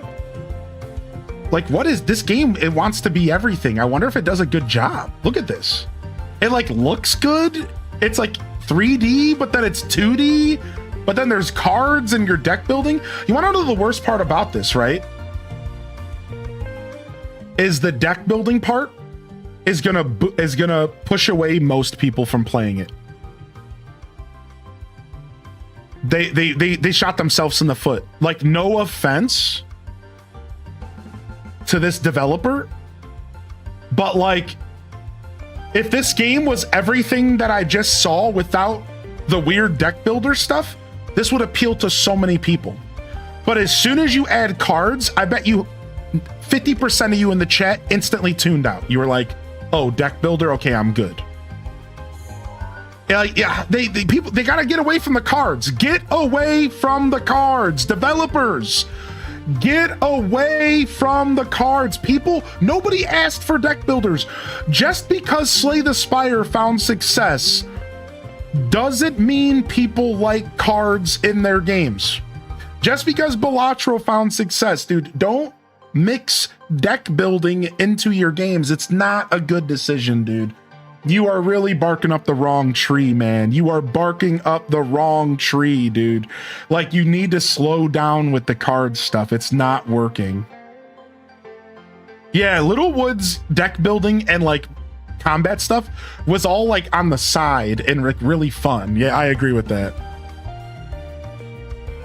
Like, yeah, I bet you people who didn't play Ooblets didn't play it because they saw cards. And doesn't that suck? Because Ooblets is so beautiful. Think about it. You know what I mean? Like I bet you people didn't play Ooblets because it had cards and decks. And it's like, you can't, like, that's unfortunate because Ooblets is great. Give credit to the OG deck builder games. So I love deck builder games. Like, I play a lot of like card-based deck builder style games. So I do give a lot of credit to the games. It's less that I'm trying to talk down on them in gaming in general.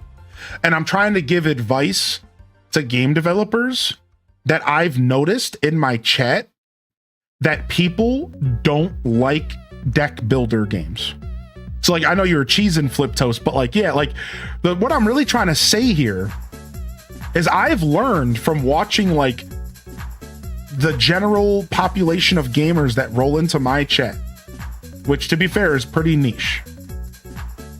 And I swear to you, man, 80-90% of the time, as soon as a card mechanic shows up, chat's tuned out. Every time. As soon as a card mechanic shows up, chat's like, never mind. So I'm just trying to like give out some unsolicited advice to any developers out there.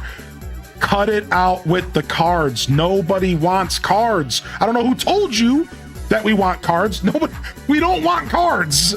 Nobody wants cards, dude. Nobody likes that mechanic. That's a very niche mechanic, dude. Like, nobody wants cards, dude.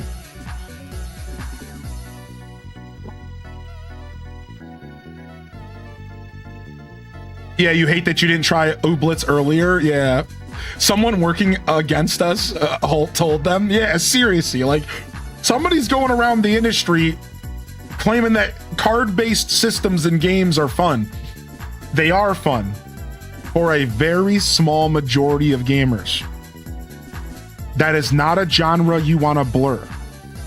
You do not want to blur that genre. The best example of genre bending? Cult of the Lamb. Go ahead and bend some genres. Mix in some Hades mechanics into some farming sims. Mix in some Vampire Survivor mechanics into a Sims style game. Do some crazy genre bending. We're here for it. But I'm telling you right now, genre bending into card games is the fastest way to get people not to touch your game, dude. No matter how cool the game is, no matter how interesting the game is, people don't like that mechanic, dude. I'm telling you, no matter what it is, dude, it's just not good, man. I'm gonna tell you this. This is honestly the most honest thing I can say. I haven't played Slay the Spire because it's a card game. And I love card games. I don't love them, but I play them all the time. But I haven't been able to push myself to play Slay the Spire. And I know it's a phenomenal experience. It's breaking records. But I don't really want to play the game because I'm not in the mood to play a card game, dude. I have enough of those. I just so here I am missing out on one of the best experiences in the freaking indie gaming market. And we're going to run that track back. And I haven't touched it because I'm just not in the mood to play a card game. Not right now. So I just keep waiting. Eventually I'll get in the mood. Not right now. So, and again, I think I am the last person that you would think would ignore a game just because it's cards. Personally, I play a lot of those types of games, but I just can't wrap my head around Slay the Spire right now because I'm just not in the mood for another card mechanic. So I think I just bring that up as an example that even the people in the niche are being burnt out. Even people that are in the niche that like these types of strategy games are like, next, right? Do you think it's popular because of Pokemon TCG? So it's Slay the Spire that really popped it off. You see these trends appear in gaming, it's all Slay the Spire's fault. Slay the Spire is the reason why everything is a card game. Vampire Survivors is the reason why everything is 3 choices. Hades is the reason why everything is isometric. Dark Souls and Elden Ring is the reason why everything is boss fights that kick your ass and make you struggle. Call of Duty was the reason why everything was fast-paced, high-octane shooters instead of that nice, slow-paced, weighty, heavy shooting. It had to be you could barely tell when you kill a person in Call of Duty. You throw 3 shots out there, they die, you barely can tell. Right? That's because of Call of Duty. That's not like Gears of War, Halo, you felt your shots. When somebody died, you felt it. Medal of Honor, you felt it. You don't feel it in Call of Duty because in Modern Warfare, they wanted it to be fast-paced. They created this experience where you run around in circles and you shoot and you just tap people. You don't even feel your shots leaving your gun. Right? Call of Duty did that. Call of Duty blew because of that. So we see these trends spread in gaming, and I can call out all the victims. Here's a big one. All the sources of the problem. You ready? Breath of the Wild's the reason why we have gliders everywhere. That son of a... You can call it. Just look around you. You could see it all. Breath of the Wild's the reason we have gliders in every game. Your mama's got a glider. Your grandma's got a glider. Your dog's got a glider. Your uncle's got a glider. That's Breath of the Wild's fault. We all know it, right? Like, we see these games pop off and then it just goes insane and everyone thinks that they need to copy these games and it's so frustrating. We all know it, dude. It's like, okay, come on, dude. Yeah. So no, I don't think it's PC. I don't think it's Pokemon. I think the card mechanic is for 2 reasons. Slay the Spire's success, and because I believe, and this is a really bold belief, by the way. I believe that it's easier to design around a card mechanic than it is to actually design your game around like more physical mechanics. It's easy. And I hate to say this because I know I'm not trying to be ignorant, dude. I understand that game development is hard. And calling it easy is really doing a disservice. I need to make this clear. In my opinion, this is a pretty not fair take. But I'm just calling it as I see it. It's because it's easy, man.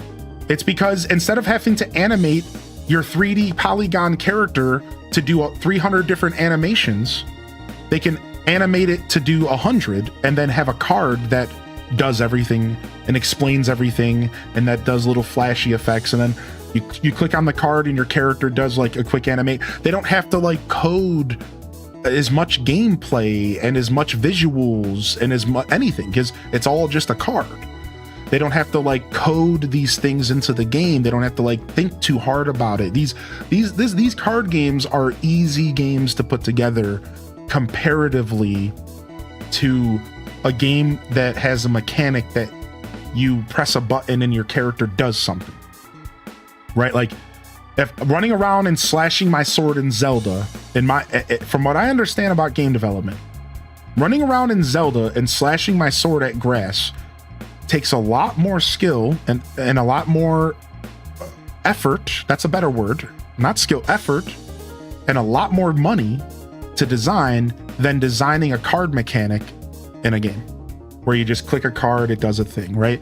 So I feel like what it is that the indie market is always looking for a more like manageable, budget friendly way to get their experiences into the world. So maybe they start off and they're like, they want to make a Zelda game. But as they start going forward, they're like, this is really tough. Well, why don't we make a Zelda game, but instead of actually running through the dungeon, it's a side scroller that pauses and you choose cards that decide what the next room that you go into the dungeon. Now they're still getting their vision out, they're still getting that feeling out of their heart, their artwork, but they're doing it in a way that's budget friendly and that's doable by one or two people that are trying to develop a whole video game.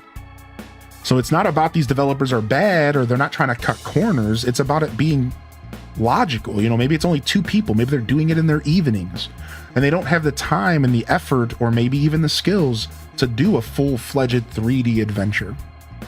And I think sometimes it's by choice because maybe they just got inspired by Balatro and they had a really good idea. You know, I don't know all the details, but that's been my theory for a long time. I'm seeing all these card games and I think it's because it's easy. It's the same problem with farming sims. Look what happened with farming sims. Why do you guys think farming sims blew up? Well, they got popular, but why do you really think farming sims blew up outside of the obvious reason that they were popular? It's because they're kind of easy to make. Think about it. Like, think about 90% of the farming sims that have come out over the past 5 years. And most of them are like very simple, bare bones. You walk to your field, you plant a crop. They don't have a lot of depth. They're very shallow. You know, outside of the Fields of Mystrias and outside of the Stardew Valleys, a lot of these farming sims and cozy games are kind of easy games to produce. So they become cash grabs and they become an easy way for a developer to get their foot in the door. Oh, well, if I can make a cozy game that is even remotely competent, then maybe I can get some of that Stardew money. Oh, if I can make a card game that's even remotely competent, maybe I can get some of that Slay the Spire money, right? So instead of thinking about putting out an experience that's unique and interesting and different and new and fresh, they're like, well, can I get some of that pie? I want that Stardew pie. I want some of that. I want some of that Hades pie. And they pursue game development for the pie instead of for the, you know, creating something that's unique and interesting. You know, and I don't share this take too often because I would hate for someone to pop into the chat and think I'm talking down on indie developers. I'm not. But the proof is all around you. There's a reason why none of us play like over 50% of the cozy games that come out. Would you guys agree with that? Like, I'm sure the majority of you probably skip most of the cozy games that release because they just don't look like they're up to snuff, right? They just don't look like they're really bringing anything to the table. They're like, cool, maybe they're interesting, but like a lot of them, they don't have a lot of substance. They're like, oh, it's like as if they just expect us to throw $10 at something that is like maybe only going to be a bit of a nothing burger. And sometimes that's cool. Sometimes it's worth it to take a risk. But I feel like most people are looking at that market and they're like, give me something with some substance behind it, you know? That's why games like Fields of Mystery get so popular and have so much success, because that game has so much substance. Yeah, exactly, Anne-Marie.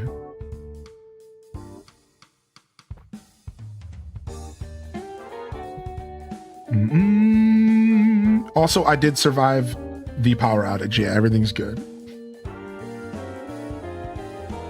KK Cruising my favorite. Mm-mm.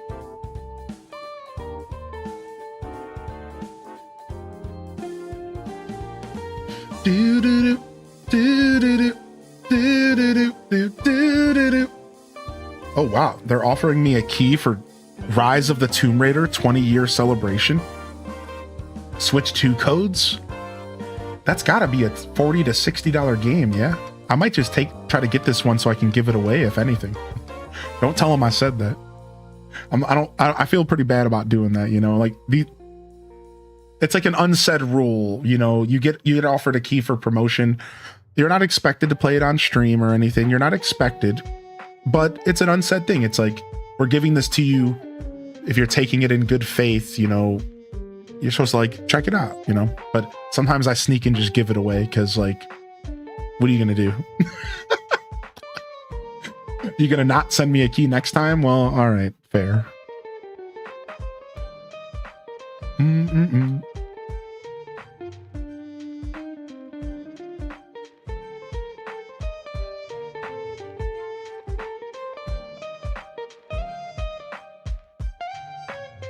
Yeah, Steam Next Fest. I think it goes live in 3 minutes. Let's wait. Let's hang out and see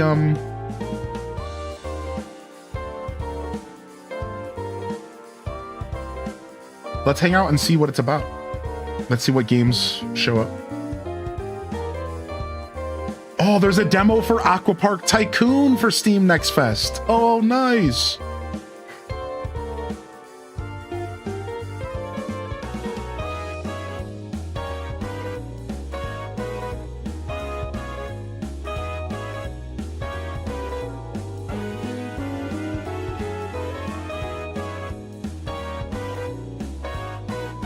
Reverse Metal Gear? What? This dude's trying to sell me on a game. It's Reverse Metal Gear. What does that mean? What does Reverse Metal Gear mean? A spy thriller where you're not the spy. Safe behind your screen. Guide the last survivor of an elite Black Ops team in a desperate attempt to salvage a mission gone horribly wrong. What? You're the dude on the phone guiding Snake? Caught between military command and your agent, information is your greatest weapon. What is this nonsense? So it's literally reverse Metal Gear Solid. Instead of you being Snake, you're like guiding him through. This actually looks sick, dude. Wait a second. Wait a second. This is an interesting idea.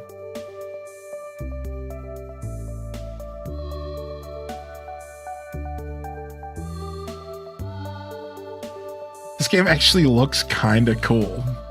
Burn number 9. Okay. That actually looks kind of cool.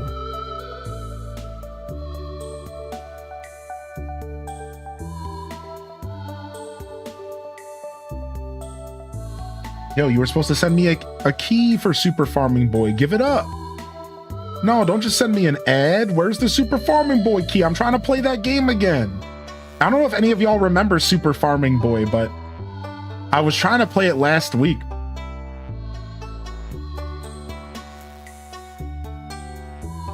I don't know if they ever sent me a copy, though.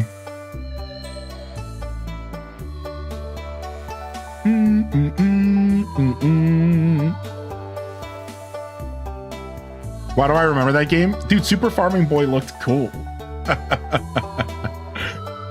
We played a little bit of it. It actually was cool, man.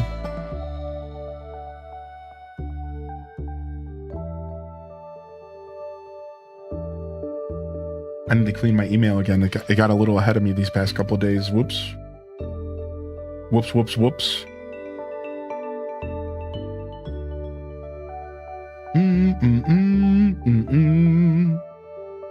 Sponsorship proposal. What is this?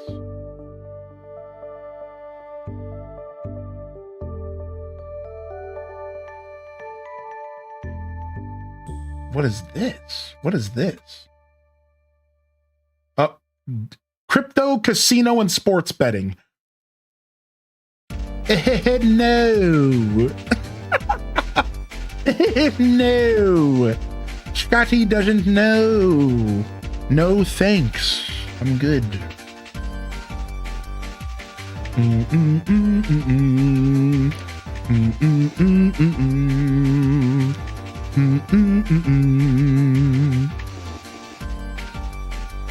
How's your kitten? She's good. She was in here hanging out earlier. She's gone now.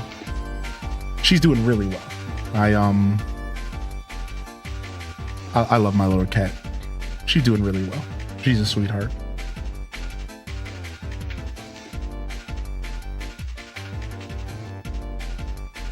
Yeah, we hung out all day. I just laid there with her while the power was out. We just laid around and I pet her. Yeah, she's a sweetheart for sure.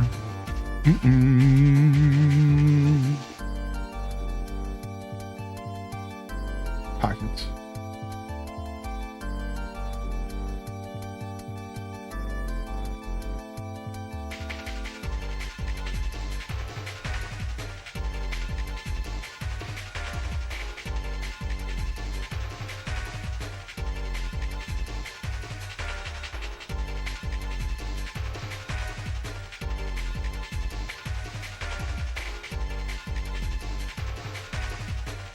All right, and then we have to figure out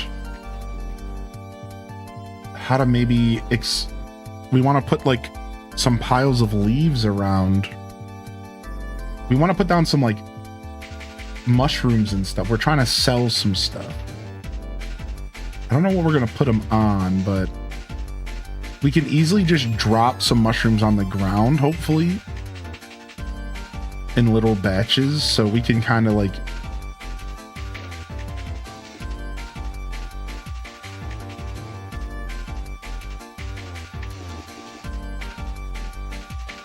but I still don't know what I want to put them on top of.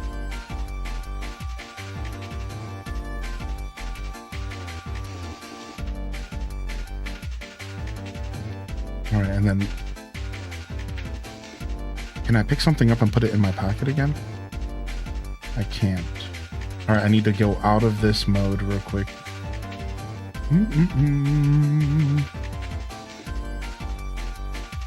Thank you for the clip, homie.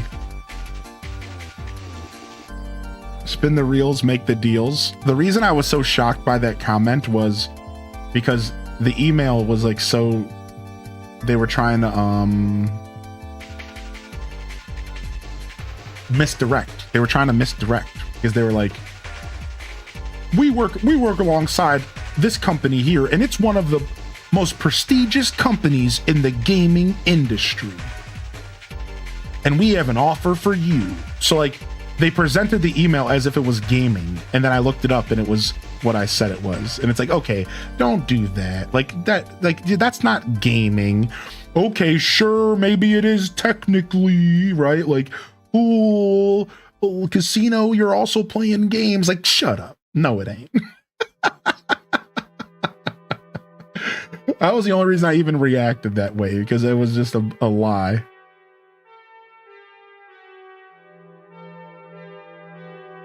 Oh, it's going okay. We're starting to get a vision for what we're trying to do here.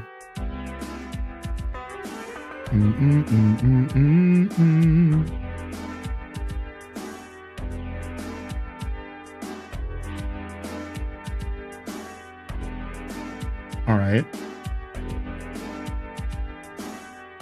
We'll have a pile of mushrooms over here for sale.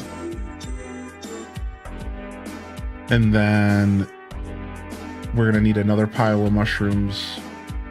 So let's grab those. I did leave the game name out of the clip. Oh yeah, you're good. I'm definitely in tune enough with like marketing and stuff to where I'll usually avoid saying something's name if I'm like reading from an email or something, because like at that point I'm just giving them promotion. So I usually like, I'm pretty good about making a point to like purposefully not read something if I like, you know, if I know that I'm just giving them free promotion. Like, I'll give you an example. Like, every once in a while we'll get into a talk about food in the chat, and if people bring up like fast food, I'm not always so keen about reading the message. Like, I won't read the message out loud always. I won't always like read the big names. Like, we'll sit here and we'll chat about food all day, but I won't always like give them that extra. Like, nah. That red-haired rag doll don't need nothing extra from me. They're doing just fine. You can come pay me if you want me to say that 5-letter word on stream. I ain't doing that. You can come give me a cut of that pie, all right? I'm not giving you nothing for free. You come give me a cut of that pie. Otherwise, get out of here.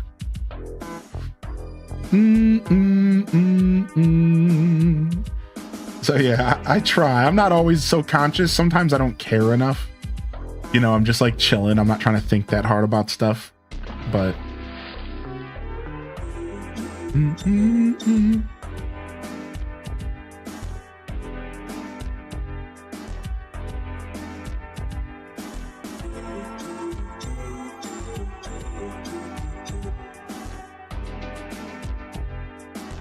which redhead? There's more than one, you know? Wait, you might be right. Is there? Frick. You know, whatever.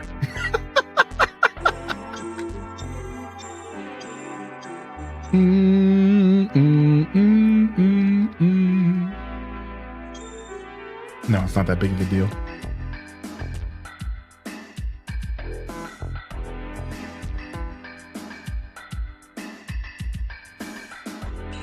Grab a couple of these.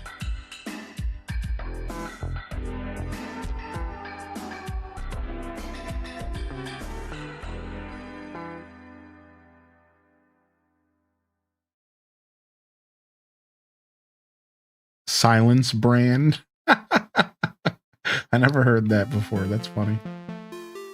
Oh, frick.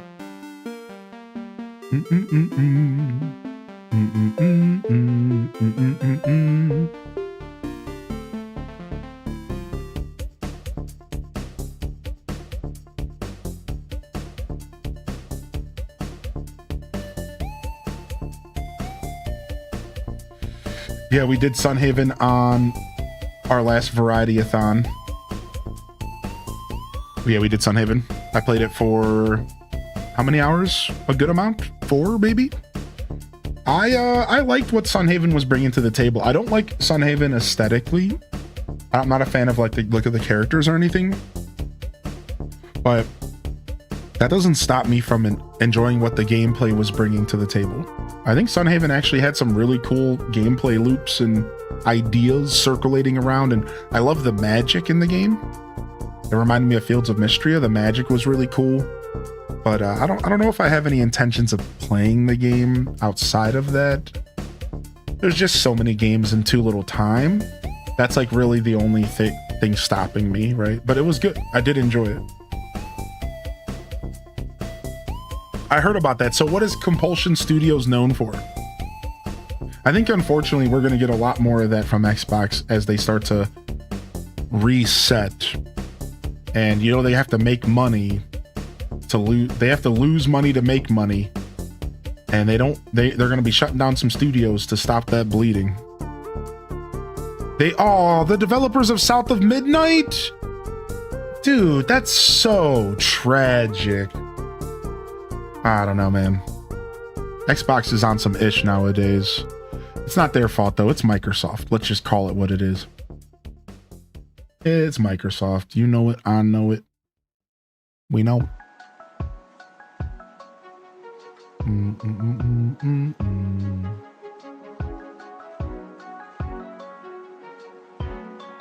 What's up, Nugs?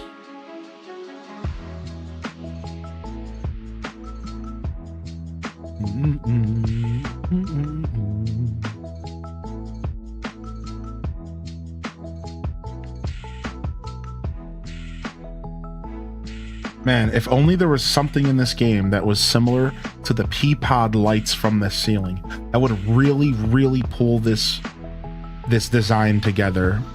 Unfortunately, I don't think there's anything in this game even close to those Peapod lights. Now, the best I could do is a glow sticker. If somebody designed it,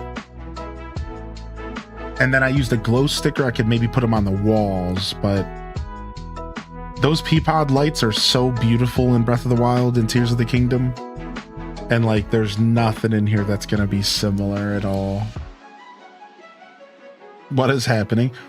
So Xbox is going through like a big reset, and by reset's just a really like corporate way to say layoffs. And you know, it's tragic because the layoffs are usually small little studios that Microsoft bought, and then they just destroy them. It's sad. They buy up all these studios and then they just destroy them. And then we don't get more games from them. Yeah. The fall lamps. What's up, Mitsun? Mitsu Ninja. What would you want a future AC game to deviate from the rooms being instanced? Yeah. It's not my favorite part. It doesn't bother me, but if they could move away from that somehow, that would be sick.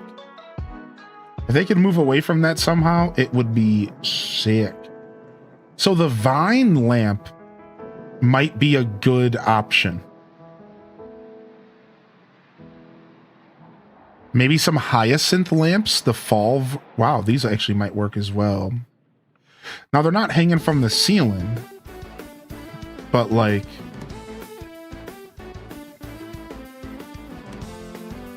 do I not have any vine lamps? I might have gave them all away. We might have to craft these bad boys.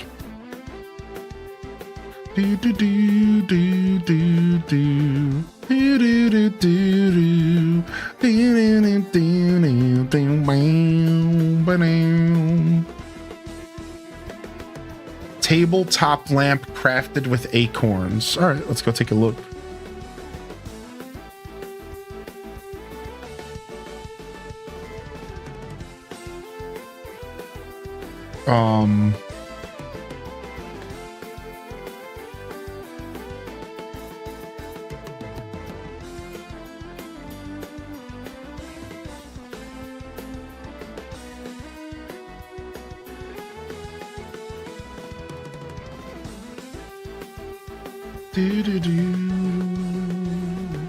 All right, grab this.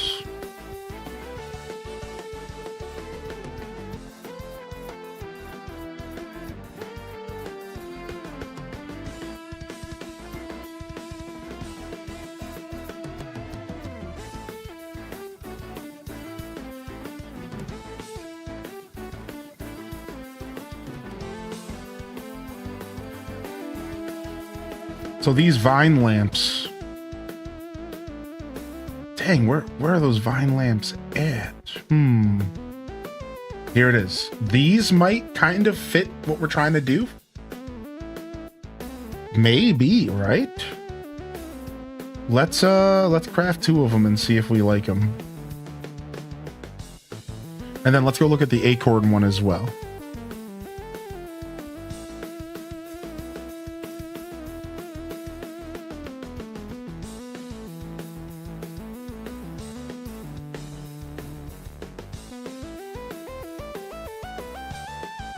I mean, honestly, even bamboo dolls have a slight glow to them that could work for this build as well.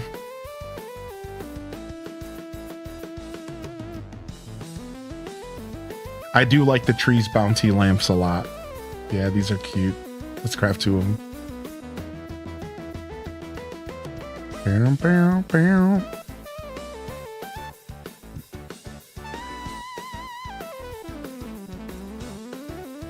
There's not enough dangling lights in this game.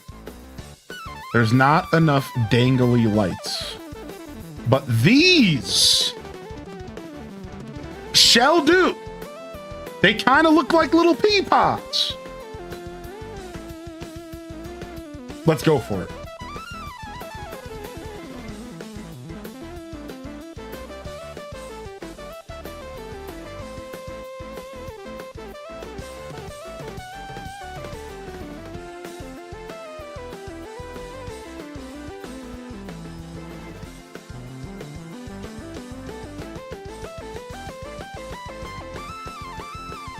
All right, let's see how hard they glow though, huh? You jamming over there, Dad baby? Definitely some bangers. Some bangers and mash.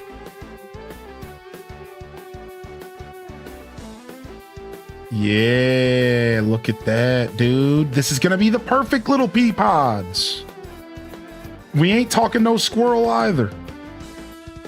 Yes, I'm so happy, dude. We found a good solution. I'll show you guys what I'm trying to capture here in just a second. Like, I'll show you guys why this actually matters so much. Give me just a moment. Maybe we don't want too many though. Maybe just 3.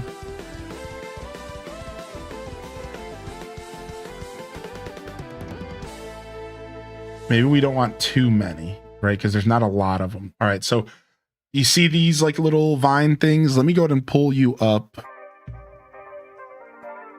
Let me pull you up real quick on what I was just trying to capture. All right, here you go.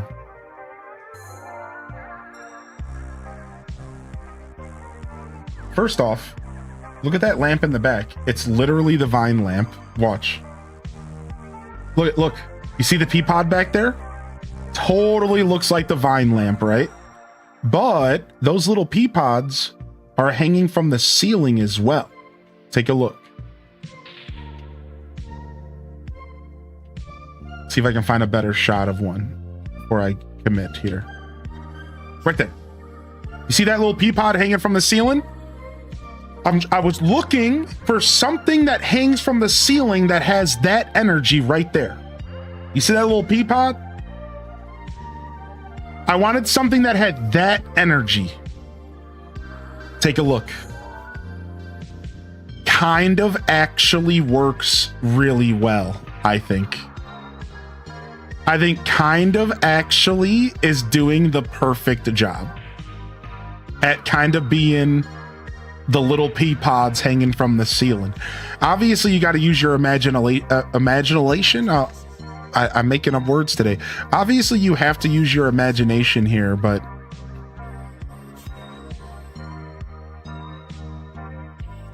maybe even your imagination.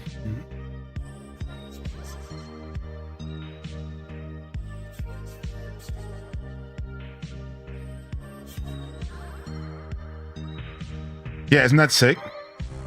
And then we need something to capture the leaves. You see the thing that the mushrooms are on? We got to figure out how to something that we could put these mushrooms on that are super low to the floor, so we can create the little shop around this. All right, so you see, like, it's like a little shop around here, and I don't know. I'd like something that's big enough to house like 3 of them. I understand that I could use like the leaf chair and like just do like 1 mushroom on top of the stool, like the leaf stool. So I have like a solution for like 1 stool and then maybe put the other mushrooms around it on the floor. Something like that. But I was just curious what you all thought. Like maybe somebody has a better idea. Right? Like the idea that I have in mind right now, to just show you all really quick, is something like a stool or a chair, right? Like there's the leaf stool like this, and I could turn this leaf stool green, all right, and then I could put one of the mushrooms on top of the leaf stool. Oh, you usually can put items up. Oh, there we go, got it. And then I could put the stool here, right? and then the other mushrooms like on the floor around it. And like it could kind of capture the feeling that I'm going for. I think people would, I think you would still understand what I'm going for, even if it's not like perfect to my vision here. Like I think you would still like understand like the vibe I'm going for, but I kind of hate it. I wish I could have something that had all 3 mushrooms on top of it. I'm not sure. What's up, Midda? Imagine the leaf bed from New Leaf. The Sanrio cards have a rug. Maybe the leaf rug? The leaf rug. Another month with my favorite people. H Day Love 2, H Day Love 2, H Day Love 2. I only have a shamrock here. Let me check my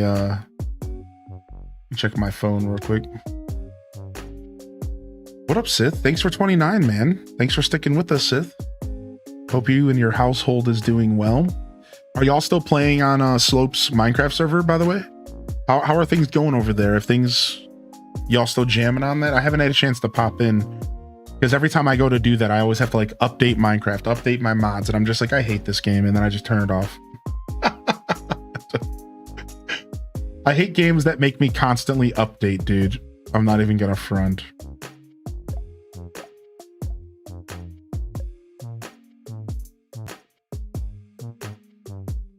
So I found this table. Speaking of, I found this table right here that could be perfect for what we're trying to do. Look at this little leaf tray. It's not too far off the ground at all. It's not too far off the ground at all. And it kind of looks like a little leaf. So this is an option. Do you guys like this option? Yeah, like this could work if I need to use an item. I feel like that is an option.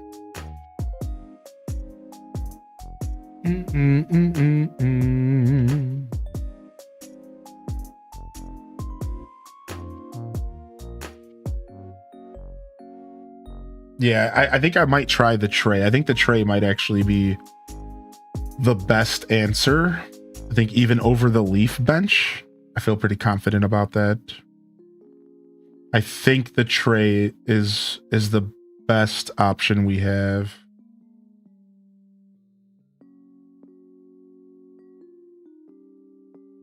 Yeah, seemingly.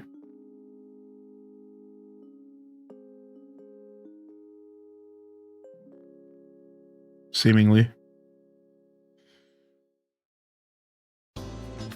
The Nook Leaf rug? Oh, the Nook Leaf rug. Oh, it's a little big, but maybe that is the answer. Yeah, the Nook Leaf rug actually would work really well. Where do we order that at? Here, let's just go look at it real quick.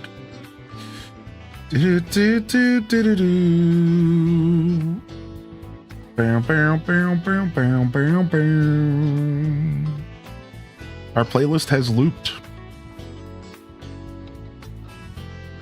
Our playlist has looped.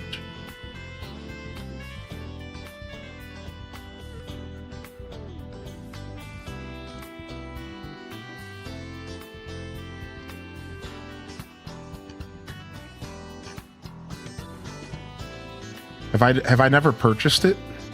I must have never purchased it before because it's not in my catalog. So we have to go to town. I guess I've just never felt the need to buy it. I usually buy one of everything. That's crazy to me. All right, let's go.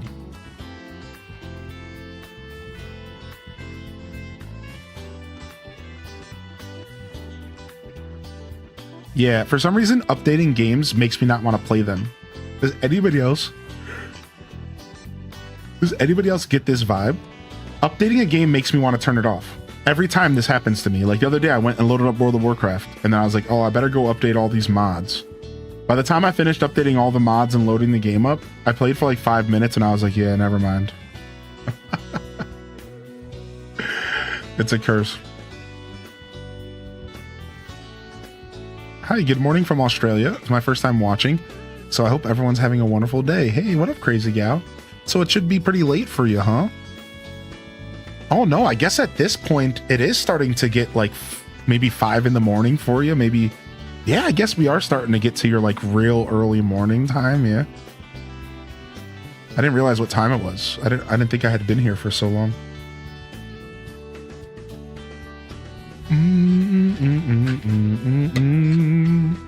I'd use CurseForge for WoW, yeah. And for Minecraft.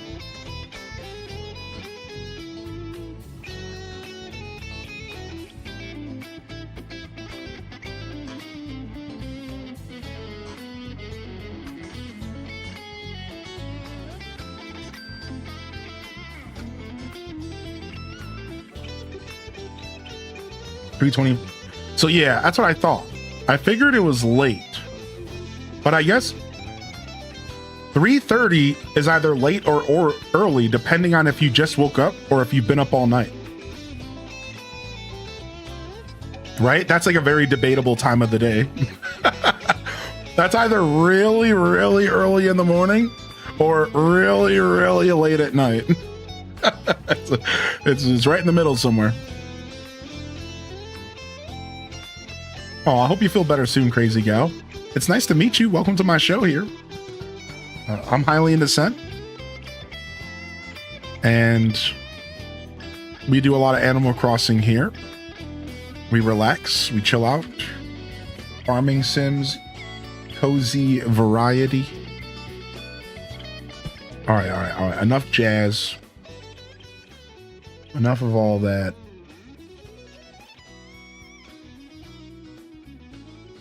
I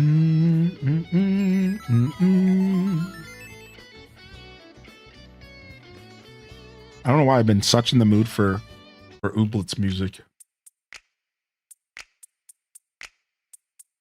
It's just been scratching an itch.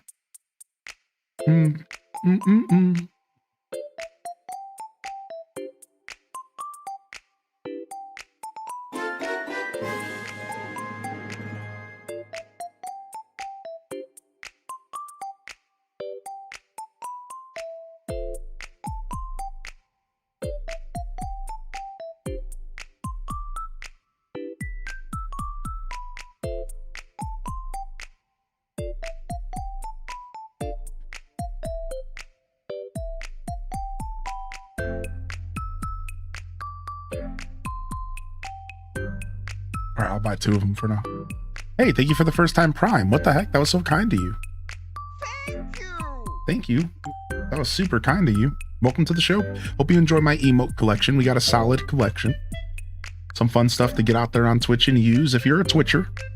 Some people are just on Twitch, you know, maybe 1 stream a day, but still got yourself a nice collection of motes. Thank you. Thank you very much.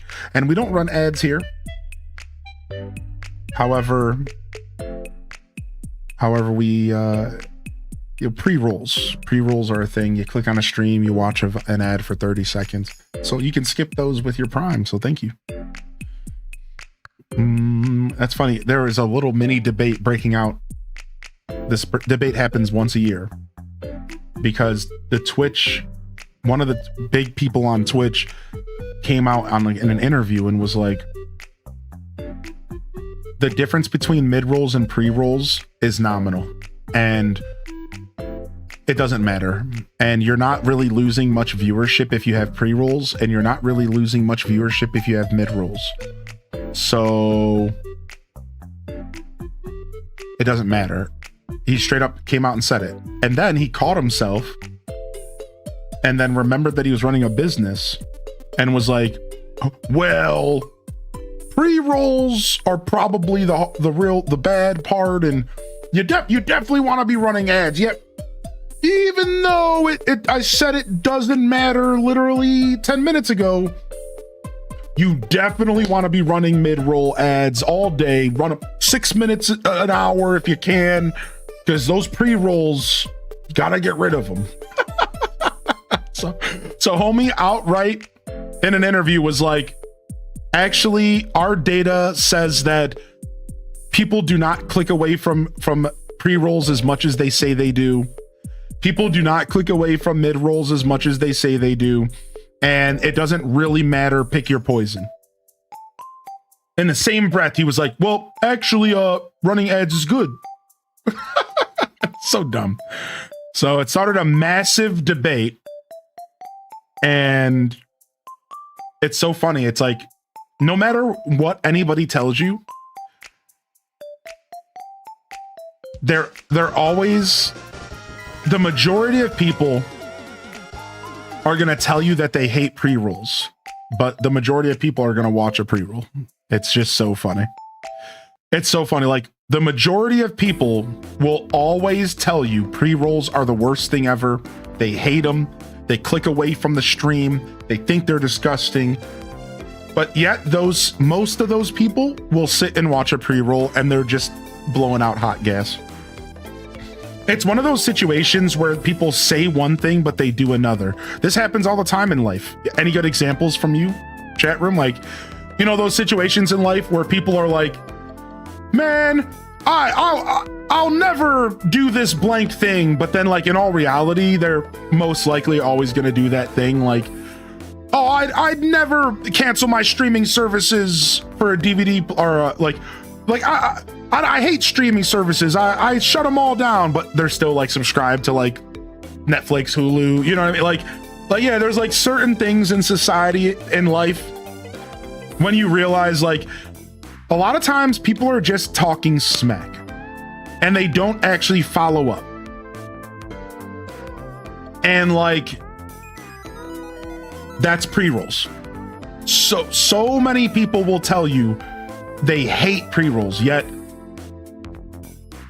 they'll sit and watch a pre-roll for 30 seconds. It's not that big of a deal. You know, it's like you already clicked on the stream. So like, obviously there are people who do firmly hate them and yada, yada, yada. But I'm just saying, it's one of those things in life where sometimes people will talk a big game, but they don't follow through. Yeah. Oh, thank you, Sith. That's why I like Nitro. Nitro's the play, right? Yeah. Yo, thanks for the follows, and thank you for the tier 2 from Feisty. How you doing, Feisty? Good to see you.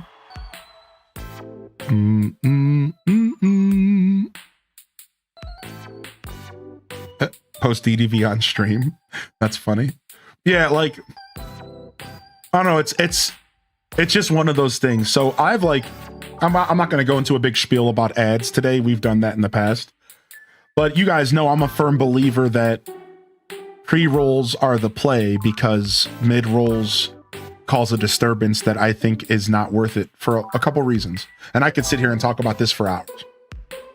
No matter what, no matter if you take a break, no matter if you make a point to stop what you're doing, mid-rolls are just super disruptive to the vibe, to the room, to the energy, to everything, to your show, to your experience. No matter what you do, you have no control over them. No matter what, dude, it's going to interrupt the vibe, the flow, the show. And depending on the kind of content you're doing, that could matter. For me, it matters. I don't think it does for everybody. Some people are doing a different kind of show and it matters less. But my point is I'm a big believer that you let the pre-rolls roll on. You don't run mid-rolls. That's my style and I'm sticking to it. So, you know, but they say they'll try to scream at you on the internet that if you're a small streamer, that's the worst thing you could do to yourself. Oh, you're never going to get exposure. Nobody's going to watch you because they have to watch an ad first. I don't think it's true. I've been saying it for a long time. It's not true. It's not like that. It's not that bad. Yes, 30% of people who click on your stream are going to get an ad and they're going to say, you know what? Jimbo's on. I'm going to go watch him. Sure. But it's not 70%. It's not some egregious number. It's just like mid-rolls. It's literally around 30%. Mid-rolls are the same. Somebody gets a mid-roll, they might click away. It's the same percentage. It's not that different. So, yeah, with pre-rolls on, no, you don't. So the way it works, Reina, just for knowledge sake, because I love educating on this, because there's a lot of misinformation out there. So I will quickly educate. I wasn't planning on, but the way it works is Twitch will run a pre-roll ad on your stream no matter what you do, unless you run mid-roll. So you have to pick your poison. If I run at least 3 minutes of ads every hour, pre-rolls are turned off completely. And if you click on my stream without a subscription, you can just watch the show and you're just instantly locked in and you're just like, what up, dude? And no ad. But if I do not run mid-rolls, the pre-rolls stay on. So as a streamer, you have to make a decision. You either run an ad during your show every hour for 3 minutes, or you let a 30-second pre-roll start your stream for anybody who's not subbed and who's tuning in. That's it. That's the battle. Don't listen to anything anybody else ever says. Everything else is misinformation. People will try to tell you that they get a 2.5 minute pre-roll sometimes. That's like, for the most part, that's all misinformation. To be clear, if you ever click on a stream and then you get like a 2-minute ad, that's not a pre-roll. That is a mid-roll that you just got super unlucky and ran into and you face checked. And it's just like, oh, that sucks. But there's a lot of misinformation and it's a little confusing, and Twitch doesn't really help make it more clear, unfortunately. So did you build your whole community with pre-rolls? 100%. I built my whole community, and there was only like a 2-month period where I would run 3 minutes of ads right at the start of the stream. So my first hour of my stream had no pre-rolls. I did that for about 2 months, and then I said, never mind, this isn't worth it. Yeah, built my whole stream off of pre-rolls. It literally proves it. I am the living proof that pre-rolls do not ruin your progress as a streamer. And that is just another excuse that people give themselves for not being able to grow. You see, people, it's really, really easy. It's so easy to find excuses on why you're not finding success. And a lot of times, success is just not happening because of luck, right? And you just have to accept that you're in a very volatile space, and success sometimes is there and sometimes it's not. And it doesn't have anything to do with, the ads you're running. On the tab, it says run 30 seconds of ads every 60 minutes. Yeah, I'm not sure what you're talking about, Raina, but I'm giving you all the facts. So yeah, whatever you're talking, I'm not sure what you're mentioning. Thank you, Jiggly Bella, by the way. Thanks for 65. But yeah, I'm giving you facts, though. There might be a miscommunication on exactly what you're talking about, but I'm giving you the 100% facts. Remember, I've been doing this for 7 years. I do this as a living, and I do a lot of research into what I do here. So you can take my word for fact. Like, I wouldn't be telling you this stuff if it wasn't 100% how this all works. And if I feel like it's something that I maybe don't know fully, I'll let you know. Like, I'll let you know if something like doesn't work a certain way. I'll tell you if I don't have the full information. But I promise you, like, yeah, that's how it functions. So now, you did mention like you'll get an ad sometimes when you're hanging out anyways. Well, there's another conversation that maybe needs to be had that I don't want to go into. If you ever change the quality of your stream while you're watching it, that sometimes counts as a refresh and you'll get an ad, a pre-roll. If you ever change the quality, you could get a pre-roll again. It's as if you refresh the page. If you ever refresh the page, you can get another pre-roll. If Twitch ever glitches out and like the screen flashes, all of a sudden it'll think you refreshed and you could get a pre-roll.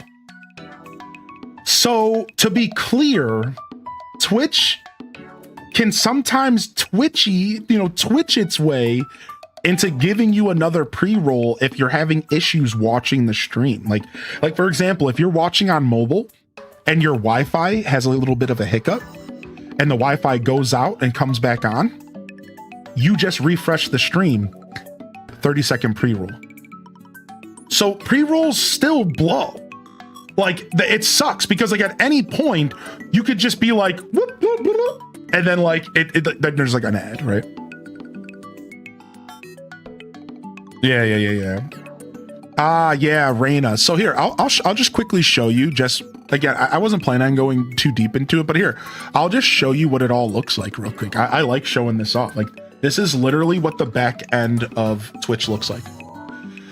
So here it is. Look. So here is the ad manager.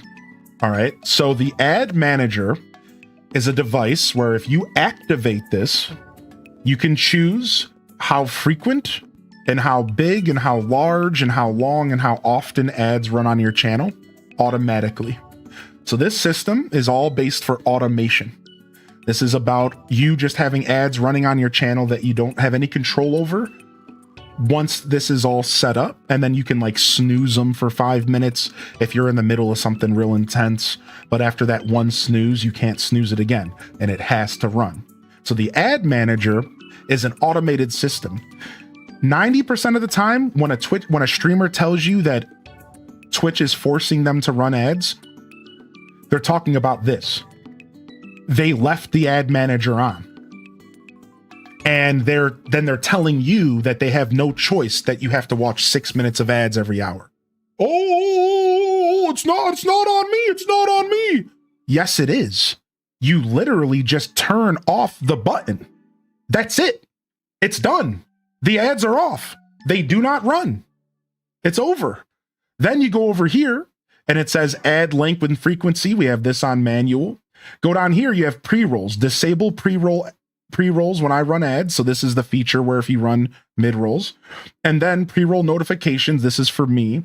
And then stream display ads are those banners that pop up. Well, I turned those off recently because people were getting issues. So I'm not even earning the little bit of pennies from that. I turned that off as well. All right. Then you can go into your advanced settings and you can make it to where you have a certain amount of delays you can activate. You can like snooze, so that you can at least like skip an ad for a couple minutes. But like at a certain point, it's forced on you if you set this up. This is the ad manager. Now there's something else you need to see though really quick. All right. And the other thing is the stream man. So that's the automatic system. That's the system in place. All right. If you're running automatic ads. Now you don't have to run it that way though. So what you can do is if you go in here, there's all these buttons. Look, you see, I don't have the buttons added because I don't even run ads. Look, I don't even have the buttons in my dashboard because I literally don't run ads. So look, so they give you all these buttons and I can either run 1 minute, 30 seconds, 1 minute and a half, 2 minutes, 2.5, 3 minutes, sponsorship tools, blah, blah, blah, blah, blah. So they give me all of these options here and I can run them manually. So when you're a Twitch streamer, you have two options. You can either click one of these buttons and run an ad manually at any time you want. Anytime you want. You can literally just boop, 3 minutes, boop, 2 minutes, boop, 1 minute, whatever you want. You can click a button. Or you can use the ad manager that I just showed you, and you can have it all happen randomly, just automatically, and you have no control over it. And now you might be asking, well, why would a streamer want to do it the automatic way? Because Twitch dangles a carrot. They offer you a bigger revenue split of the ads if you're willing to do it automatic. So if you're willing to use their little ad manager and make it all automatic and have no control over your channel, they dangle you like a 20% bag in front of you and they give you more money for the ads. This is why Twitch is covered in ads now, because automatic ads give you a bigger bag. Manually running ads, doing it in a strategic way that helps your stream so that you can take a break and stuff, that's not as popular because you're not earning as much money. So that's why most channels have the ads running automatically, and then they proceed to tell people that it's out of their control. When no, they're choosing the automatic because they're choosing the bag, which is fine. No one said that there's anything wrong making money off of ads. Some people got to pay the bills, and some people got to put some food on the table. Nothing wrong with that at all. Nothing. But what's wrong is them telling you that they're not doing that for money by choice. They'll sit there and tell you, oh, there's no control. But like, it is your decision if you want that bag. Otherwise, you would be running them manually, earning a little bit less, and then having more control over your show and having less interruptions. So, right, that's the problem. The problem is that there's a misinformation and people try to lie about it instead of just being forefront with your audience and saying, hey, look, I want to earn more money, so I'm doing automatic ads. Done. Most people are going to respect that, and they're going to keep watching you anyways, because I just said, even one of the main heads of Twitch just came out and said that ads don't even really stop people from watching content, and it's all kind of a myth, and their data says otherwise. They could be lying to us, but they just straight up said, like, their data said whatever. It doesn't matter if it's a pre-roll or a mid-roll. Most people don't care. So I think the only time people care about mid-rolls is when they're like over 3 minutes and it's real egregious, and it's like, holy heck, are you seriously hitting me with 10 minutes, 6 minutes? I think that's when people get real mad. I think otherwise, most people don't care. I feel like some streamers don't even mean to lie. They just haven't looked at the other options. I agree with that. I think there's some ignorance out there as well. Sure.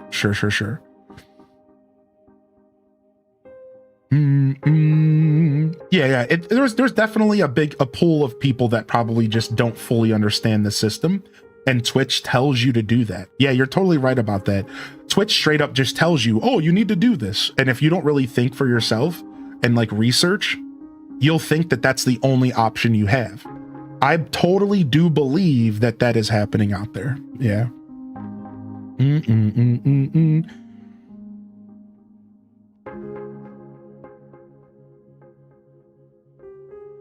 I don't mind them since I know I'm supporting the streamer. Right. Twitch just makes things confusing. They're for sure manipulative about some things. Yeah, because they don't want us to know everything, because Twitch ideally has every channel as big as mine or even smaller running 3 minutes of ads, because that's how they make their money. So there is a conversation to be had that it's important for Twitch to get us to run ads because it supports their platform. And I'm a big supporter of the platform. I just do it in my own way. I do it by bringing people and light to their community, and I have a large subscriber base. Not to gloat at all, I'm a humble person, I'm blessed, so I do it in my own way.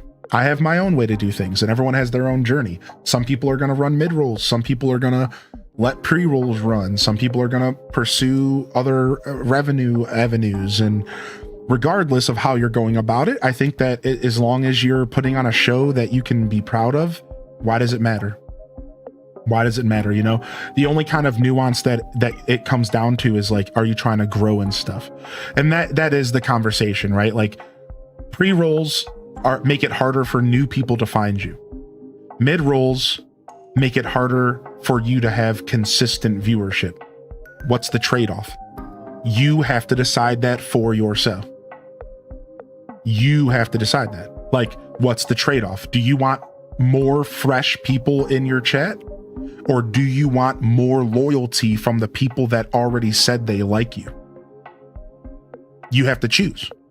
People said they already like you, they're watching you, or do you want to try to find more people, more eyeballs, more new fresh people? That's the trade-off. And then once you figure that out as a streamer, you go forward. Really early on, since I was blessed with like early success, I decided to opt for taking care of people that were already calling my stream home. That's how it was that easy for me. I was like, okay, well, I already have 30 people watching me. I already have 15 people, 30, 40, 50. And as I went forward, I said, well, I'm just going to make sure that these people that show up every day are having the best possible experience. And I'm just going to go for the trickle effect for new people. And I've been riding that out for 7 years. The trickle effect is a term that I've coined where your growth is super slow and your growth is 1 follower a day. That's my stream. Welcome in here. I built my channel for 7 years. 1 follower a day. 1 new person a day. Crazy gal, welcome to the show. 1 new viewer a day. I'm not getting 100 people watching my stream new a day. That's not because I don't run I have pre-rolls. So I decided to go for the slow burn. I'm just going to hope that I can meet one new person a day that likes my content. Eventually, I'll be able to do this even more for a living. That was a decision I decided on, you know, whereas I think maybe there's a conversation to be had where maybe getting 5 followers a day is more important to you, and maybe getting exposure is more important for your style of content, right? I think there's different styles. People forget that every streamer has a different style. Some styles are more hype and entertaining, some are more chill and relaxing. Some are meant to be enjoyed on a side monitor. Some streamers are meant to be enjoyed with your full attention. Some are meant to be enjoyed alongside games. Some are meant to be enjoyed like a TV show. I mean, I'm sure you guys have these in your head. You know, you have a streamer that you put on the TV in the living room because you don't want to chat. You have the streamer that you put on in the morning at work because you want to say hello. You have the streamer that you put on because you think he's really funny, but you hate his community. You have the streamer that you put on because they have a shtick and they dress up like an old grandma and it's hilarious and it's like an old YouTube show or something. You know, there's different styles of content, and every style of content requires different rules in how you present your show and who you're taking care of, who you're trying to make sure is staying entertained and sticking with you, you know? I think there's like a trade-off, and I believe that for my content, mid-rolls would really disrupt what I'm doing here. Could you imagine going from my smooth voice and my ooblets music in the background, right? Could you imagine, like, this is it, like, this is like, let's just pretend, let's just have a pretend session here, right? Let's just have like a pretend session here, right? Let's just say, all right, everybody, I'm about to run my ads here for the day. So, all right, you know, all right, you were just sitting back and relaxing at the office and you're enjoying the sound of my voice and the conversation. Well, all of that has to stop for the next 3 minutes. Enjoy this ad. Community.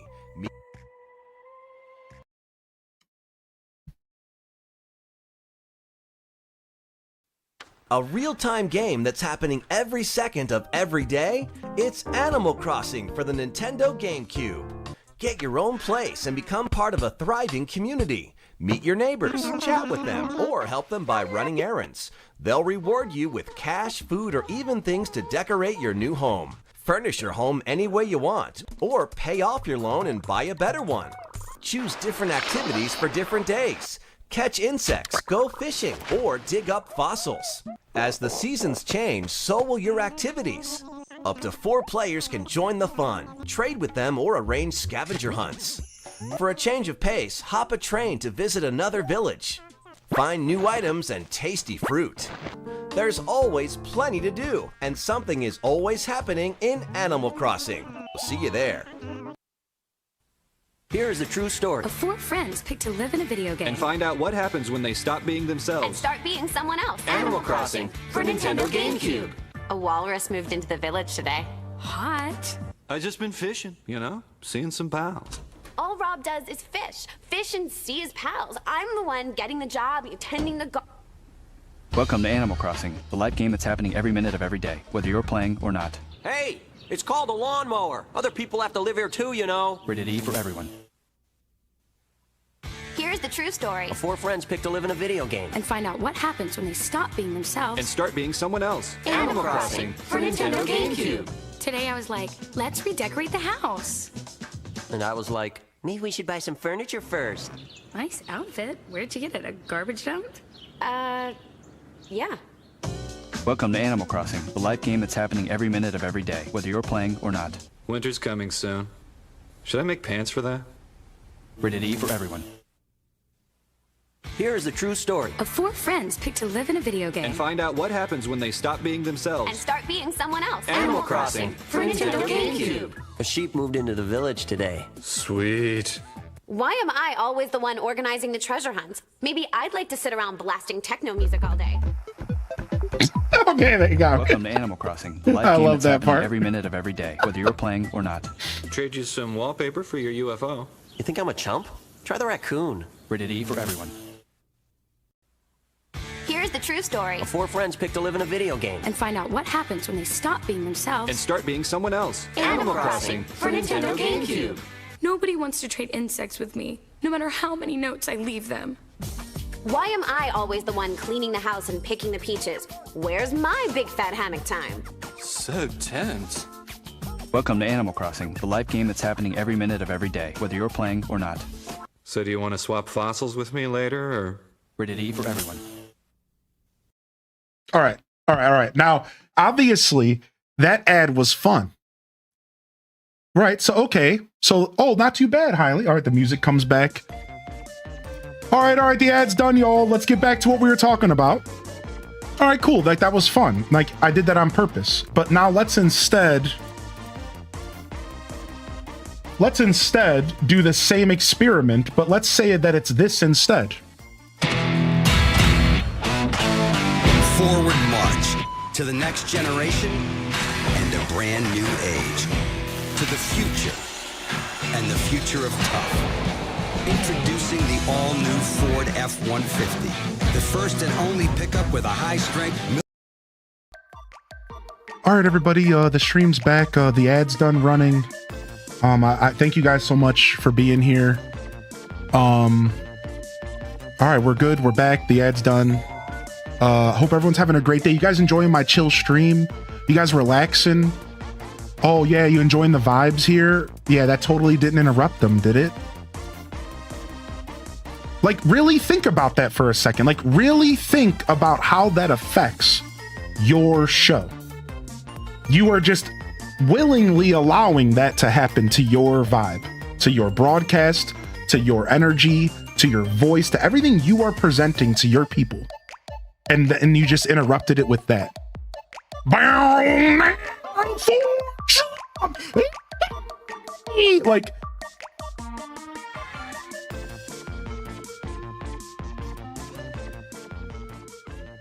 Like, I'm just sorry. Like, it doesn't make any sense.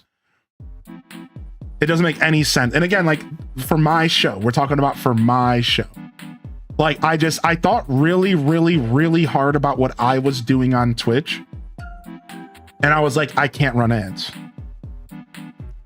I just can't. Like, maybe one day I could figure out like how to do it, but like I can't. Like, I just can't. Like, my show is too vibe centric, man.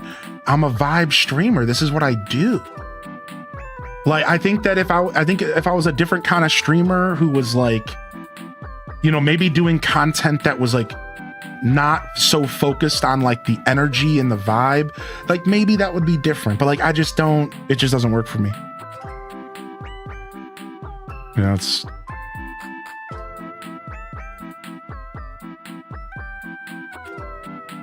now the Animal Crossing ads were good though. I thought you guys would enjoy those. How many of you have never seen those Animal Crossing ads? Did you guys like those? That was partially just an excuse so I could play those on stream again. I wasn't reading chat. I was really committing to the bit, but yeah.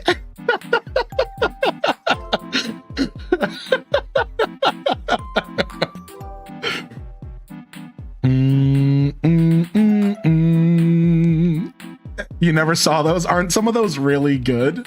Some of those ads are really, really funny, dude. In all seriousness, thank you for that. You were the first person and only I'd watch on Twitch for almost 10 years, so I didn't realize there were auto ads like that. Yeah.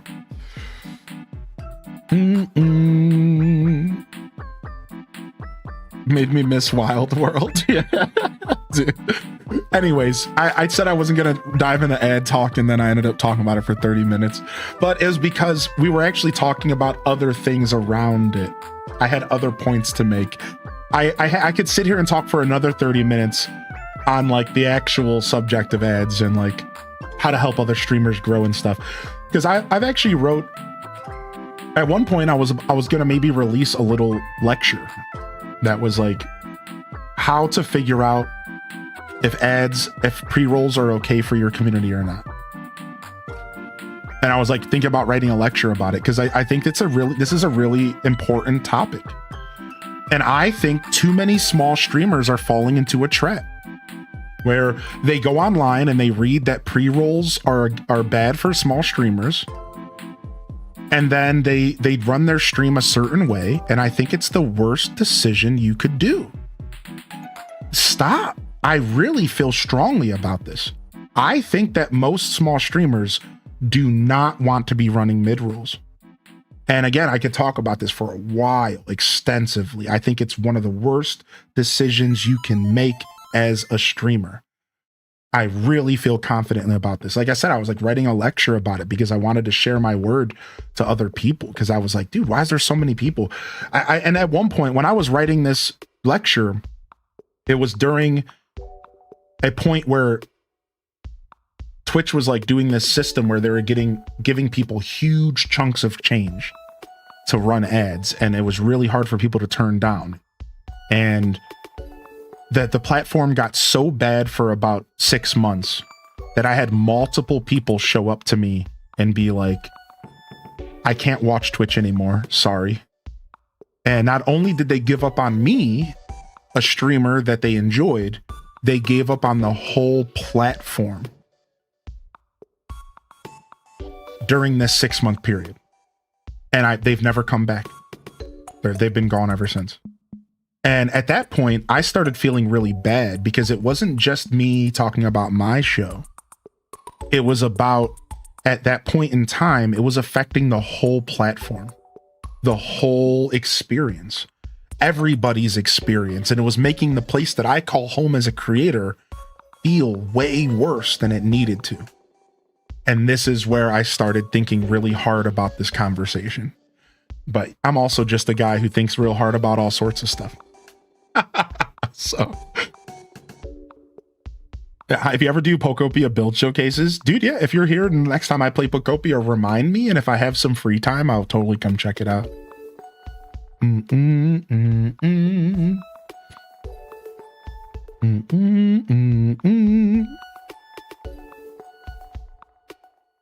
Yeah, remind me, because I haven't really set in stone any kind of island tour stuff, but if it's the right day and I'm not too distracted doing something else, I'll just pop over. Seriously, don't hesitate to ask.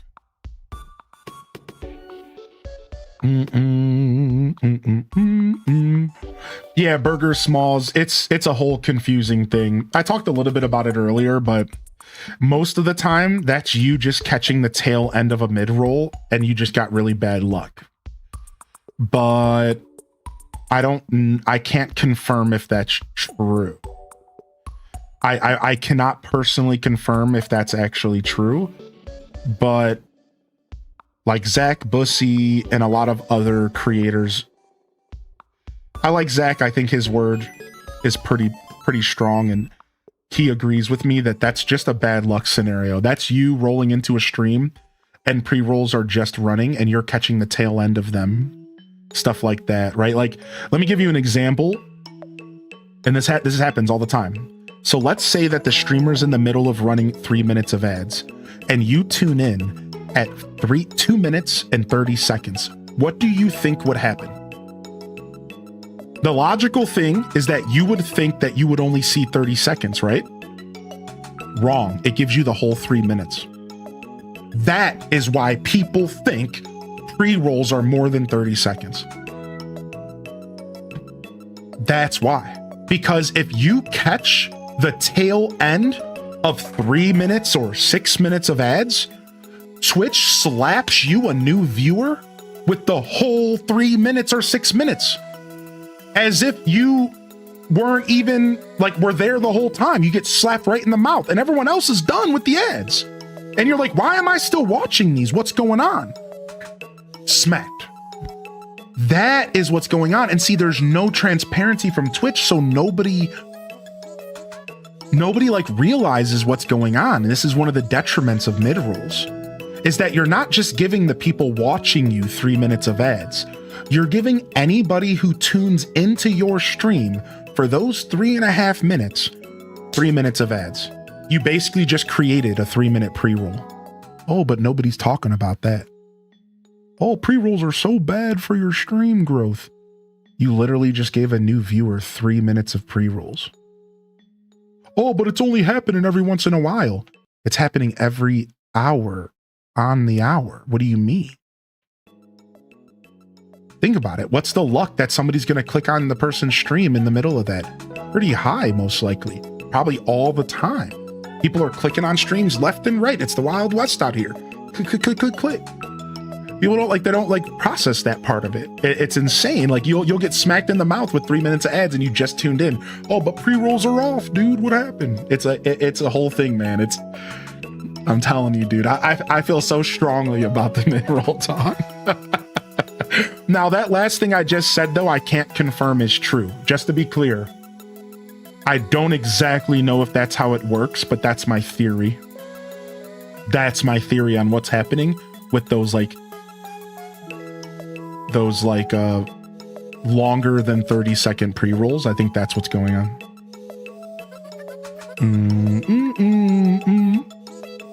Aelith, dude, they're coming for me. That's it. I better be careful. Oh, frick. They're coming for me. Never mind. On that note, I think we might have to wrap the show up. Yeah, I didn't say nothing about nothing. I don't know what y'all are talking about. Yo, great show today. Thank you everyone for coming out. I didn't say nothing about nothing. I'm a good boy. I'm trying to be a Twitch ambassador one day. And they ain't gonna ambassador me if I'm amassing. Let's try this again. And they ain't gonna ambassador me if I'm making an ass of myself. Nailed it. I ain't gonna ever be able to be a Twitch ambassador if I'm telling people to stop giving Twitch money, all right? That's not how this is gonna ever work. They want their dough. They want their cheddar.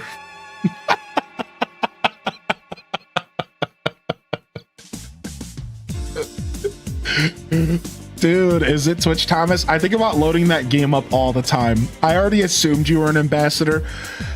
I think I am. In my heart, I've always been a Twitch ambassador. I've always welcomed brand new people into my stream. I create a space where you could feel welcome asking questions and being new to the environment. I'm not an official ambassador. I've applied twice. I've been turned down both times. They don't send you a turn down email. They just don't ever reply to you. The chat wants me to apply again. I've kind of lost heart and don't really care, but I think I might have one more application in me. So let me know if they ever open up the applications, somebody holler at me. I got one more and I'll give it my all. I'll make it like a job interview, because every other time I was kind of short and just like, why do you think your community deserves ambassador? And I would just give them my normal spiel, because the community I've created is this, and this. I guess I need to go harder. I guess they want me to put my whole booty into it. I guess I got one more attempt in me. And like, I honestly, I don't care enough to try ever again.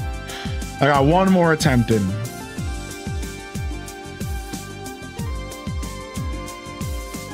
So we'll see. Maybe one day. On that note, Highly in Descent, signing off. Thank you guys so much for coming out today. I'm a little tired, so I'm doing a shorter stream. I know ever since the marathon, we've been doing some shorter broadcasts, which is not a problem. We take it easy sometimes. Thank you again, Jiggly, by the way. I'm just happy to be here. I'm trying to show up when I say I'll be here. I do have to be a little bit better about identifying when it is truly a day that I need to just take off. I think Sunday was an example of that. It doesn't matter. Either way, just happy to be here, man. Even if the stream is a little bit on the shorter side, you know, I'm such a lunatic. I call 6 hours of content short, but if it ain't 5 p.m. when I end a show, am I even doing it? Am I doing the thing? I don't know. I don't know. Don't forget to game on, y'all. And of course, as always, peace.